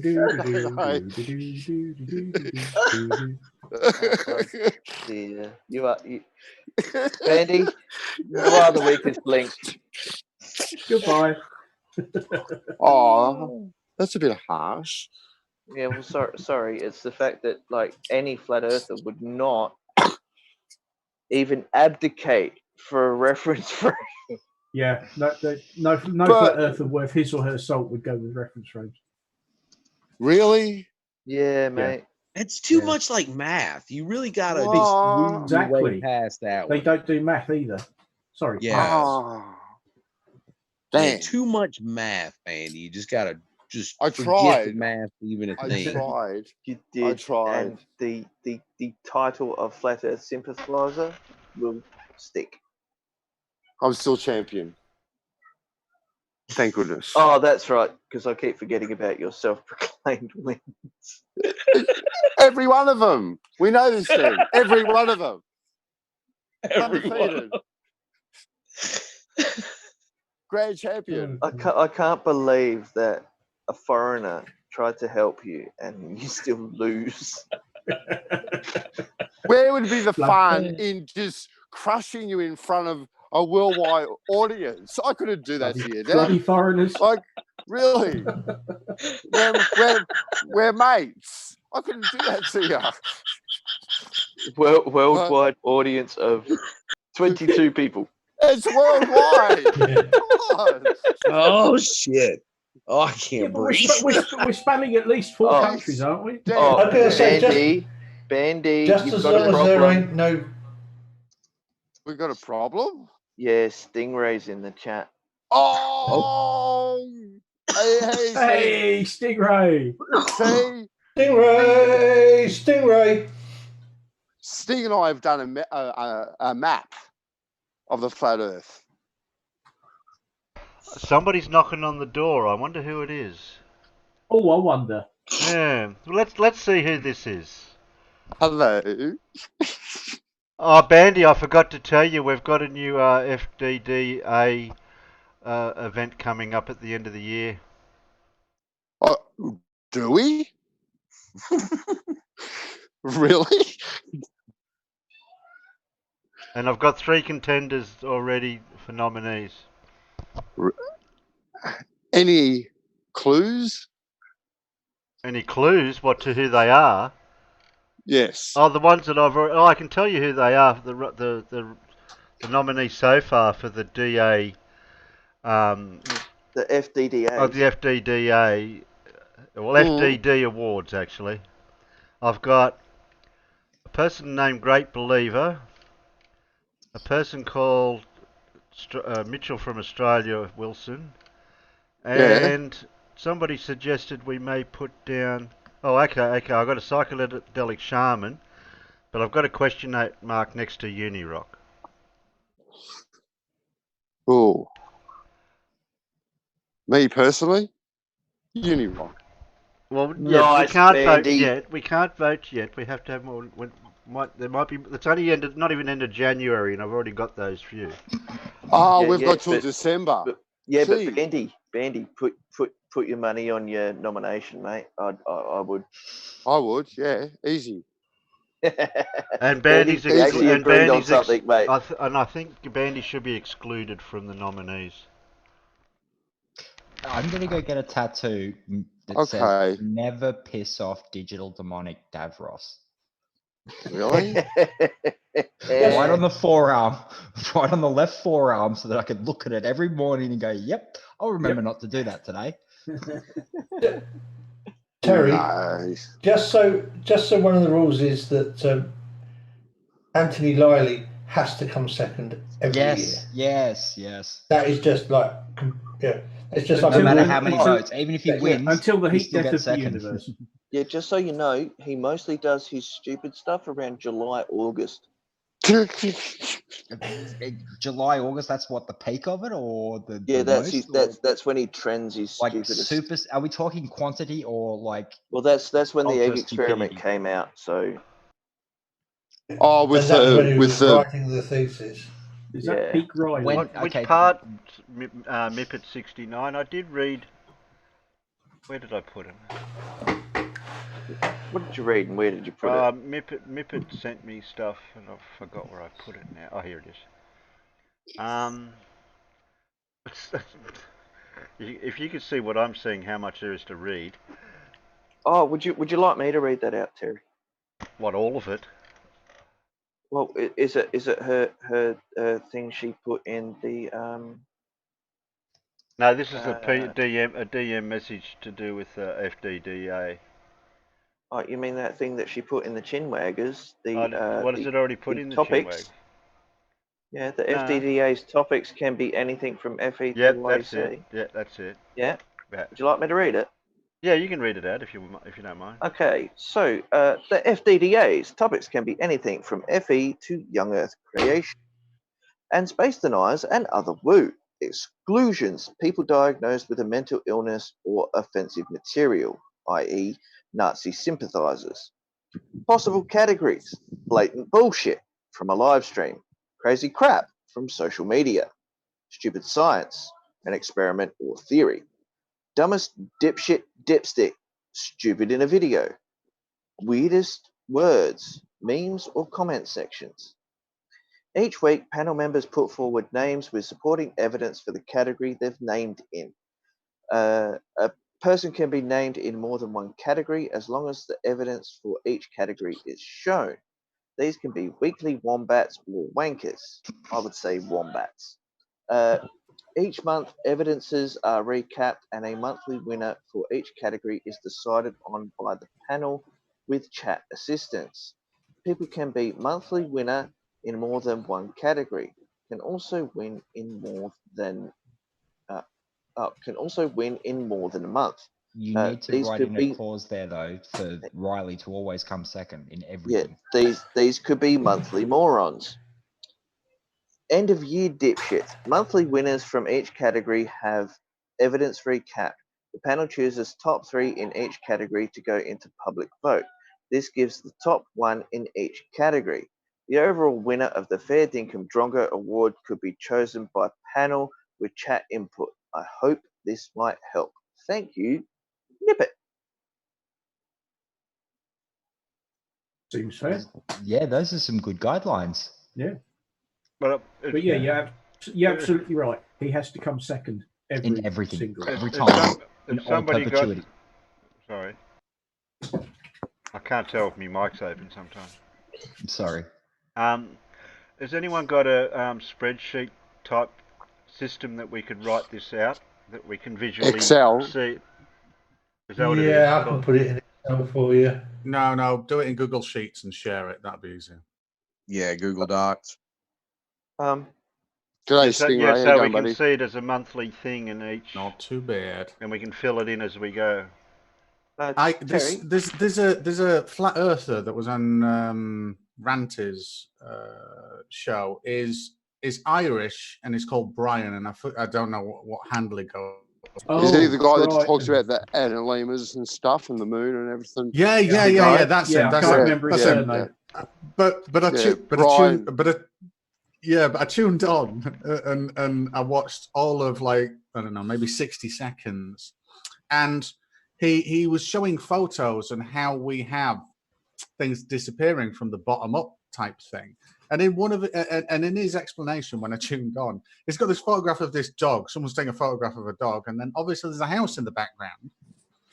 And he says, and this is just a simple matter of perspective. Obviously, the dog isn't bigger than the house.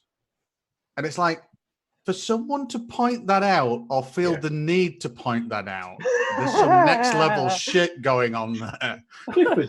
It's Clifford. It's like, oh my God, this photo is so complex. People might think the dog is way bigger than the house. Yeah, well, he was obviously talking to flat earthers, and that sort of thing has to be pointed out. Oh my God. I'd love the problem with him and the problem with most flat earthers is I would love to sit down and say, look, show me your rules. Let's work them out together.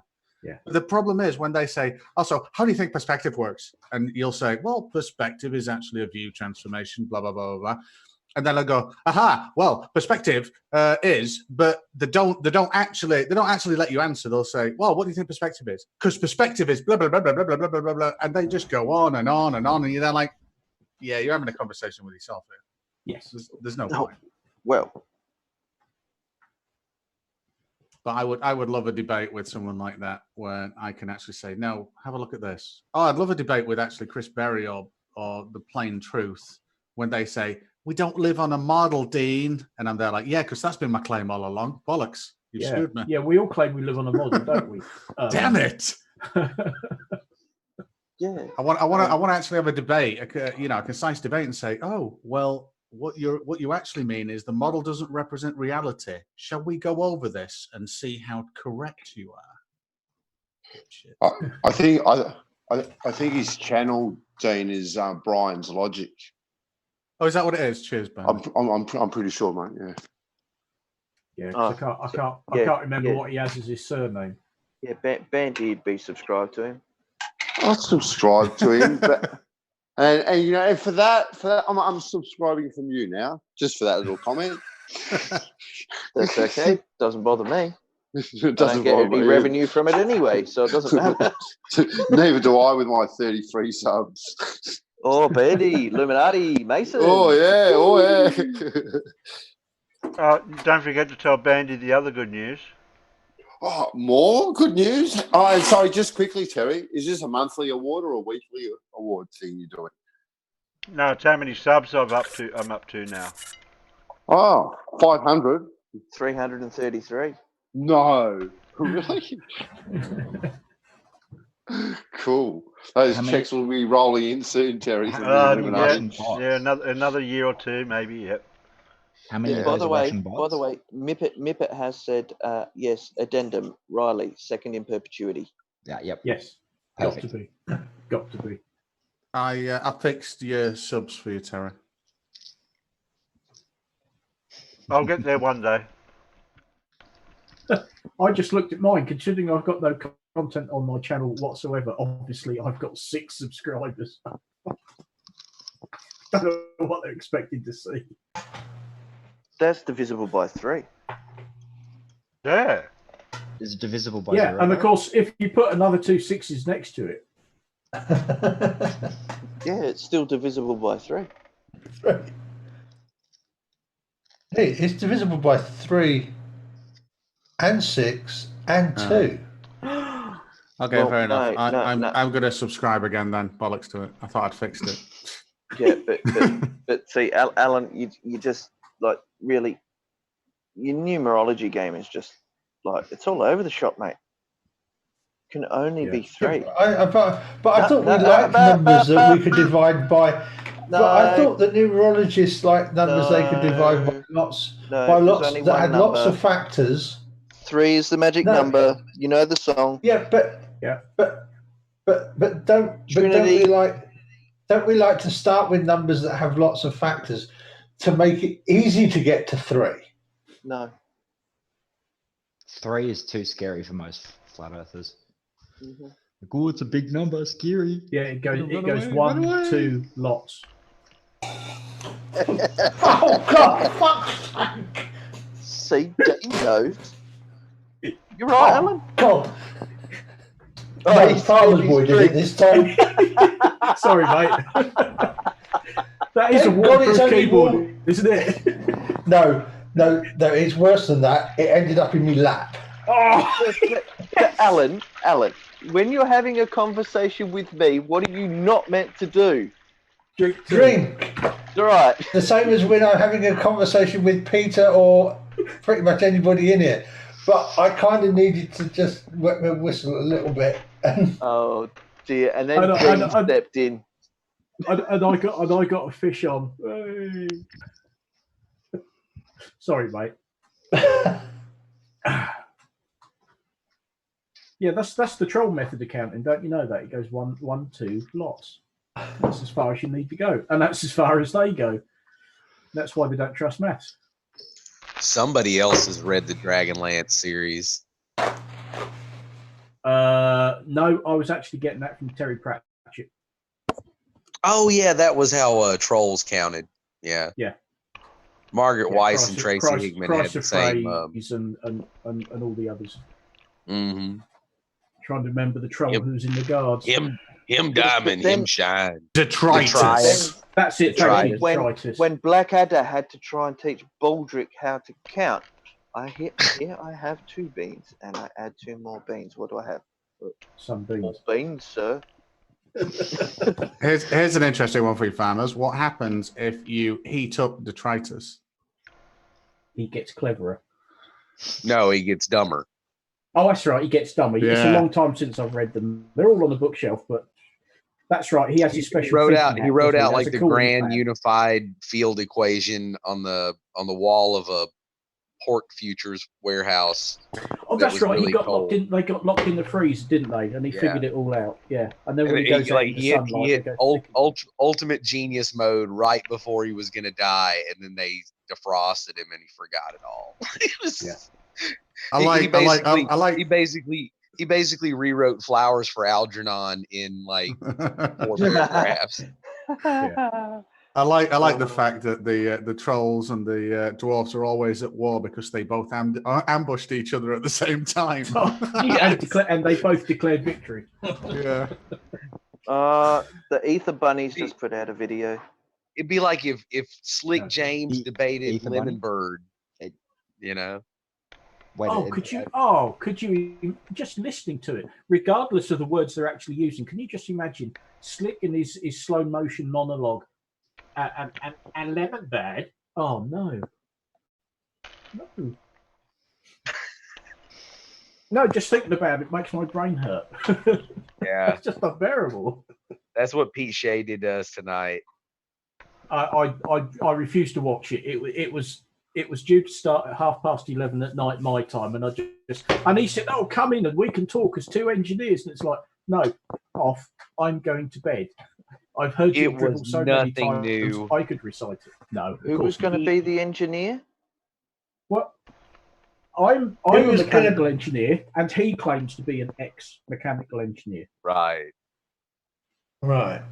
Claims. And I think he does actually have a background in mechanical engineering. But No, I I think he's got a background in woo and bollocks. He has, yes, he has now. I think from what I've spoken to him in the past, I think he does have a background in some sort of mechanical engineering, possibly in the construction industry. But all that knowledge has been replaced by woo and patterns and numbers and conspiracy. So if he's a construction engineer, I'd like to talk to him. Well, I think so, and I think he was, from what I can understand of what people have told me, he was injured on a rather large construction project that was going on in Ireland that they nicknamed the Twin Towers. It was from what I understand, it was 2 very big blocks of flats, and that's where there was an accident, and that's where he lost his leg. And they seem to think that most of his troubles started then. And that's when he went. This is just what I've picked up from other people in the past. But yeah, there was a collapse or a fall or something. He ended up losing a leg, and possibly his marbles. I don't know. Well, that would explain the whole stump of a dead tree that's been cut off metaphor he keeps trolling Exactly. out there. When you start hearing these things from multiple sources, which lends credence to it, yeah, it's not. I haven't just heard this from one person. I've heard this from different people who have been around on the scene the damn sight longer than I have, and they've pieced it now, and they've picked this up from conversation and pieced it together. And you start thinking, yes, that might explain some of the very strange notions that he holds in his head. I don't know. I think the problem with anybody saying I want to debate Pete or engage with Pete is A, there's no reason to it, and B, even if there was a reason and even if there was a chance of success, that might not be the most positive outcome for all involved. No. Dean? Yeah. Have you actually listened to Pete ramble? Yes. There is no way you could even keep score of which question was asked in the middle of it, no. let alone the one at the start. He would start a sentence, go on a tangent, follow a different tangent, circle back around, connect some dots, repeat himself, and make just tons and tons of word salad. And you would just be lost in the weeds. And you're just sitting there going, this is not any different than any Pete Shea ramble or rant I've ever heard before. He's asked me several times in the past to debate him because he seems to think that we both have the same sort of background, and I suspect we do. But it would be a classic example of the utter waste of time banging your head against the table because it would achieve absolutely nothing. Because how can you debate such utter lunacy? Nothing he says makes sense. Nothing. No. And he says, "Oh, it's only me saying this." Well, yeah, good. Because if there's more than one person coming out with that rubbish, good grief. You can't debate in this. So, how can you have a rational and logical conversation or argument? I'm the first one to look at Travis's video, and I've already put a thumbs down. Are we talking about But that gives it that gives it notoriety though. Thumbs down or thumbs up. I don't care, but that's his interaction. Yeah, but his first interaction's a thumbs down. Are we talking about Pete Shea earlier? Yeah. Yeah. I'm sure I seen in Google Translate come up after he spoke a sentence. It came up with a question mark. Are you sure that's what he said? No. What, you mean it didn't even just do it badly like it does with Dell? Well, no, it would have turned around and said, sorry, you need to get Spotify Premium for that song. Oh my God, the ether band! Jesus Christ!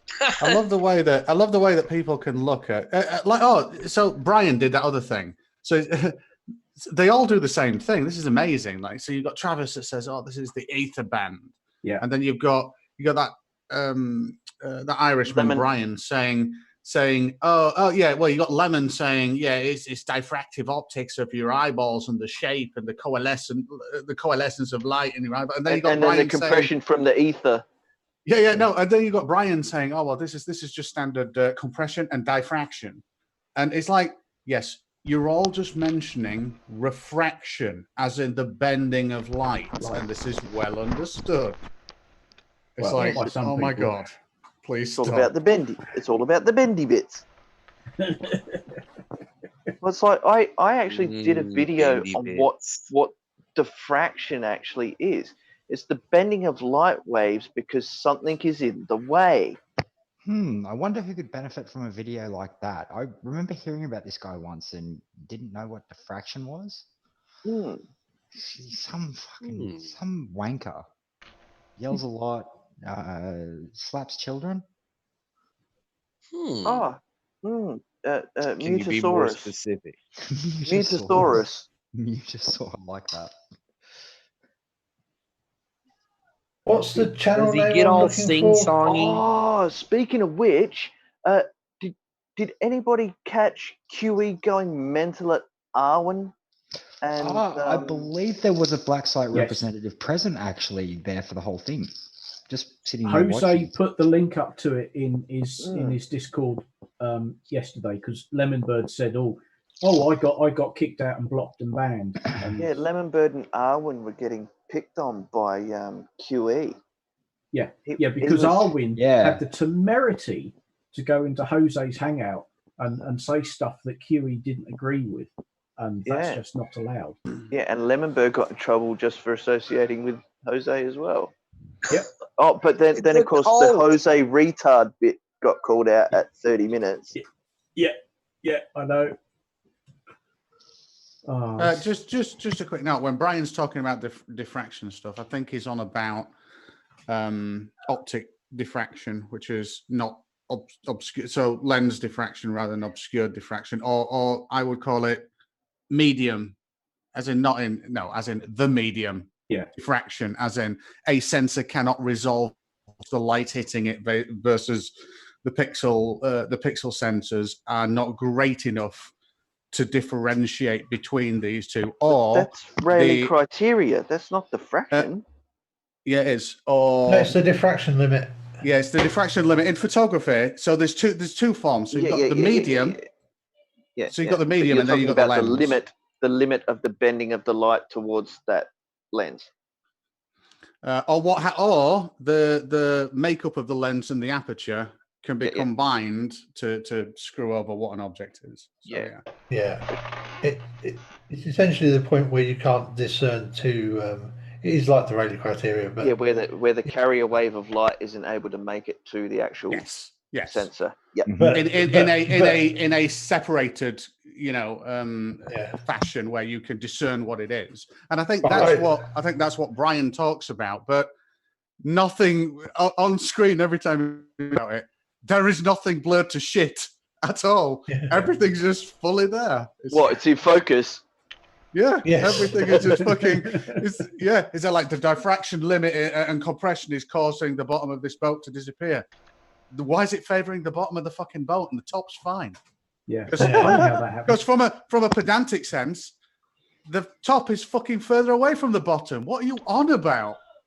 Yeah, you would think that the diffraction would happen at the mast of the boat that's further away from you, or the wheelhouse. Indeed. Yeah, it's funny how that works. Well, of course, actually, that depends entirely on exactly your spatial relationship between. Stood on a beach. Yeah, all right, but I mean, you don't necessarily have to be stood on a beach. That's the point I'm trying to make. You'll still get this if you're raised up and looking down at it. And why does it always favour the bottom? Yeah, no, well, Alan, a very simple thing that I don't understand why people don't do this. There's something better happening than it being obscured by the curve. It's actually translating downwards out of the 2D vector that we would call going towards the horizon line, and that is a lot more damning than a wave might have come and hidden the bottom. The whole thing is going down in a curve. Why the fuck is that? Because it's a mole. Oh, sorry, logic. Oh, shit. Who's speaking rhetorically? So what? Retardedly? Who let that guy in? Seriously.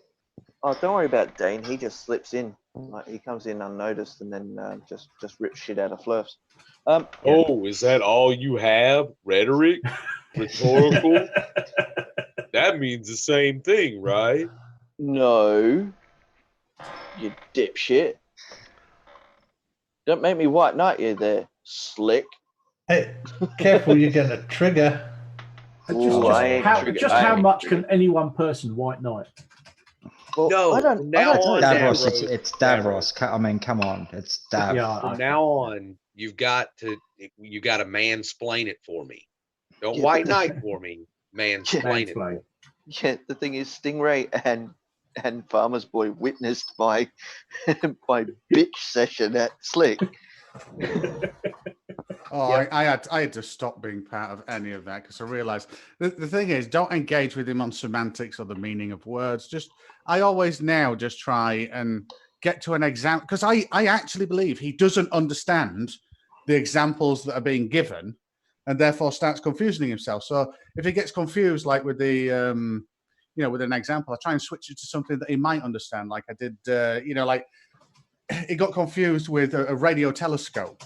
Okay, so it's a band singing in the distance. Yes.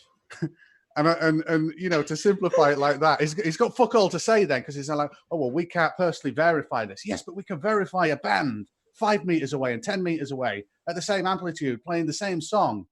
And we can have a look at the difference and the distance and measure it.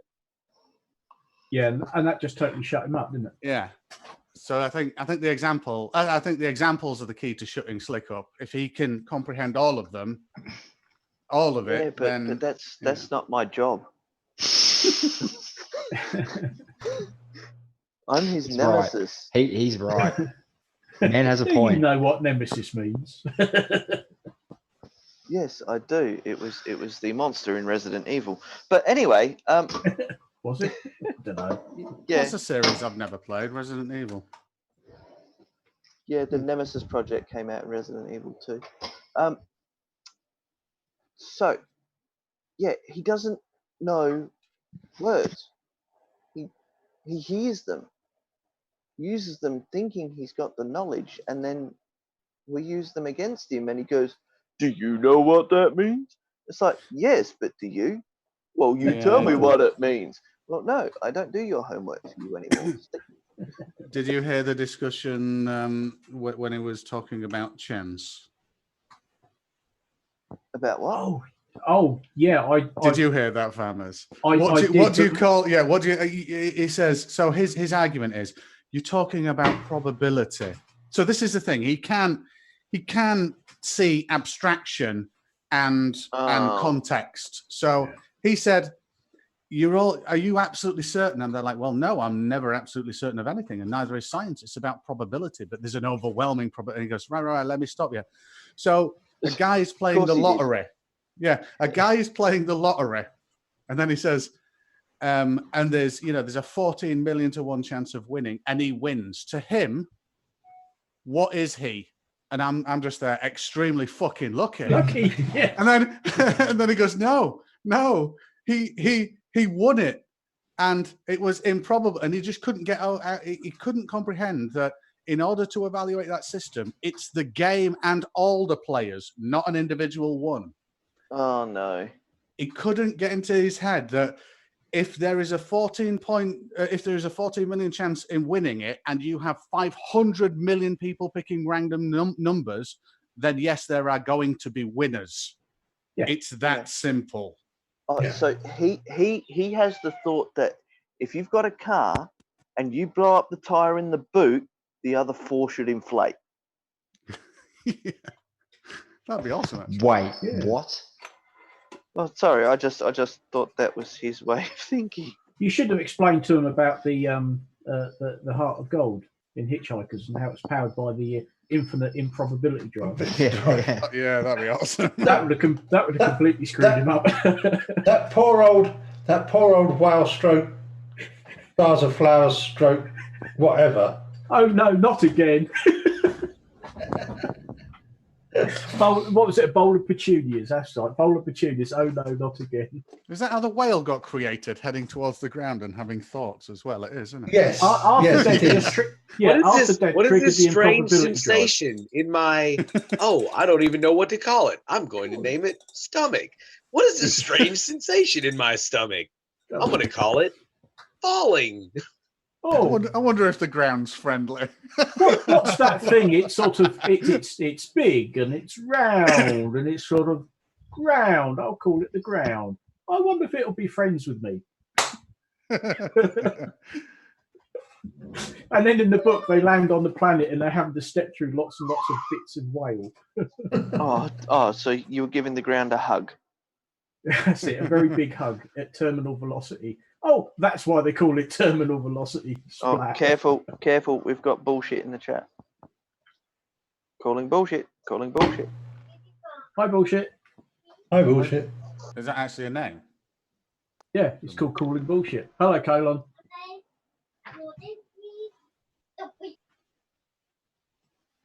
Oh, what's... Oh. Is that colon?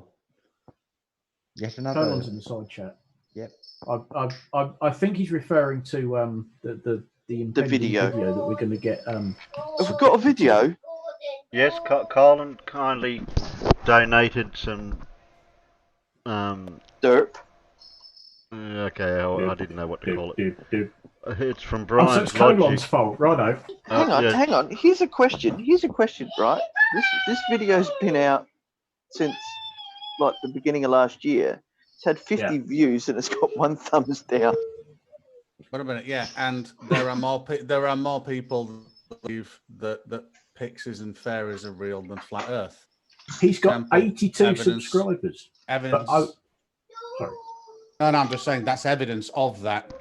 Yeah, he's got 82 subscribers, but it's only been viewed 50 times. So not even every one of his subscribers has watched this video. And the only person who's interacted with it has given it a thumbs down. Oh, this is going to be So either who's brilliant or heard- painful. So have we heard of this Comedy Brian's gold. Logic person? No. I may I have. would I'm like not to point out to I would like to point out to those that do believe in fairies that the Cottingley fairies are now an admitted fakery because the young lady involved eventually did confess. Yes, right, she did, didn't she? Yeah. After one of the science writers in Amateur Photographer magazine wrote a big article taking it apart completely. She felt compelled to admit her part in the fakery.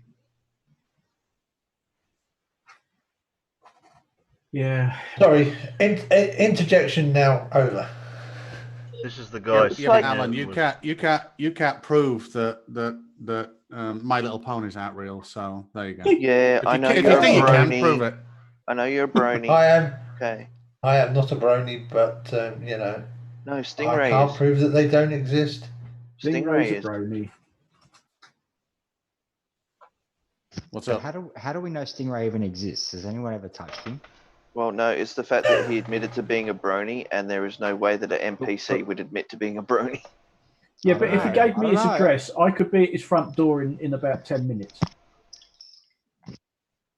Well, maybe 15 by the time I got my boots on and start. Can no one mentioning touching me again? And I'm certainly not giving you my address, fam. It's that fucking simple. I never said anything about touching you, other than shake your hand and possibly buy you a pint.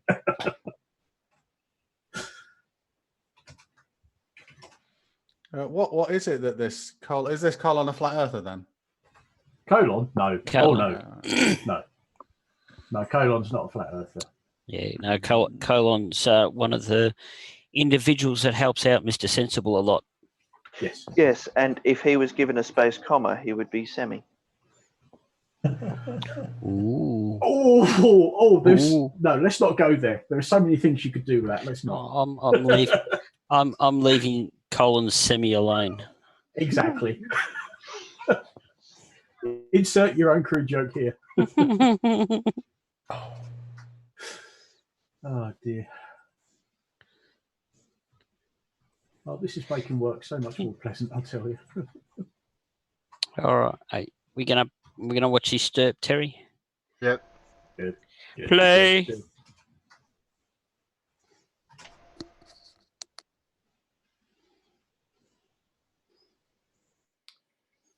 Hello, how are you doing?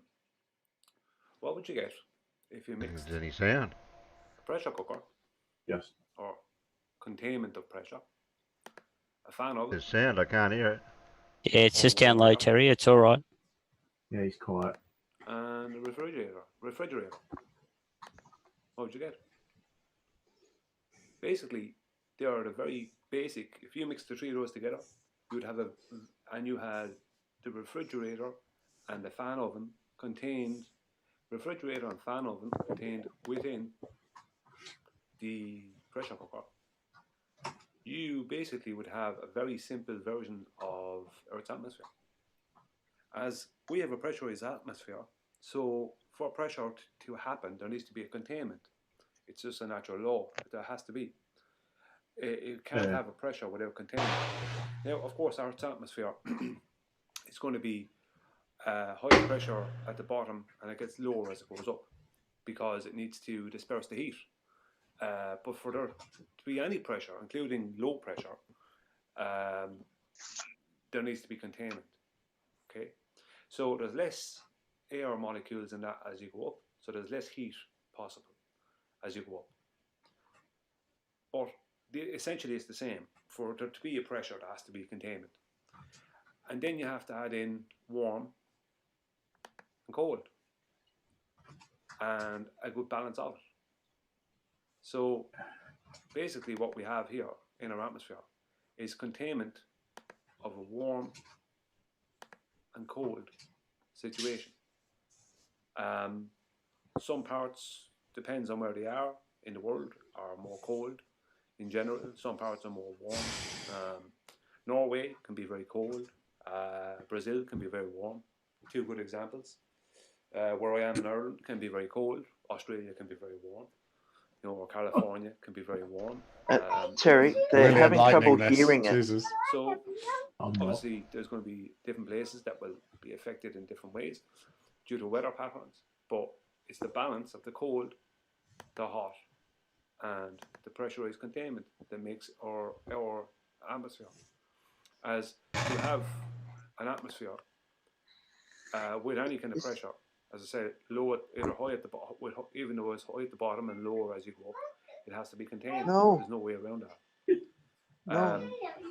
As hot will go to cold. So because with the sun and the moon, not with the moon, but with the sun heating everything up. Because we have to have pressure, you have to have containment. So obviously the containment has to peter out at some point. What I mean is that you're going to have to reach that containment level at some point. So if all you had was sun heating everything up and nowhere for it to cool, if it was the same pressure all the way up as you would get, let's say, in a pressure cooker like this, if it was the same pressure all the way up, then you would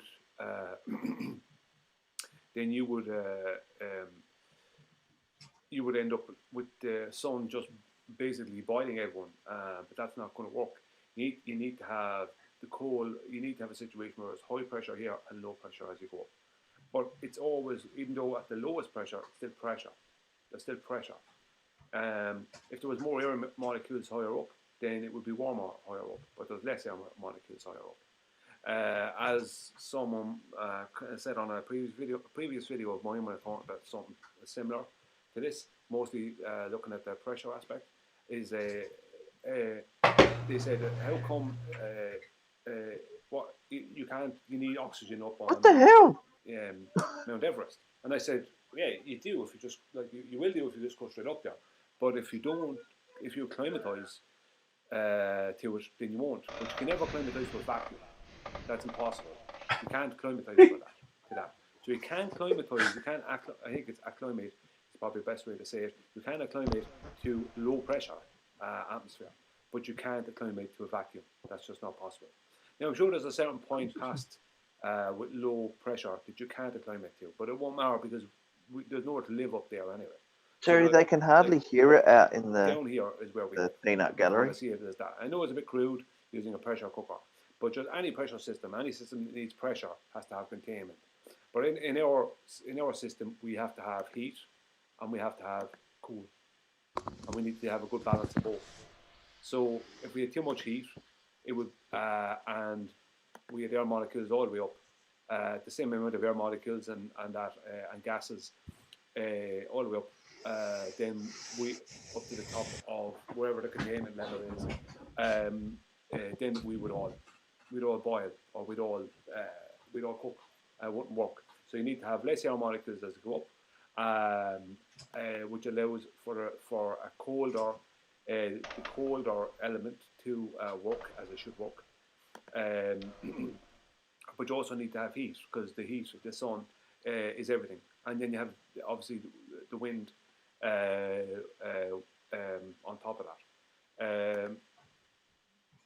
Rather than going into the complexities of the weather systems, obviously they're more complex than the basics I'm showing here. Basically, what I'm showing is something that can't really be refuted. It's nothing to do with me personally. It's just Oh, the yes, way it is. can. If you have a pressurized system of any kind, it has to be contained. But in our atmosphere, you have hot and cold. We have to have those too. So basically, crudely, a pressure cooker, a fan oven, and a refrigerator. That's basically our atmosphere. That's the basics of our atmosphere. Obviously, you have to add in water and that with that, but there's obviously water in there. You know, so you have to add in water too. But I'm using the refrigerator as the water element. But and I'm using the fan, let's just say, as the air element. But that's basically it. It's like people will argue about it, but I mean. I think you can stop this, Terry. He's saying the same thing like 8 different Terry. times. Yeah, Terry, he's literally saying the same thing 8 different times, constructing his sentences equally badly, but with variance each of those fucking 8 times, while simultaneously saying you can't have pressure, but then illustrating saying there's a pressure gradient. It's like, could I, Terry? May I Yeah. quickly share a couple of photos, please? Colin, I'm going to find you and I'm going to beat you up. It was funny. There we go. This guy's terrible. There we go. I think we might see air pressure gradients without a container in that photograph. That's just chemtrails. Nanobots. No, clouds of that's the nanobots. That's the clouds of nanobots. Clouds of nanobots. No, that they've and started even releasing. better, They're seeding the clouds with these things, and when it rains, these things get into the raindrops and they land on you, and then they crawl in through your eyes and whatnot. Your tear ducts. Yeah. All they're doing is repairing stuff the in the wings stem to of your the brain. planes. That's all they're doing. They turn into a little transformer thing in the stem of your brain and start taking control of you, and yeah, it's bad. But the thing is, you can only see them because of the pressure gradient between the wing and the atmosphere. I'd just like to point out at this point that no matter how much you say and no matter how many times you repeat, no matter how many times you change the words around, if you're saying something that's wrong, it's still wrong. Until the 57th time, apparently. Oh, 57, is it? That's the magical number? Yeah. Yeah. Well, actually, no. If we're going Hitchhiker's Guide to the Galaxy, it'd be 42. So Yeah, 42. but don't forget, yeah, but don't forget your climate eyes must be rested, otherwise you can't have pressure. I'm sorry. Wait. Say that again. Your climate eyes. Yeah, your climate eyes is what you require to go up Mount Everest. So you have to like pre-moisten your climate eyes in steam or something to get them climatized. There's a really crazy thing here though with this Brian dude.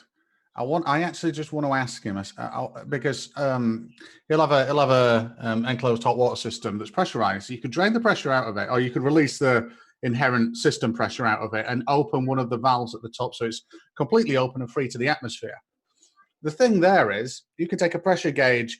You can take the pressure gauge at the top of the system and look at it, and then you look at the one at the bottom and see that there is more pressure. Surely, just common sense at this point would dictate that. Oh, hang about, something funky is going on here. Common what? Yeah. Magic. Woo magic. He's That's got all some it more. is. He's got more videos. Please no. No. He literally said 2 sentences and then repeated them in so many wrong ways. He wasn't content with the sentence being wrong. He had to get it colloquially wrong as well all the way through it. And I think this is somewhat of an ongoing trend where people are trying to explain things that they don't necessarily understand. Yeah, Colin. By the way, I'm going to let Tatty know not to accept any videos from you for a week. But did you know that 8th century Vikings used to go out to the shores and beat their axes and swords on their shields during eclipses to chase away the wolf that was eating the moon? Well, you see, you've got to understand that the wolf is just a metaphor for the fact that Jesus was the one coming to save you, all heathenistic bastards. Yeah, it sounds just as silly as that. I know.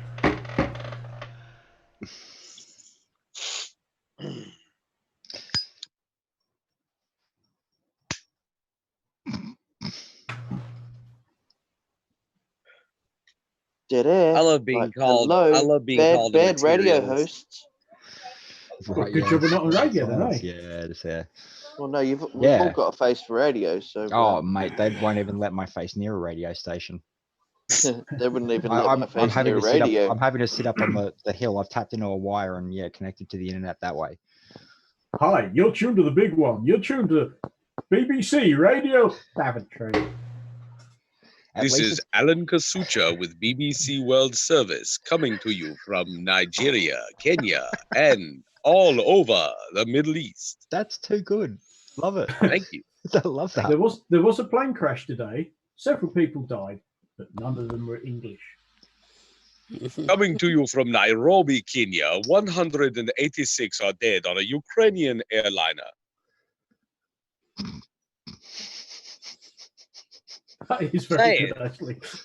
I think I can do it.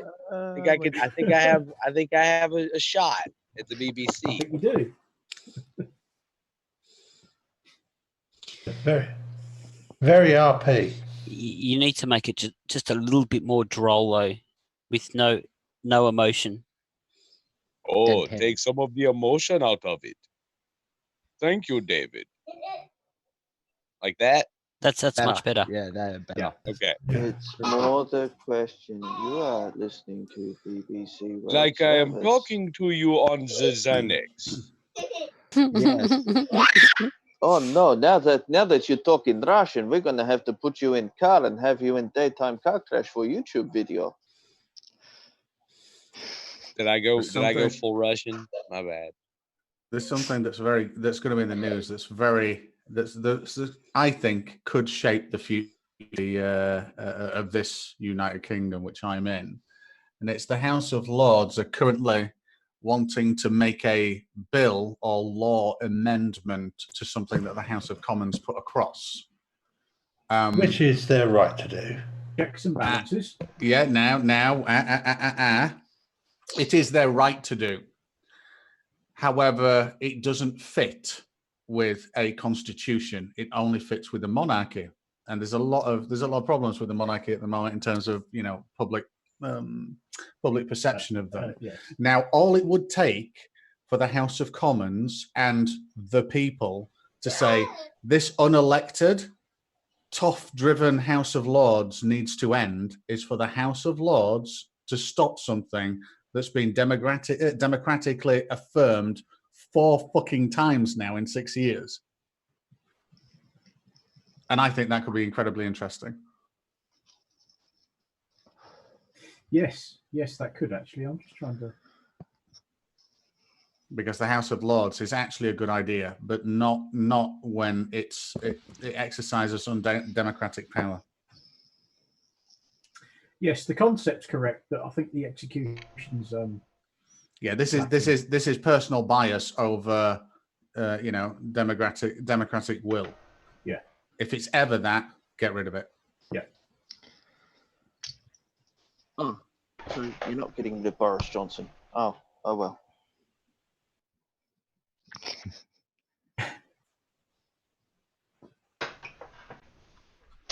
I think this whole Brexit idea was a dumb idea to begin with. I actually don't. Well, I do. Fair. But the difference between me and a Remainer is I can articulate exactly the reasons why I don't. Why I thought it was a good idea. We don't care about your articulation, but can you reticulate it? And are you forgetting your necessary antecedent? Do you really believe you're living on a spinning water ball? You silly monkey. You really believe that? Oh, yes. Oh, okay, fair. It's a ball. I want him to do that someday. I want him to do that. Oh, okay, fair enough. You'll never get that out of him. You'll never get an agreement. You'll never get an answer. You'll never get... No, you're wrong. We got an agreement and he believed that absolutely everything we were saying when we were using the bullshit word generator. Yeah, that's different because they weren't your heartfelt words. You were reaching through the ether to the truth of the real words through the computer. Okay. Yes. He was talking to the universe. You don't know. Yes. Why the are you fact such that you a were dodo? reionizing your electrons to create said woo. You are just the pathway. You are just the medium through which I journey into my revelatory inquisition as the jester. Don't you know? Do you enjoy the role you're playing? Do you really? Yeah, he hates it when you bring that up. Nice acting. What did I call him today? I called him the jester, the inquisitor, The prophet. The prophet. Oh yeah, I call him the prophet a lot. The guru prophet. Yeah. Guru prophet. I'm like an 8-year-old when it comes to calling people names. I'm bad about it. It's just too easy with Pete. And I feel bad to do it now that I know that he's actually like mentally ill. I mean, I thought it was a hyperbole before. I mean, I thought people were kidding. But then you just, after a while, you start to see there's no way he's acting. It has done him some harm. I mean, just don't ask him about his son, because I think his son has pretty much disowned him. Well, from what I can make out. Like, see, that's a contentious issue there, because like people have asked, and I'm not saying it is, but people have asked, what damage has the flat Earth done? Well, the fact that family relationships are broken down over the idea of the flat Earth. Yeah. That's dangerous. I mean, it's not physically dangerous, but So can I just point social out breakdown? I'll just point out one name here, a certain Nathan Thompson. And although he'll never admit it, he's lost his girlfriend, he's lost his home, he's lost his car, he's lost his dignity, he's lost his integrity, he's lost the truth. Do I need to go on? No. His obsession with it has cost him just about everything, hasn't it? Yes, he's become nothing more than someone on the internet that people poke fun at and look at his moronic beliefs and or decisions and what he says as a true indication of what all flat earthers are really like. But in his delusional mind, he should be charging $200 or more for his appearances on people's panels. And I don't know if you've noticed, but he hadn't been on a lot of panels lately, has he? Correct me if I'm wrong, Terry. Didn't he actually say the same thing to you, that if you want him on here, you'd have to pay him $200? Nathan Thompson, I had an email. I emailed him and had a conversation. He reckoned he wanted me to pay him, and I said, well, how am I meant to pay you money that I haven't got? Aren't you in the same boat? Yeah, that's right. I think one of the issues of the statement that flat Earth is inherently bad is, in most cases, I don't care, because the individual like Nathan Thompson, and I'm sorry to say, like Pete Shea as well, they're dysfunctional in a very logical, technology-driven world. Yeah. I do not see a point. I can see where they might be able to be assimilated and be a drain on society. I do not see a point where they will make a positive contribution to what I think is my society. Yeah. So it is no different to looking at someone that is,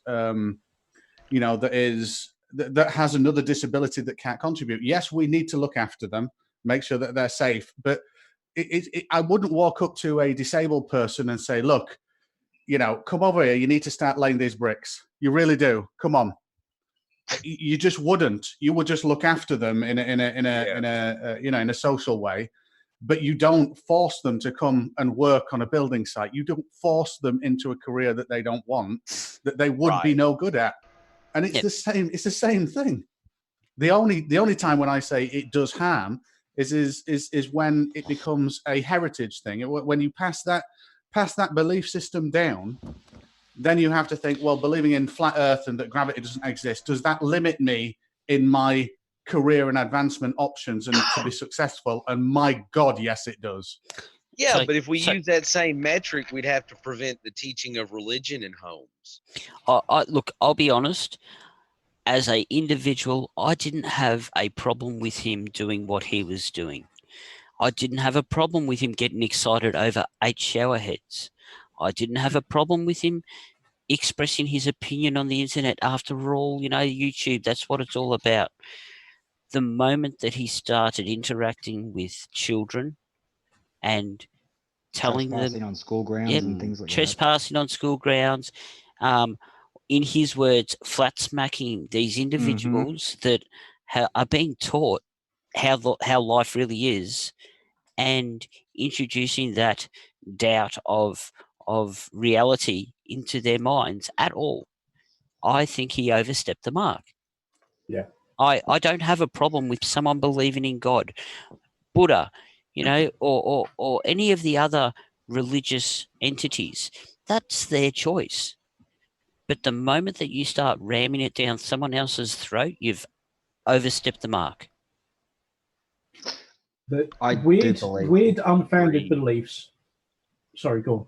Oh, I was just going to say, I do believe law enforcement is actually looking for Nathan Thompson in regards to a few of those incidents at schools and around children and whatnot. Yeah, that is correct. That's cool. Good to know. It's good to have the confirmation, actually. Yeah, I mean the one metric for all of this is having weird beliefs is one thing, but weird beliefs are a bit like your dick. Keep it yourself. Don't take it out in public. Oh, and I feel my heart goes out for the kids of flat earthers, that the flat earthers themselves teach them this. Oh, I watched garbage. It wasn't a debate as such. It was Fight the Flat Earth and Jerry the Roach. Jerry Roacher. Yeah. And I left a comment, and at the end of it, I just said, and I feel sorry for his kids. What is he teaching them? Because I mean, he's clearly such an idiot, but he's teaching things to his kids. Oh, really? I don't feel sorry for him in the slightest, because he knows what he's doing, but I feel sorry for his kids. But here's an interesting thing, though. So I don't know. Well, a few people might know, but I used to teach at a 3D graphics institute in London, a private training thing. So I got a good broad spectrum spread of individuals that came to learn that. And sometimes they were as young as 16, 17, but as old as 40. It was if you could afford it, you could come on a course. Yeah.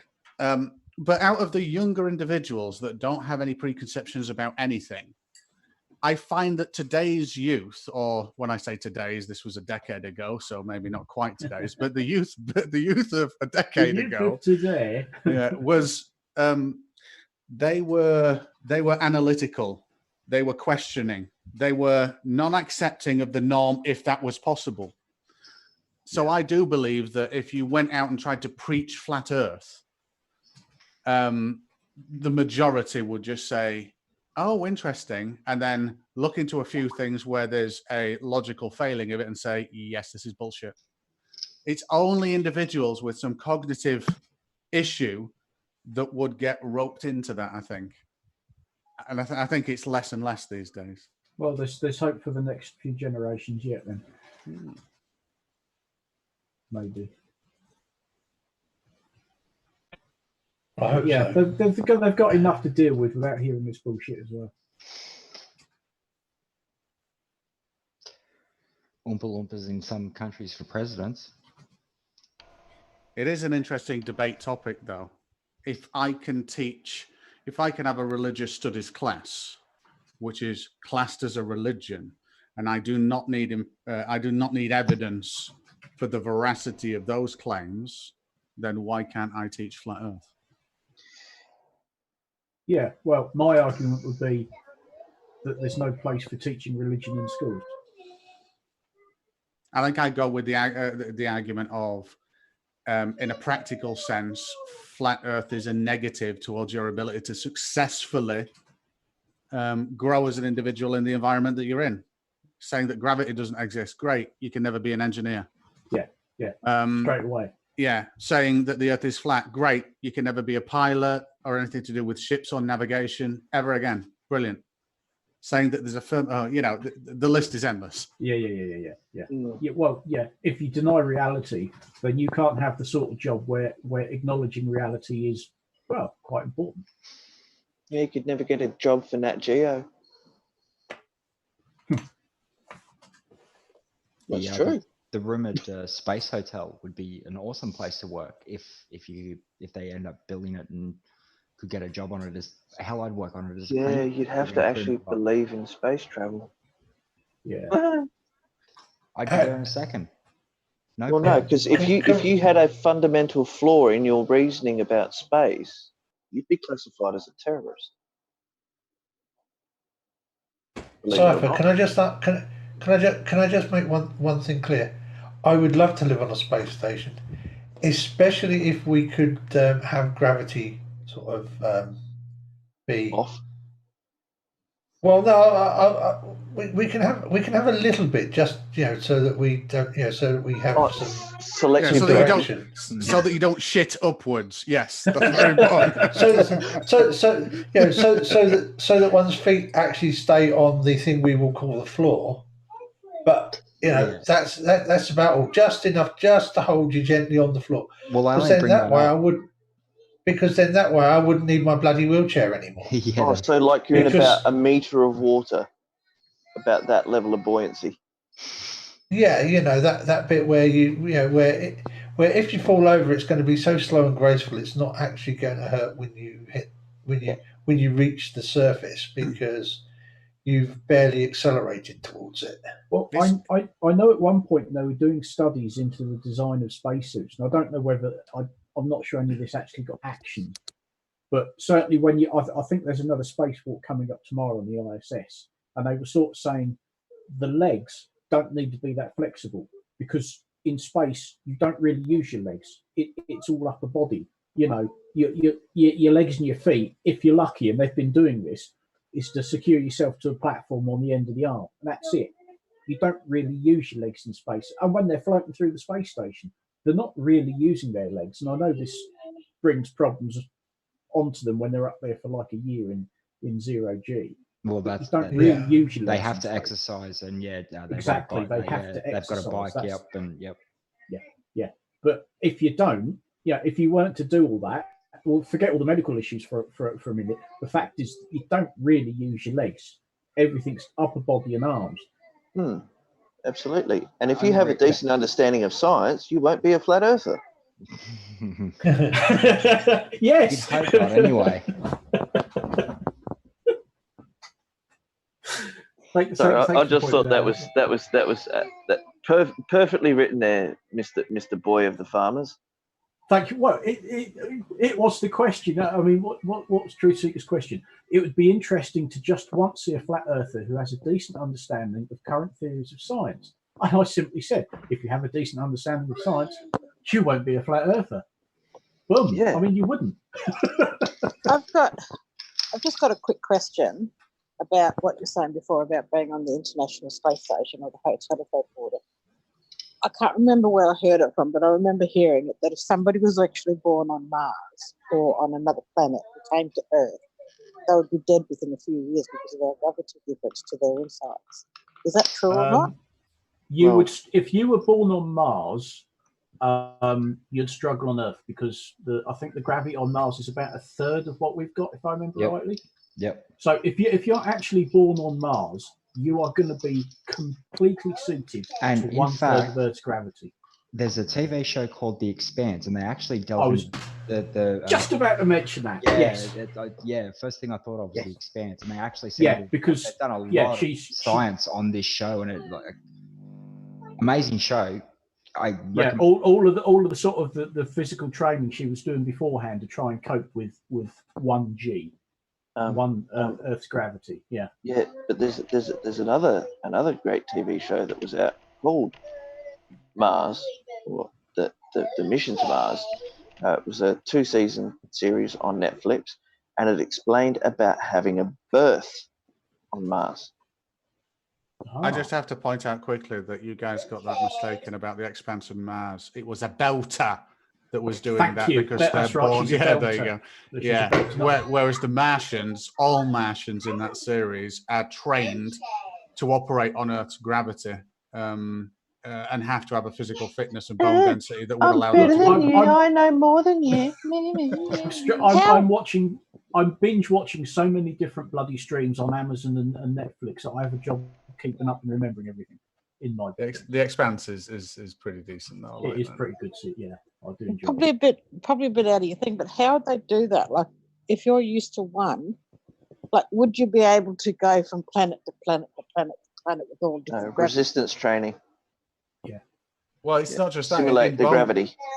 Yeah, but in early development, your bone densities can be derived from the gravitational forces that you're in. So one of the things that the belters had to do, and rightly so, was to have supplement injections to try and strengthen bone density. Because that's an issue they have on the ISS, isn't it? If they don't exercise, I think they've found that the astronauts' bone density does decrease. Also, they also get spaces between their cartilage and their back if they don't put pressure on it.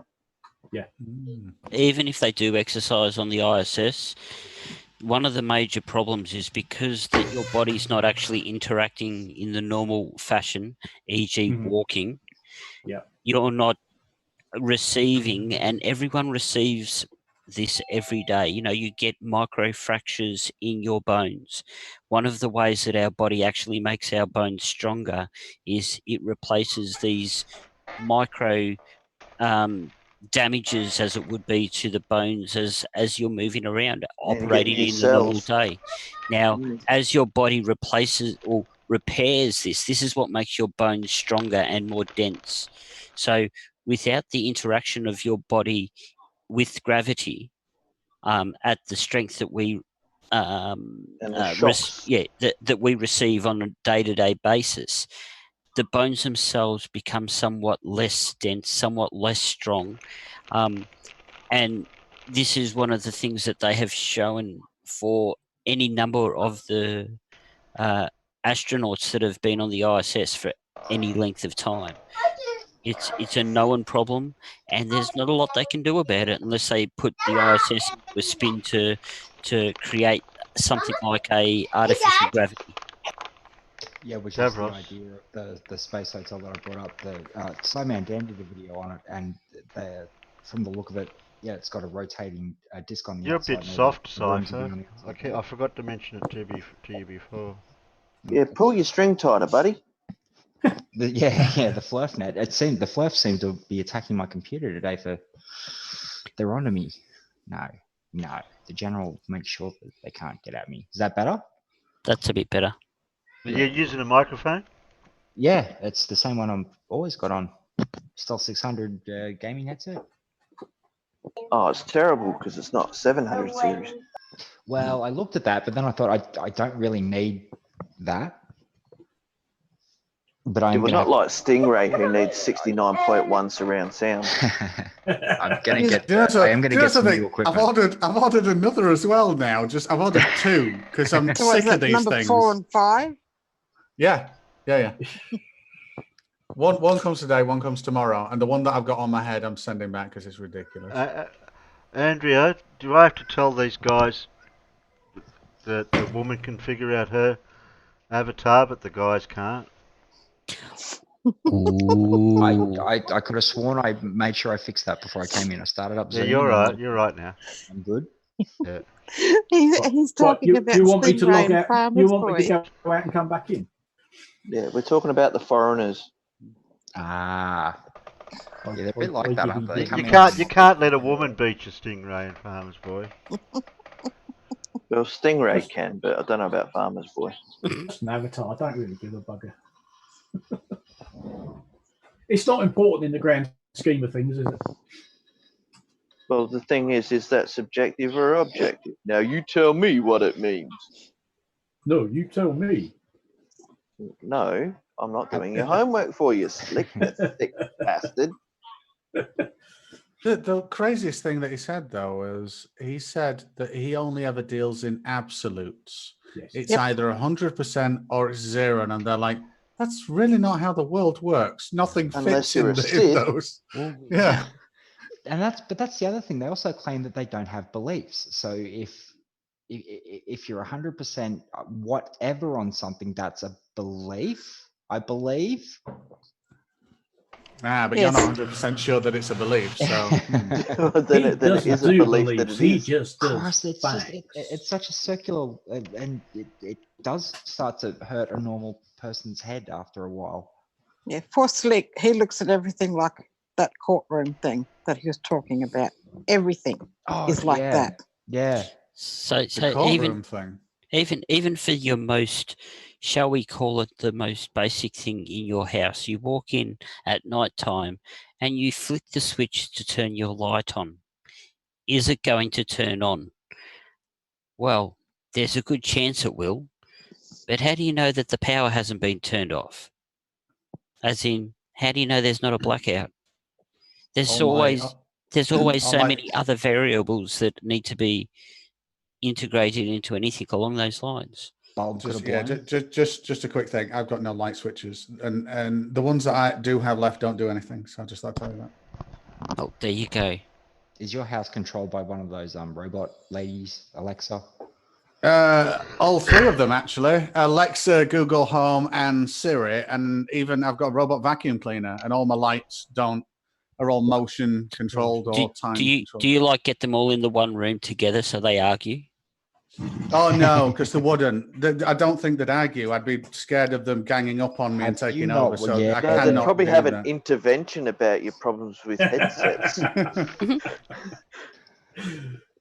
He made me watch 4 hours worth of flat Earth videos yesterday. Yeah, and he rested a drink on me while I was vacuuming the floor. And made him order a pizza at the same time. Oh, wait a minute. Let's see if I can do this. Yeah, the floor is actually looking a bit bad. Okay, Google, start vacuuming. Fuck you. I was going to say, wow. Now, wait a minute. I'm going to go through to where the vacuum is now. Wait a minute. Give me a sec. Oh, Well, that's here we not go. that's not how. There he is. No, here we go. It's set off. It's come out of its little dock. Yay! And it's away.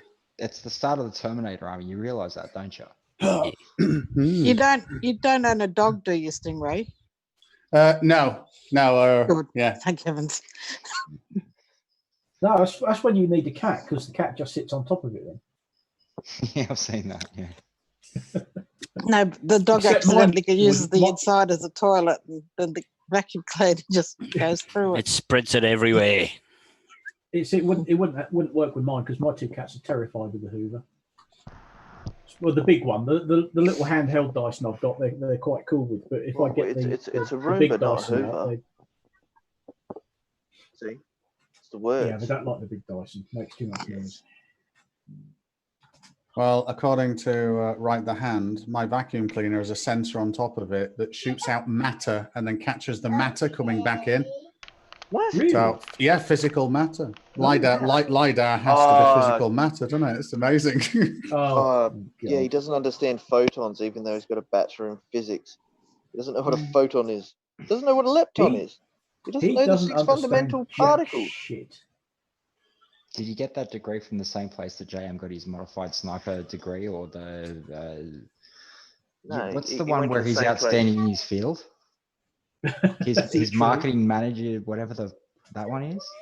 Oh, his degree in putting documents and things together. Yeah. In assembling stuff, in using IT to improve educational access. Yeah, that's it. How can he do that when he's outstanding in a field? But sometimes stupidity is painful. Yeah, just to the wrong people. Good. Yeah. It hurts us He's more been than it very does them. quiet lately. JM, yeah, he has actually. Oh, well, I think he's still too busy trying to work out his own court case to get everything back. What, you mean everything that he McToon's having owns a that he didn't debate get with him stolen? soon. Oh, yes, he is, isn't he? Tomorrow. Oh yeah. Yeah, I think it's tomorrow. Well, it depends where you are as to what day it actually is. No, it comes up tomorrow on my thingy, so on my subscription Hang on. feed. Let me have a look. Where did I see that? MC2. Oh yes. Tomorrow, 1 a.m. Oh, he's doing 2. He's debating Jam Truth at 2 in the morning my time tomorrow, and then 4 in the morning he's debating Michael Adcox, whoever the chuffing hell that is. 2 in a row. 2 in a row. He's doing a double header. He really is a glutton for punishment. Yeah, 1 a.m. here in Australia. He's debating James Truth. And 3 a.m. Oh, it's not 3 a.m. 1 p.m. Sorry. And 3 p.m. is debating that Michael Adcox. Yeah, you're 11 hours different to us. Yeah, that first one, Jam Truth, is 2 o'clock in the morning my time, so I won't be watching that live. No, same here.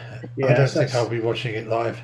Well, You guys, it's you like, guys are from Jose a said to foreign me country. You yesterday. have to remember to put your clocks on Australian time, so when you come here, you don't get confused what time it is. I thought the rest of the world ran on Australian time. What's going on? This is news to me.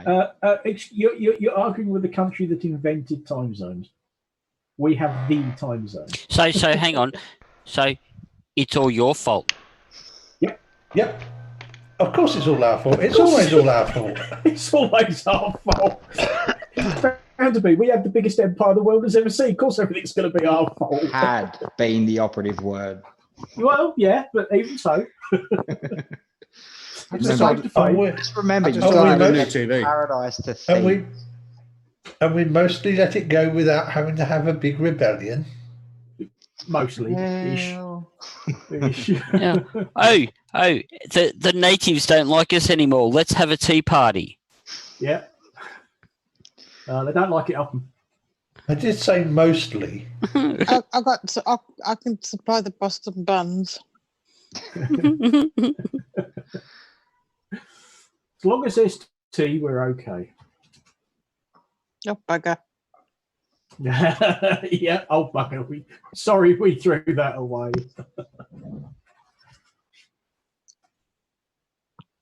Oh, dear. I ordered a new TV last night. Use what? I ordered a new TV last night. You're obviously making far too much money because you're just trying to throw it away. I'm trying. Yeah. Well, I'm buying it on my personal business because I'm scared that I'm gonna get too much corporation tax. So I just need to spend at the moment. So I thought, yes, I'll have a brand new, and it is a gorgeous TV as well. Okay, it's coming on Friday. I can't wait.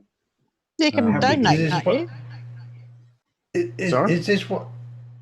Oh no, I do. I do as well to Milton Keynes homeless. But I don't like registered charities that have non-volunteer boards. I can't stand that. That really pisses me off. So if you can pay someone to come round and beg for money in a charity, and I look at that charity, and I look at the financial officer that publishes the accounts, and you can see how much these are paid to be organizational members, then yeah, you're not a charity. A charity so I can send you my PayPal details then, and that would be okay. Depends for what. It would mean I have your PayPal details.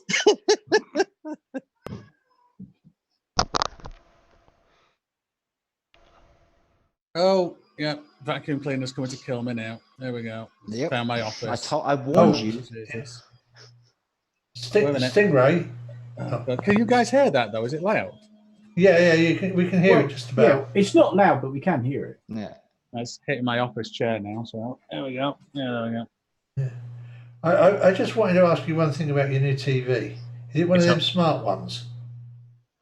I've got a Dolby Atmos system and a Denon amp that controls everything. So I would, if they made a dumb TV, I would prefer that.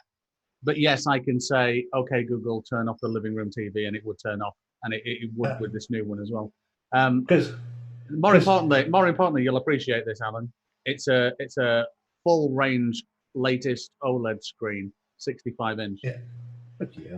I was asking because Rosie and Nathan got given a big 60-inch 4K Samsung Smart TV as a wedding gift, and they moved in the new place, and then Rosie discovered that their lovely 60-inch Smart TV isn't actually a TV because it hasn't got a receiver built into it, so she couldn't actually watch. Freeview, the terrestrial transmitted TV. Well, because there's no receiver in her 60-inch smart TV, and of course the internet wasn't connected for a week and a half. No, I'd actually prefer that, Alan, because I don't pay the BBC and I don't watch live broadcasts or anything like that. So same here. To be honest. I have YouTube Premium, Amazon, Netflix, and I will absolutely get Disney Plus in 2.5 months. I've got Disney Plus, Netflix, and Stan. Well, it's not available in the UK. I have nothing. Oh no, I've already watched all of The Mandalorian, but I'm going to support Disney Plus by purchasing it properly. I haven't watched it. I have no Netflix. I have no Hotstar, no normal TV. Well, that's all right. You can enjoy watching us for 7.5 hours. Yeah, I do. I have normal TV, but I record everything I want to watch. Yeah, but you are permanent there down there. You are permanent like Nat Geo, don't you? Free, just looking out the window. That's true. No, well, actually, it's more like Insider's the new safety. I'll have to take a video of my birds and put them up. Yes, you will. Can I press play? Yeah, let's have some Isaac. Sorry, is our chit chat not enough for you, Slick? Yeah, he doesn't like that, does he? No, when we're having a. Sorry, you can play in a second, Terry. Sorry for taking over your channel. Oh, sorry, Ross. I forgot it was your show. Yeah, it is today. Gloating. Just that little thing. It happened yesterday, I think it was. Yes. We all started chit-chatting. Well, it was this morning because I pissed Slick off, and he went, "Oh, I've had enough. I'll go." And we started chit-chatting, Druss and us, and all that, and we're having regular conversation. And then you watch the chat. Oh, they're just talking chit-chat. I don't like chit-chat. It's not my thing, chit-chat. I just want to have a conversation. That's what chit-chat is. It's a conversation. Yeah, he's totally fucking clueless. Excuse my French. Yes, but it's a chit-chat. He's not. Sorry, it's a conversation he's not in control of. Yeah, well, he said this before. And that's his problem. When he's done talking and he says, "Okay, I'll leave you guys to it," and he goes on mute, and then we start talking, and then within 10 seconds he's back in. Is this all you've got to talk about? It's like, oh, sorry, you finally surrendered the room to us so we can talk about what we want to talk about, and all of a sudden it's not good enough for you. Oh, is this Slick's Discord channel? That's right. It's not. No, he's got his own room, but he never bloody goes in there. No, he keeps coming in and annoying us. Yeah, well, he won't go in his own room, will he? Because he'll have nobody to bloody talk to. No. That's the idea of his own room, isn't it? You could talk to Right the Hand and Lemonbird and Gleam and all these fellows. Yeah. That they can share their scientific discoveries and a model. Can someone please explain to me how Gleam calculated the height of the sun? Oh no, of Polaris as being 3,900 and something miles. I actually asked Gleam, I did the flat Earth model. I actually asked Gleam, look at this, let's make it work.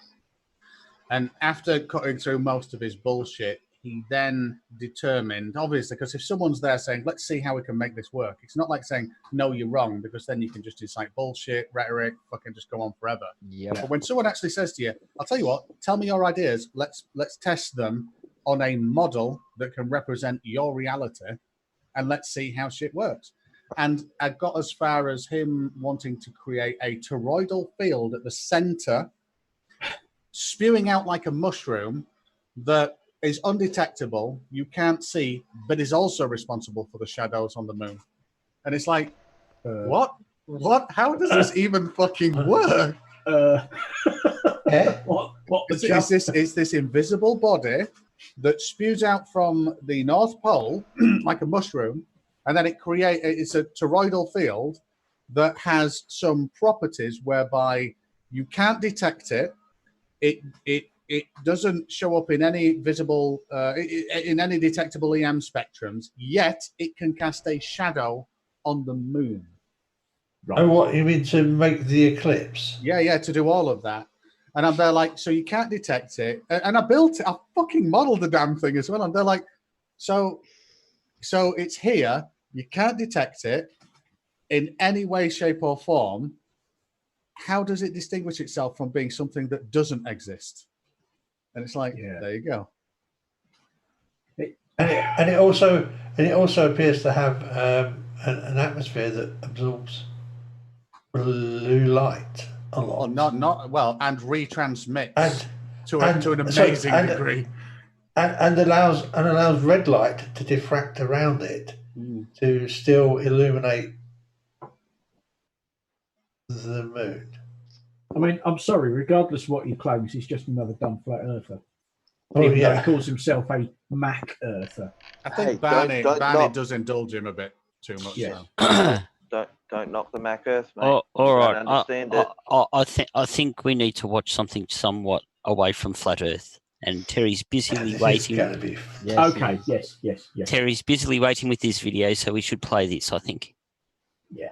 Sure.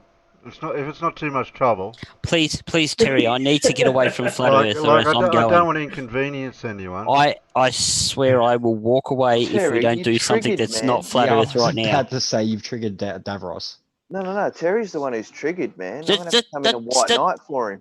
Stop. Terry, play, please. And I also left a general message in the internal chat for everyone. Ladies and gentlemen, America, home of that eagle who has its hair receding, the land of opportunity, the place that the Fresh Prince of Bel-Air calls home. In fact, ladies and gentlemen, I love America. I'm going there in a couple of months, and I want to get fired up. So I'm going to put on the most American shirt that I have. Bear with me.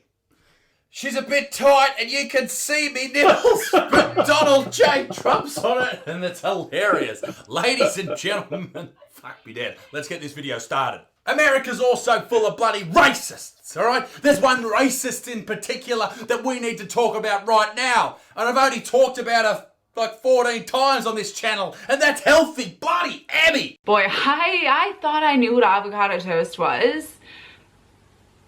I was wrong. She won't stop talking shit about Australia ever since she came here, but this attack is the most vile that we've ever seen. But before we hit Emmy, friend of the show, with strike number 3, we need to talk about this fucking turd. If you're telling me grown men are referring to their breakfast as brekkie, dear God. I refuse to believe it. I refuse to believe that there are grown men saying brekkie for breakfast. This is Matt Walsh. He is one of the people on the Daily Wire YouTube page. He's a writer. He does all these type of things. They will. He's mainly known for the man who refuses to smile. And he is speaking absolute blasphemy against this great nation. And I won't stand for it. And nor should you. Brekkie is just, that is a crime. That is, I can't even put it into words. You better believe it, motherfucker. This bloke right here, this man with the beard, this manly man, I could grow a clit and still be a bigger man than you, Matty. I love a bit of brekkie. Nothing like a bit of brekkie to start your day. It's the most important meal of the day. No wonder you refuse to smile, you fucking miserable shit. You get your bacon, you get your eggs, you sink a beer, and that's the I love Australian way, all right? You might get involved with some alcoholism, you might be in a violent brawl, and that is how we start every day here in fucking Australia. Dear Matt, I'm a 20-year-old named Joshua who enjoys listening to your wise and witty musings from the comfort of convict land, elsewhere known as Australia. However, I must protest your cultural ignorance. Australia is a lazy country founded by criminals. This is far more than just a land of bloody criminals, Joshua. We also have Guy Sebastian. And that's about it. It is common practice here to shorten words such as Australian, tracksuit, breakfast, and McDonald's to Aussie, trackies, brekkie, and Maccas, respectively. Yeah, Joshua, I got several emails from folks in Australia defending brekkie on the basis that it's some kind of cultural thing. I must say that I do not accept your apology. What, bitch? It is no excuse. Them's fighting words, bruh. Abbreviating whatever words you want. Matt Walsh, you suck, sir. You absolutely suck. Fuck me, Joshua. What have you done? You've bloody thrown all your people, your homeland, under the bus. You're a traitor. You're lucky I'm not Cersei Lannister, and I've been told that I look like Cersei Lannister. Shame. Because I'd have you fucking... Well, I can't say beheaded anymore because of YouTube's new guidelines, so I'd have you tickled. All right, tickled in public. You think, oh, we're in Australia. No one's... No, this is a society, damn it. There are rules. Words have... You can't just attach an IE or a Y to any word you want. McDonald's is Macca's. Now, in this country, you'll hear people say Mickey D's, which I don't like that, but it makes... Yeah, in that country. It's not this fucking country, you McDonald's. hipster fucking neckbeard. Right? Okay, let me explain this to you. Matt and Joshua, you fucking hot bits of gear. If you had a friend with the last name McDonald, his nickname in Australia would be Macca. And if you were going to his house, you'd be going to Macca's. So, when you go to the fast food restaurant to smash a couple of coffees in the morning or in the middle of the night, when you're drunk as fuck and you need something in your stomach or you know you're going to blow over the limit the next morning, you need to go to Macca's. And Mickey D's just sounds like a fucking... That sounds like somewhere where, honestly, Bill Cosby and R. Kelly would have a birthday party. Not a good place. You guys don't have the right to just hang out over there on the bottom of the world. Fuck right off, Matt. Okay, firstly, it's not at the bottom. Okay, according to the flat earth, we're at the top. Fucking go us. Secondly, mate, we survive here every day. It's a tough life. We got redback spiders in our kettles. We got funnel web spiders in our undies. We got bloody sharks under our toilet seats. We got crocodiles coming out of our asses. It's a dangerous place to live, Matt, and you're making light of that situation, and I'm not happy about it. Do us all a favour, Matt. Smile and shut the fuck up. Let's not worry about Walshy anymore. We've had enough of that bloke. Let's go back to the reason we made this video. The reason that... Oh, I'm getting fired up. My nipples are getting harder in this t-shirt. Jesus Christ, calm down, boys. Calm down, Muriel. Calm down, Sebastian. We need to talk about Healthy Emmy because she's back, motherfucker, and it's not good. I thought I knew what avocado toast was. I was wrong. Jeez. How the fuck does Shows your one makeup. think they know what avo toast is and then fuck it Any up? skin under there. How? It's avocado on toast. What did you think it was? Now, today I'm talking about my old home of Australia. But before I do that, make sure that you hit subscribe and click the notification bell so that you can be a healthy honey and be notified every time a new video comes up, which is every Wednesday and Saturday. What's or wrong as with her we say, eyebrow? Catterday. Catterday? Emmy, what is Catterday? I've watched this back several times, and Catterday makes no fucking sense. That vegan lifestyle, years of no B12. We've finally lost Emmy. It's a sad day. In this video, you are going to learn all of the weird little differences in food between America and Australia. Okay, sure, there are some differences. Let's see what you saw. Food terminology. There's a lot of them. Why was there Breakfast porn in the music? US, that's brekkie. We've covered this. Candy in the US, those are lollies in Australia. Fucking oath. Up the lollies, mate. You and your candy can fuck off. French fries in the US, got yourself some hot chips. Hot cheeks! Sprinkles in the US? French fries are fries. Oh no, we got a way better name. Hundreds and thousands Damn straight, because you've got hundreds and thousands of them. What the fuck does Thousands of them. sprinkles even mean? It's not like you go for a pee, isn't it? you pour them sprinkler. over things. Yeah, they should be called porals. Or hundreds and thousands. That's all I'll accept. Cotton candy, honey, it's fairy floss. Peppers, capsicum. Cookie, bicky, short for biscuit. Zucchini, courgette. What the fuck is a courgette? Are you trying to say Corvette? No, we call it zucchini. Fuck me down, Emmy. You fucked me right off this time. I'm filthy. I'm absolutely pissed off. Courgette my ass. Fucking get that courgette and shove it in your own ass, Emmy. Courgette up his ass. Avo toast. Avo toast? It's Avo. Learn how to pronounce English. Let's just sound it out, all right? A-V-O. Avo. I'd just like to take this opportunity to address a comment that I've been getting on these Emmy videos. And a lot of people have been saying, Isaac, this just seems like a nice young girl. Like, why are you attacking her all the time? And you're right. She is a nice young girl. I actually DM'd her and made sure she was cool with all of it because the videos were getting a lot of views. So I thought, I better just make sure she doesn't want to kill me. And we had a conversation back and forth. And one of the things that I thought would be great for this video was, wouldn't it be amazing if at the end of this video, she came on and we had a conversation, a bit of an act, a bit of a pretend, like a phone call. I thought it'd be really cool if during that phone call, she turned out to be a completely different person and she was mean and angry and like played my role, right? Usually I'm the guy that's being rude and horrible and she played that role and I played the, oh, I'm sorry, right? That type of shit. So I hit her up and she said, that sounds funny, that sounds fun. And then she thought about it and thought, because I sent her the script and there was a lot of swearing in the script and she thought, I probably shouldn't do that. I'm a school teacher. So because she's failed all of us, I decided to enlist the help of a friend of mine to play the role of Emmy in this phone call. And that happens to be my good friend, Willem Powerfish. Roll the tape. I'll put it on loudspeaker. She's calling. Hey, Emmy.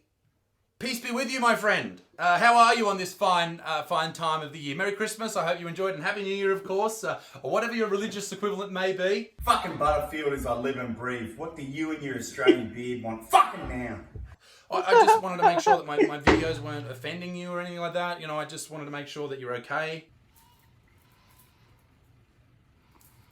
Listen here, you little 6'8" shit. I'm gonna knock that beard off your face with some Ben Butterfield. Forget vegan games. I'm your worst fucking nightmare. But Amy, I swear it's just for a laugh. I don't want any trouble, I swear. Oh no, you're not gonna get trouble. You're gonna get something far worse than that. I'm gonna get some broccoli and shell it. Fill up your... I can't handle this. This is too much. I've got to go. Bye! Be a good motherfucker. Peace in the Middle East. Me dick stinks. See you next time. The lesson to be learned there, ladies and gentlemen, is Emmy, that could have been you. You could have won an Academy Award. But instead, you get nothing. Hope you enjoyed the video, ladies and gentlemen, because I really enjoyed that. And thanks to Willem Powerfish. Go and check him out on Instagram. He's a very good man. He does some great shit. And be a good motherfucker. Peace and Middle East. Me dick stink. I know Willem already said that. But etc. etc. Toodaloo. Au revoir. Fuck, it's hot in here. My God. I like this Trump shirt. It's actually really fun. I'm going to wear it somewhere. But I don't know where. Anyway, toodaloo. Bye. Ladies and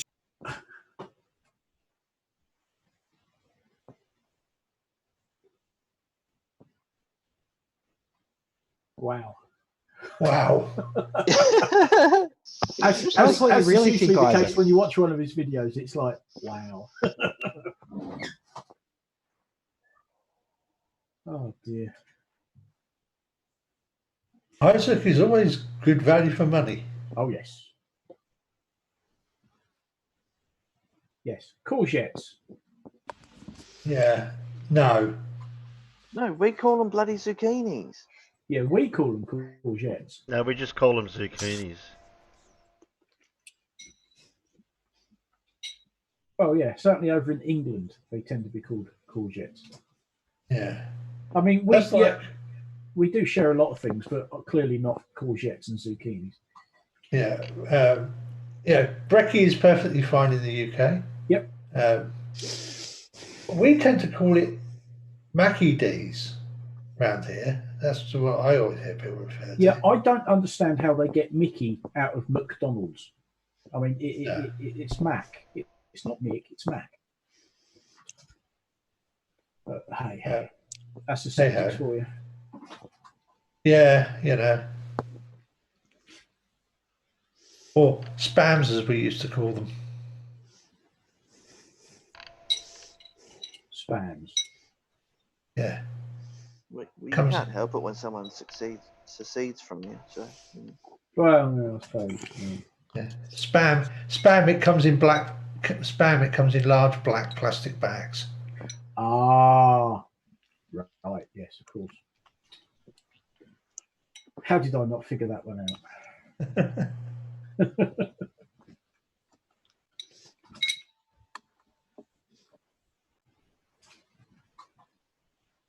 No, that was entertaining. Needed a good laugh. Yes, a very good laugh.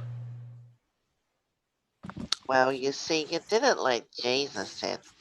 Yeah. See, like I said, so much better than Flat Earth. Yeah. Listen, Oh, if you Jesus just turns think up at my Nathan's the best. if Jesus turns up at my doorstep, he's getting either the axe or the machete through the head, because that's the only way you can stop a zombie. As I don't have a shooter to hand, then it's going to be it's either something large and blunt or large and very, very sharp.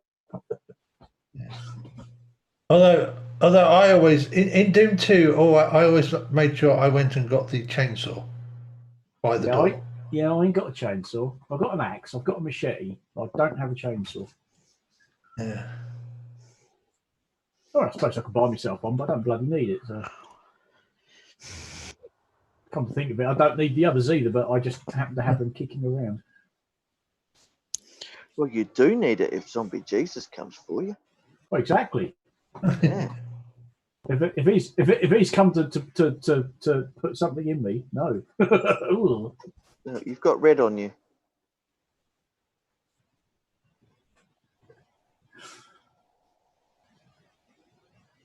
No one gets the reference.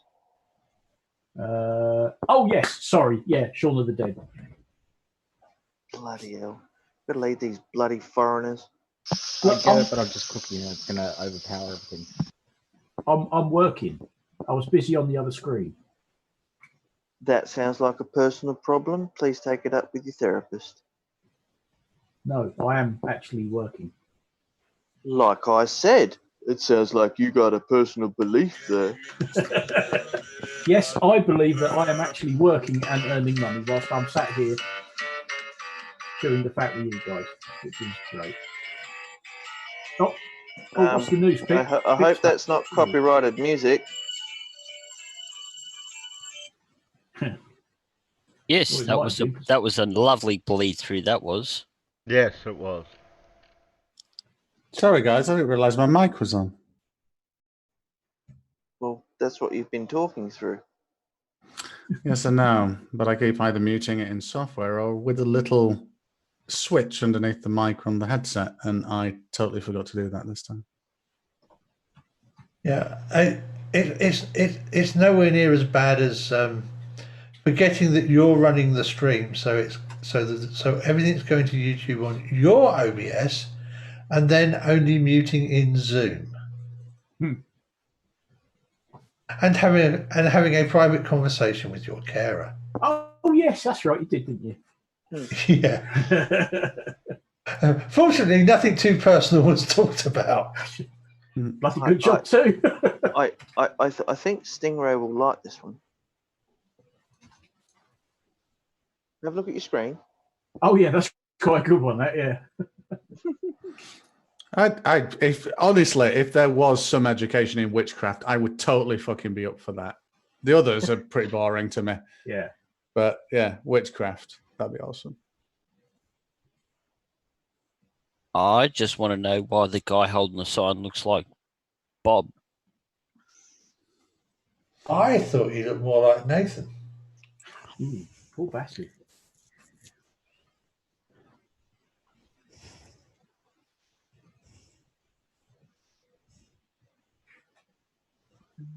What am I looking for? Where is it? Oh yeah, they're quite good. Do you know what amazes me is how many people haven't realised that the fuel gauge of your car tells you what side the fuel filler is.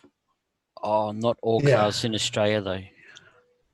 I mean, certainly over here, every fuel gauge on every vehicle has a little pictogram of a fuel pump with a triangle next to it. And the side that the triangle points to is the side that your fuel filler No. In Australia, if it's on the driver's side, there's no arrow. That's correct. Ah, no, we have the arrow over here just to remove all confusion. And the number of people you tell them that, and they go, "Is that? Have I?" And then they go and look, and it's like, "Oh yeah, I never noticed that before." Well, see, now I wonder why they don't come with, a siphon so that you can just, jam it to the ground and pump yourself some petrol. Oh, that's right. Yes, because petrol comes from the ground. You don't use oil. Yeah, you don't use oil to make gas. No, that's right. Yeah, right. The hand. I am very, very interested in your point of view, and I want to consider it. Could you please provide me with positive evidence so that I can investigate it fully? Thank you. It will be the godly thing to do. That's it. You've got that down pat, haven't you? Yes, but and then Stingray's silence. Patented preemptive strike. Yeah, but did you hear him? Oh, so you're saying blah, blah, blah, blah, blah. And they're like, I'm not saying anything. I'm saying I am very interested in your point of view. Can you please provide me with positive evidence? Yeah. Yeah. I'm interested. Oh, well, you need to prove so-and-so. No, I'm interested in your point of view, mate. Have you not got any evidence? Yeah, exactly. Exactly. That was actually really funny. Because he ended up calling me a troll. Yeah. A troll calling you a troll. Yeah, the irony. Yeah, my a irony good way to get peaks so often in that Discord. A good way to get Gleam to shut up is asking for an equation for the electric universe. Oh yeah, that ain't gonna happen. No, because guess what? They use general relativity. The dumbass. If it's an electric universe, I want to know where I can plug my multimeter into it. Oh, but it's plasma cosmology. You wouldn't understand. No, plasmids. Yeah, it's plasmids. Yeah, you're gonna have these plasmoids. You just watching this video. Yeah, this is awesome. It keeps changing sides. Ask him to actually build a plasma ball then, and explain to you the physics behind one of those. She's got it right now. She's got it. Got it. Where's it gone? What? Forward and reverse. And hey. Yeah. But only because the other idiot parked the car in the way. Yeah. No. And yet somehow she passed a driving test. Yeah, no, she'd have died there if that other person hadn't come along. Yeah. That'd have been her life complete. Oh dear. It's amazing how you can look at someone like that. Yeah, someone filling a Tesla. Oh, that'd be interesting. Oh, here you go then, farmers. Does my car, does the car that I just bought my girlfriend, does that have a indicator next to the little plug saying which side it's at? I've not actually looked at that. Yes, it will. It'll have an arrow pointing to a two-pronged plug. Yeah, but if it holds true, if it follows what we do for sort of petrol and diesel over here, then it should have a little indicator just telling you what side of the car it is. Oh no, I know. I've always known. Well, I have known for years that that's the case with the arrow thing, but on the petrol gauge. But I've not actually looked at the electric. The electric symbol. Does that have an arrow on the BMW? I don't know. It would be interesting for me to look. Yeah, she's got the car, so I'm going to search online instead. Okay, so this one's a blonde. Well, it doesn't matter. I'm blonde, so it shouldn't matter. Tries to fill up a Tesla model with gas. Yeah. Where do you plug in the fuel? Where's the petrol cap? This has got to be a setup, because there is no way that anybody would let her leave the forecourt without knowing that she needs a home charger and that it's electric. Where's my fuel cap? Well, how did she even know it needed fuel? Because it would say empty. Yeah, it'll say low charge, and she's at the right side for the charge port. It's just behind the left rear light there. Well, no, she's completely in the wrong anyway, because it's not a charge station. You can't say she's right about No. any of it. Did you just open it?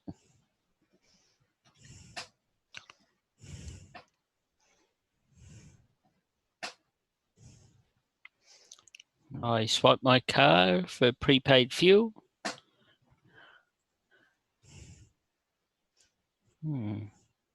Okay. So how did you stick the petrol in there? Just pull the trigger, love. You'll be right. Technically, It quantum doesn't fit. mechanics.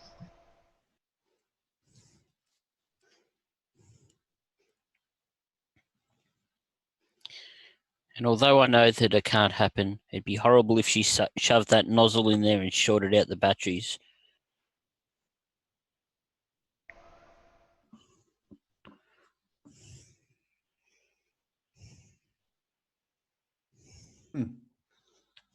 No, it doesn't, farmers. I don't think. No? No. Oh. Because there's a battery, there's a plug. What's she opening the boot for? Maybe you just pour the petrol in the back and it sorts it out itself. No, she pulled the wrong lever. Isn't it one of those self-closing boots?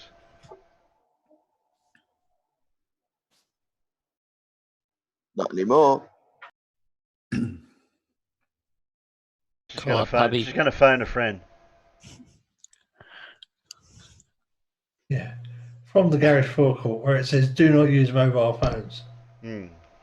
Although, yeah, Mythbusters did show that you pretty much can't set off petrol vapor with a phone. No. If you're slick, you either can or you can't. There's no chance. There's just absolutes. Do or do not. There is no try. That'd be awesome to ask him that question. Stand in a room, pour gasoline over the floor, and just start striking a match because you're either going to burn or you're not. There's no chance, and if you think you're not, then you're completely safe. I don't think it has farmers. There's no. No, it's on the right hand side, but there's no indicator to say that that's where it is. Well, I suppose thinking about it, most of the cars over here, it is on the right hand side, and it amazes me because when you go to fill your car up, you get these huge queues of cars because they're all wanting to go on the same side of the pumps, and you think, well, I drive a Mondeo estate, and I can still park on the other side pumps and fill my car up, and if it will reach across a Mondeo estate, it will manage on your poxy little hatchback or whatever, you know. Yeah, but then you get people like me who when I had my last car, I had a car for 3 years and I never personally put fuel into it once. No, because even though I could still just about walk, every time I tried to pick up the hose from the petrol pump, it would fight with me and try and knock me over. So I got to the point where I gave up being attacked by fuel hoses and would always get somebody to come from the station to put the fuel in for me. I think the garage in my home village, way back when in the mid '80s, they would come out and fill your car up for you, but they were sort of the old-fashioned pumps that you had a big handle on the side that you actually had to turn the damn thing on first before you could fill your car up. It would turn the pump on, you know. What's she done? Got the hose wrapped around something and hasn't figured out that it's... No, it's on the other side. She's got it from the other side. Oh! And she can't figure out why it's not displaying on the thing on this side. Oh yeah, I've seen this one. Yeah. What the hell? The wrong hose, you dumb broad. Do you know something? I think she also believes in the flat Earth. I'm just making a speculation here. She still got it from the other side. Well, you wouldn't know because you didn't let Jesus in to help you out.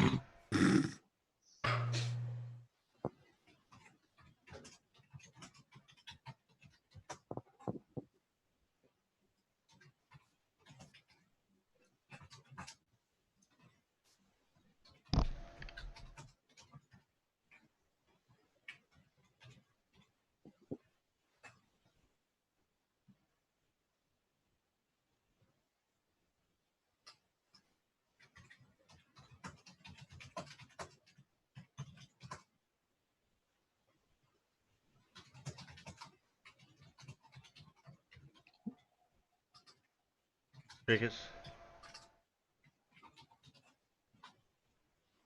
What you mean?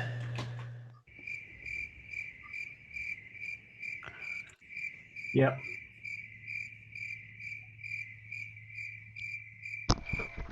Well, I was going to say, you know, it's bad when the only noise you can hear is someone typing.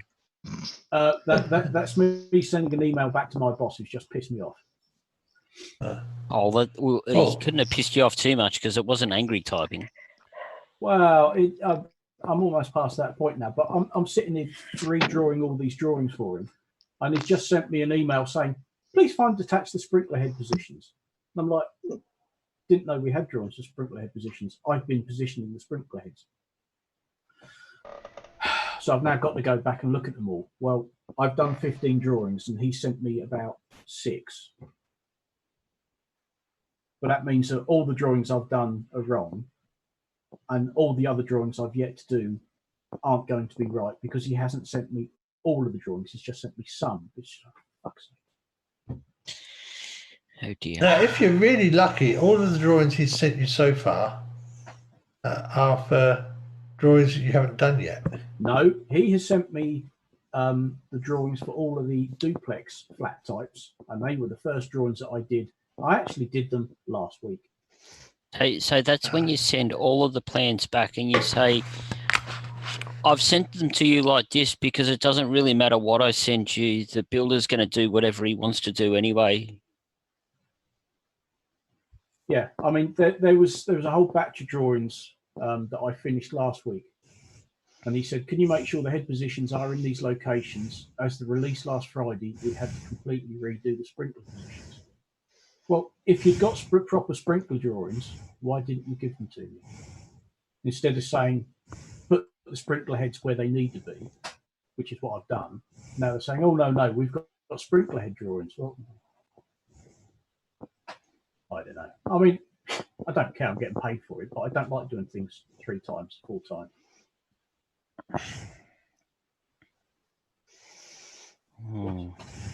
Never mind.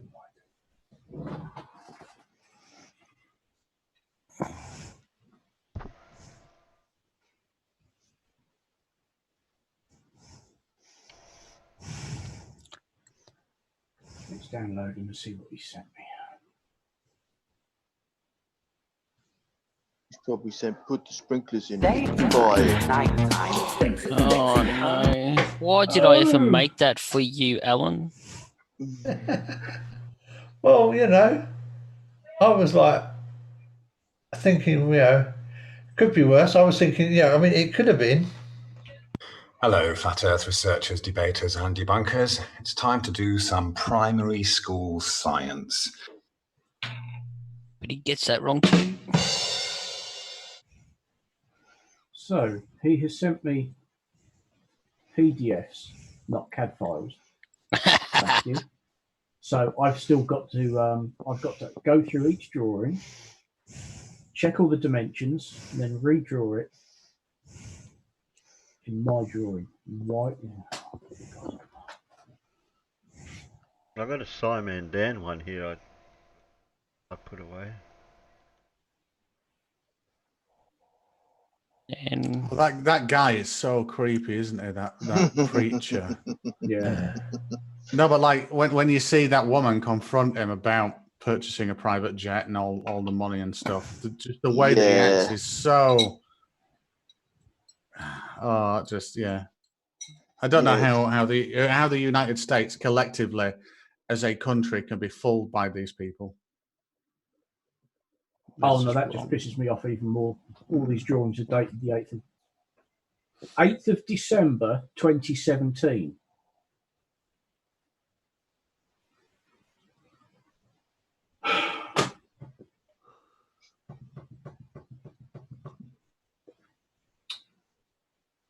You're getting paid for it. It's good enough. You see with this one, right? This is Travis's methodology, but he forgot he's supposed to be looking for UFOs. He just quick grab the worst camera we have. Yeah, about that, can I just say, oh, bugger. Yeah,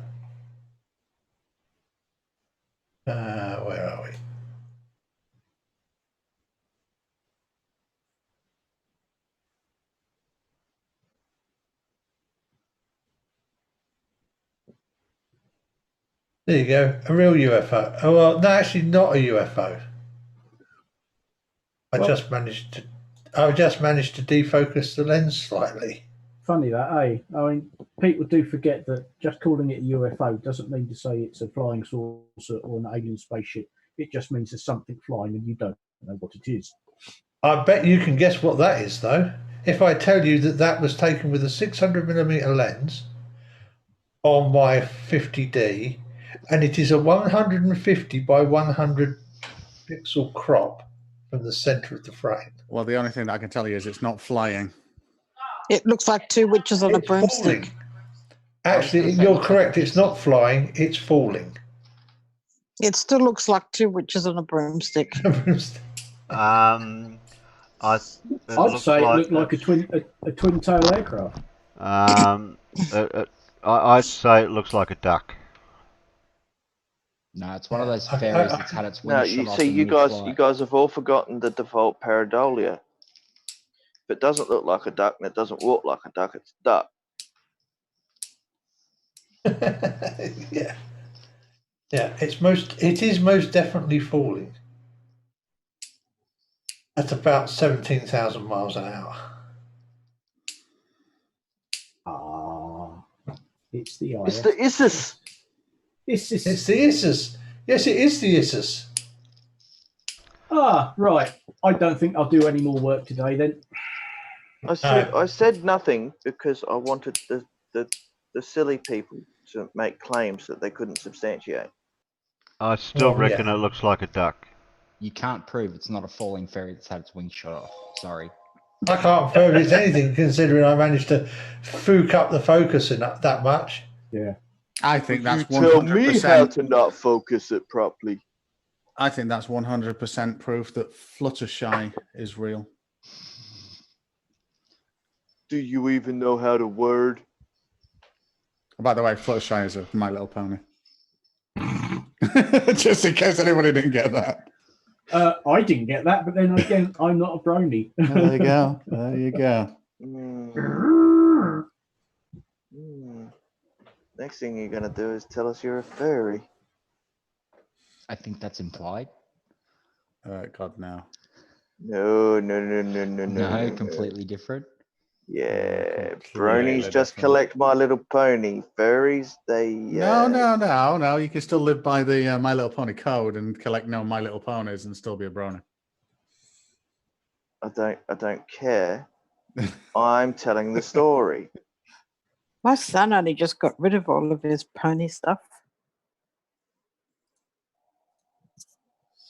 He had lunch boxes and money boxes. And how old's your son now? About 30, 40? You see, it's completely acceptable this day and age. Yeah, 30 something, I think. Yeah, it's perfectly acceptable for him to start collecting Cabbage Patch dolls too.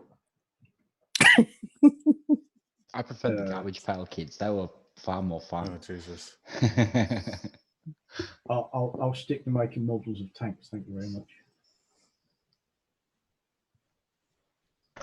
Well, Simon Dan apparently found someone that thinks Eric DeBay.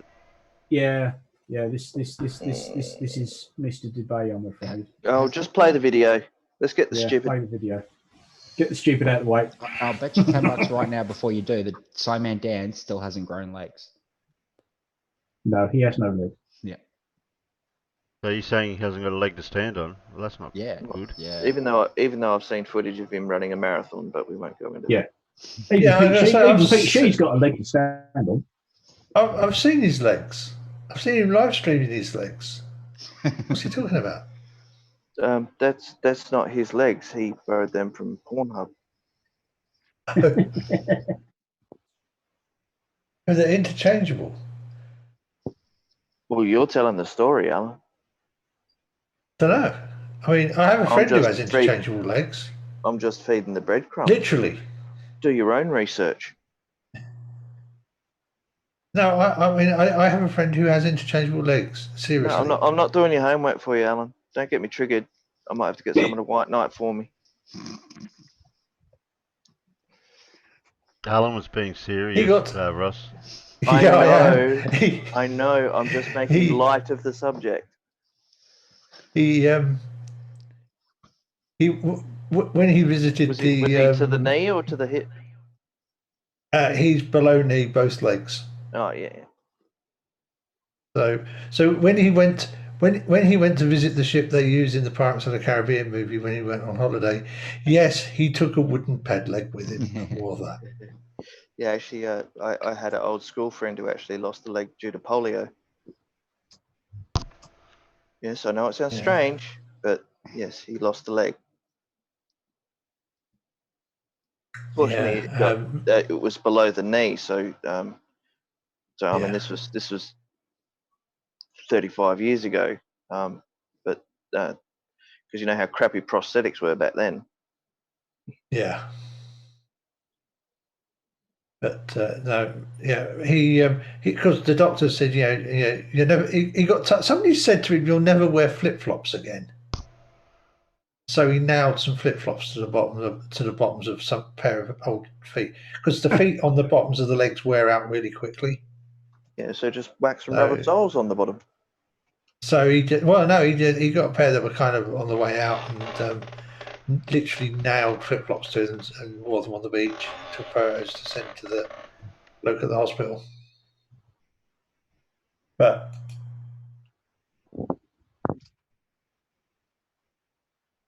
oh dear. Yeah, he's a pretty good bloke. Walks better than I do sometimes.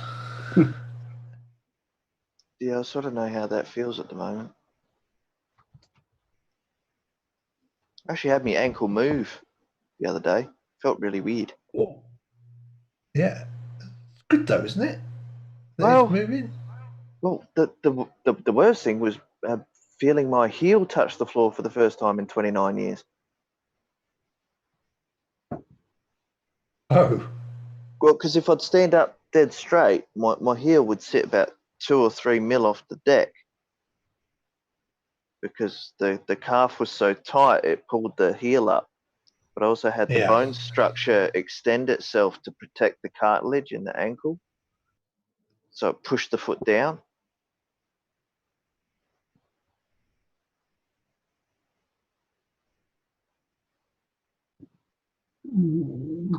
That must be. Yeah. Anyway, I think Terry wants to push the play button again, doesn't he? Yes, I'm waiting to. You would normally see pushing the flat Earth with his 200 proofs that the Earth is not a spinning ball. However, he has decided to declare his cards on evolution and dinosaurs. And guess what? He thinks they're both a hoax. Well, since he's had many lessons on flat Earth on this channel, perhaps it's time he got the Simon Dan treatment regarding dinosaurs too. Here we go again.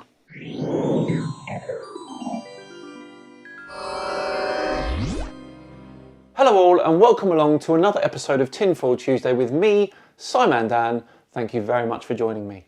Before we begin today, I just want to say a huge thank you to all of you. This week the channel passed 250,000 subscribers and I am truly humbled. To mark the occasion, I'll be making a Q&A video. Keep your eye out on the community page of the channel because I'll be posting there soon a means to submit a question. Thank you very much, and here's to 500,000. Right, back to today's video, and yes, Eric DeBay has decided to venture into conspiracy pastures new with this video, Evolution and Dinosaurs Debunked. Confidence supreme, but does he have any evidence for this debunking? Today we're going to concentrate on the dinosaur part of his video and show him the error of his ways.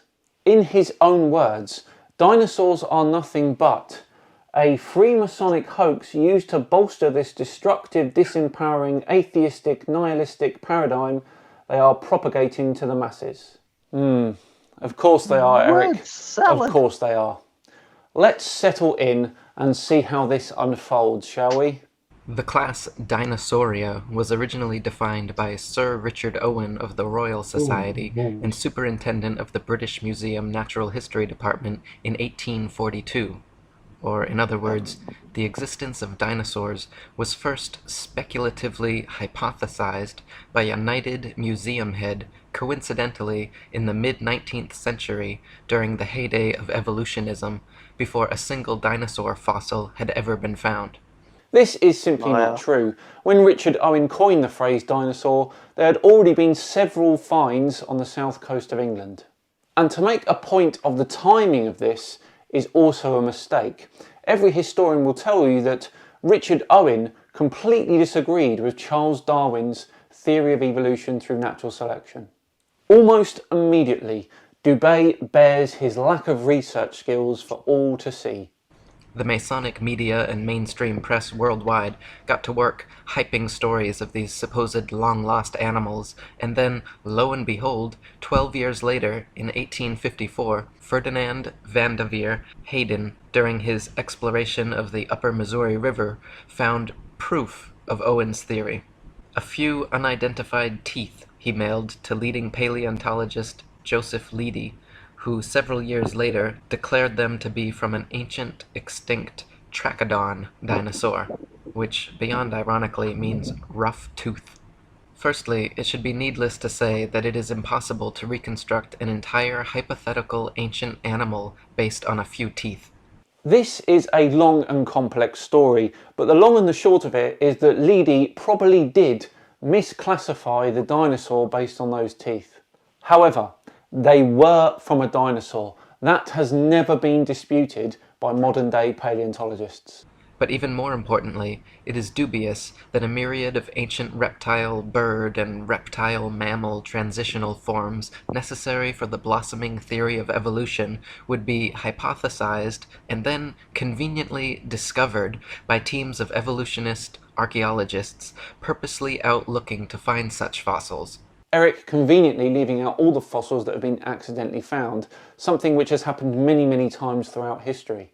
And it is even more dubious that such fossils have supposedly existed for millions of years, but were never found by or known to any civilization in the history of humanity until evolutionism's Masonic Renaissance in the mid-19th century. Because of the age of dinosaur fossils, we normally have to go pretty deep before finding them. Either that, or an enormous amount of weathering has to happen. There is no surprise that as the population grew and we moved out into the countryside making bigger and more elaborate buildings, then there would be more of these sorts of fossil discoveries. David Wozni wrote, "Why are there no discoveries by Native Americans in all the years previous when they roamed the American continents? There is no belief of dinosaurs in the Native American religion or tradition?" Again, not true. There are certainly records of Native Americans interacting with dinosaur fossils, although it is almost abundantly clear that they did not know what they were interacting with. For that matter, why were there no discoveries prior to the 19th century in any part of the world? According to the World Book Encyclopedia, before the 1800s, no one ever knew that dinosaurs existed. During the late 1800s and early 1900s, large deposits of dinosaur remains were discovered. Why has man suddenly made all these discoveries?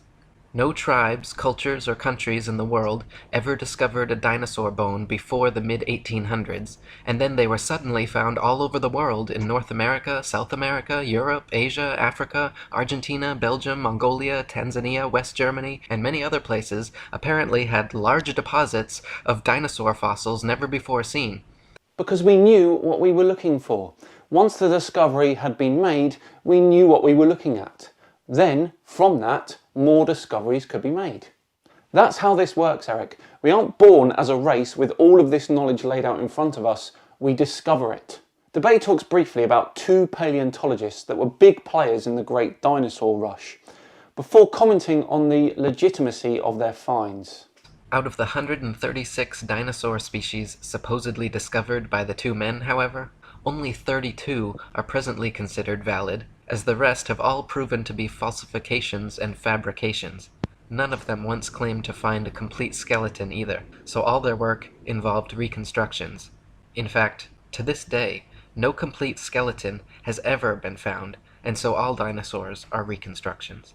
It would be incredibly difficult to find dinosaur remains that were 100% complete. However, Sue, which was discovered in 1990, is over 90% complete. Now, if I gave you a sandwich, Eric, and it was 90% complete, then you would still acknowledge that as a sandwich, wouldn't you? And you'd probably still eat it. David Wozni wrote, "Discoveries and excavations seem not to be made by disinterested people such as farmers, ranchers, hikers, outdoor recreationists, building construction industry basement excavators, pipeline trench diggers, and mining industry personnel, but rather by people with a vested interest such as paleontologists, scientists, university professors, and museum organization personnel who were intentionally looking for dinosaur bones or who have studied dinosaurs previously. Finds are often made during special dinosaur bone hunting trips and expeditions by these people to faraway regions already inhabited and explored. This seems highly implausible." The following clip is from the very first Tinfoil Tuesday I ever did. This is a nodosaur. Guess what? It was stumbled upon by some miners in Canada in 2011. Tim Bryce, a 4-year-old, found a 100 million year old dinosaur bone when he was digging out with his dad. Need I go on? Just saying. Eric moves on to talk about the fossils displayed in museums. In fact, the huge dinosaur bone displays found in museums across the world are admittedly carefully prepared fakes. No independent researcher has ever examined a real dinosaur. They claim all the actual fossils are kept in high security storage, but only a select few paleontologists are ever allowed to examine them, so the ability to ascertain their authenticity is kept from the general public. There is some truth to this, but it's common knowledge that a lot of the fossils that are displayed are casts of the originals. That doesn't mean that the original fossils aren't there. To preserve them, this is normally the best course of action. I don't know about you, but this is incredibly hard work today. Eric drones on for a further 20 minutes, making bad argument after bad argument and reciting more poor literary citations. I really want to look at dinosaur debunking again one day, but it won't be with Mr. Eric DeBay. His technique is much the same as his Flat Earth one continuous monologue with some pretty pictures in the background. I don't know about you, but to me, that's not very convincing. Well, that wraps up another episode of Tinfoil Tuesday for this week. Thank you very much for joining me. If you did enjoy it, then please do like and subscribe. It would be thoroughly appreciated. I've been Simon Dan. Have yourselves a great day, and I'll see you all tomorrow for a new comments video. See you then.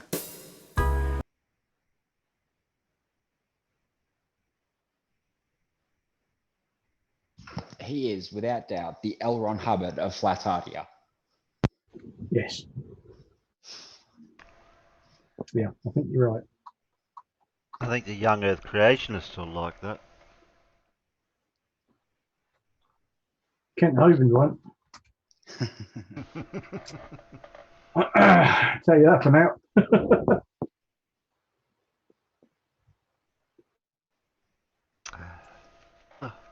Yeah, that guy. I just want to give up and cry, or possibly drink.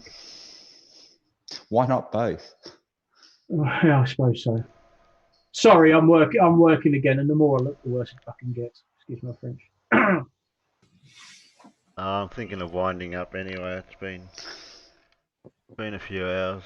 Yeah, 1 or 2. Yeah, you guys have been going a while, haven't you? Kept getting triggered, so yeah. Oh, yeah, 6 hours. I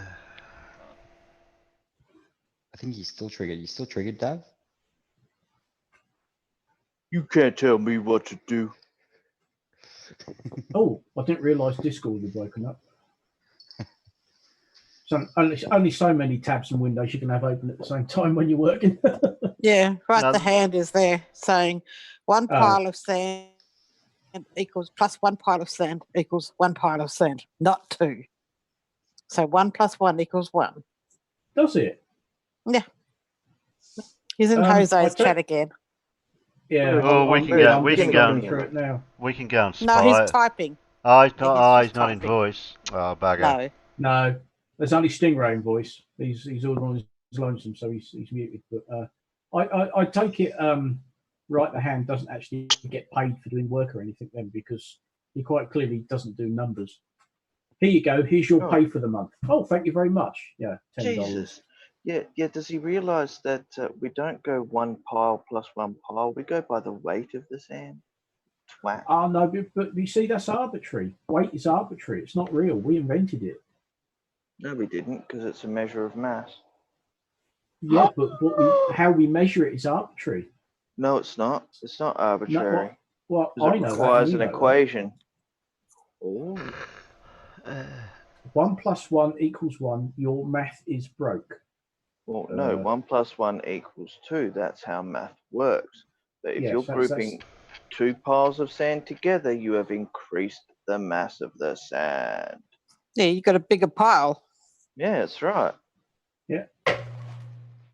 You don't have one pile the same size as the two separate piles that you have. You've got one pile that Just scrolling includes. back a bit, he said, "Oh, okay. Well, if you think one apple will be two apples if the apple is bigger, you just don't understand math, I guess. You're just stupid, dude. Face it." Mr. Sensible, we're just about to wind up.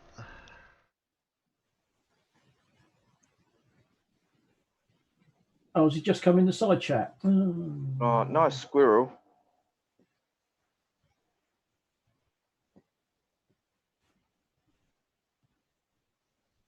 Yeah, we're just winding up. You're a bit late. You're late to the party. Yeah.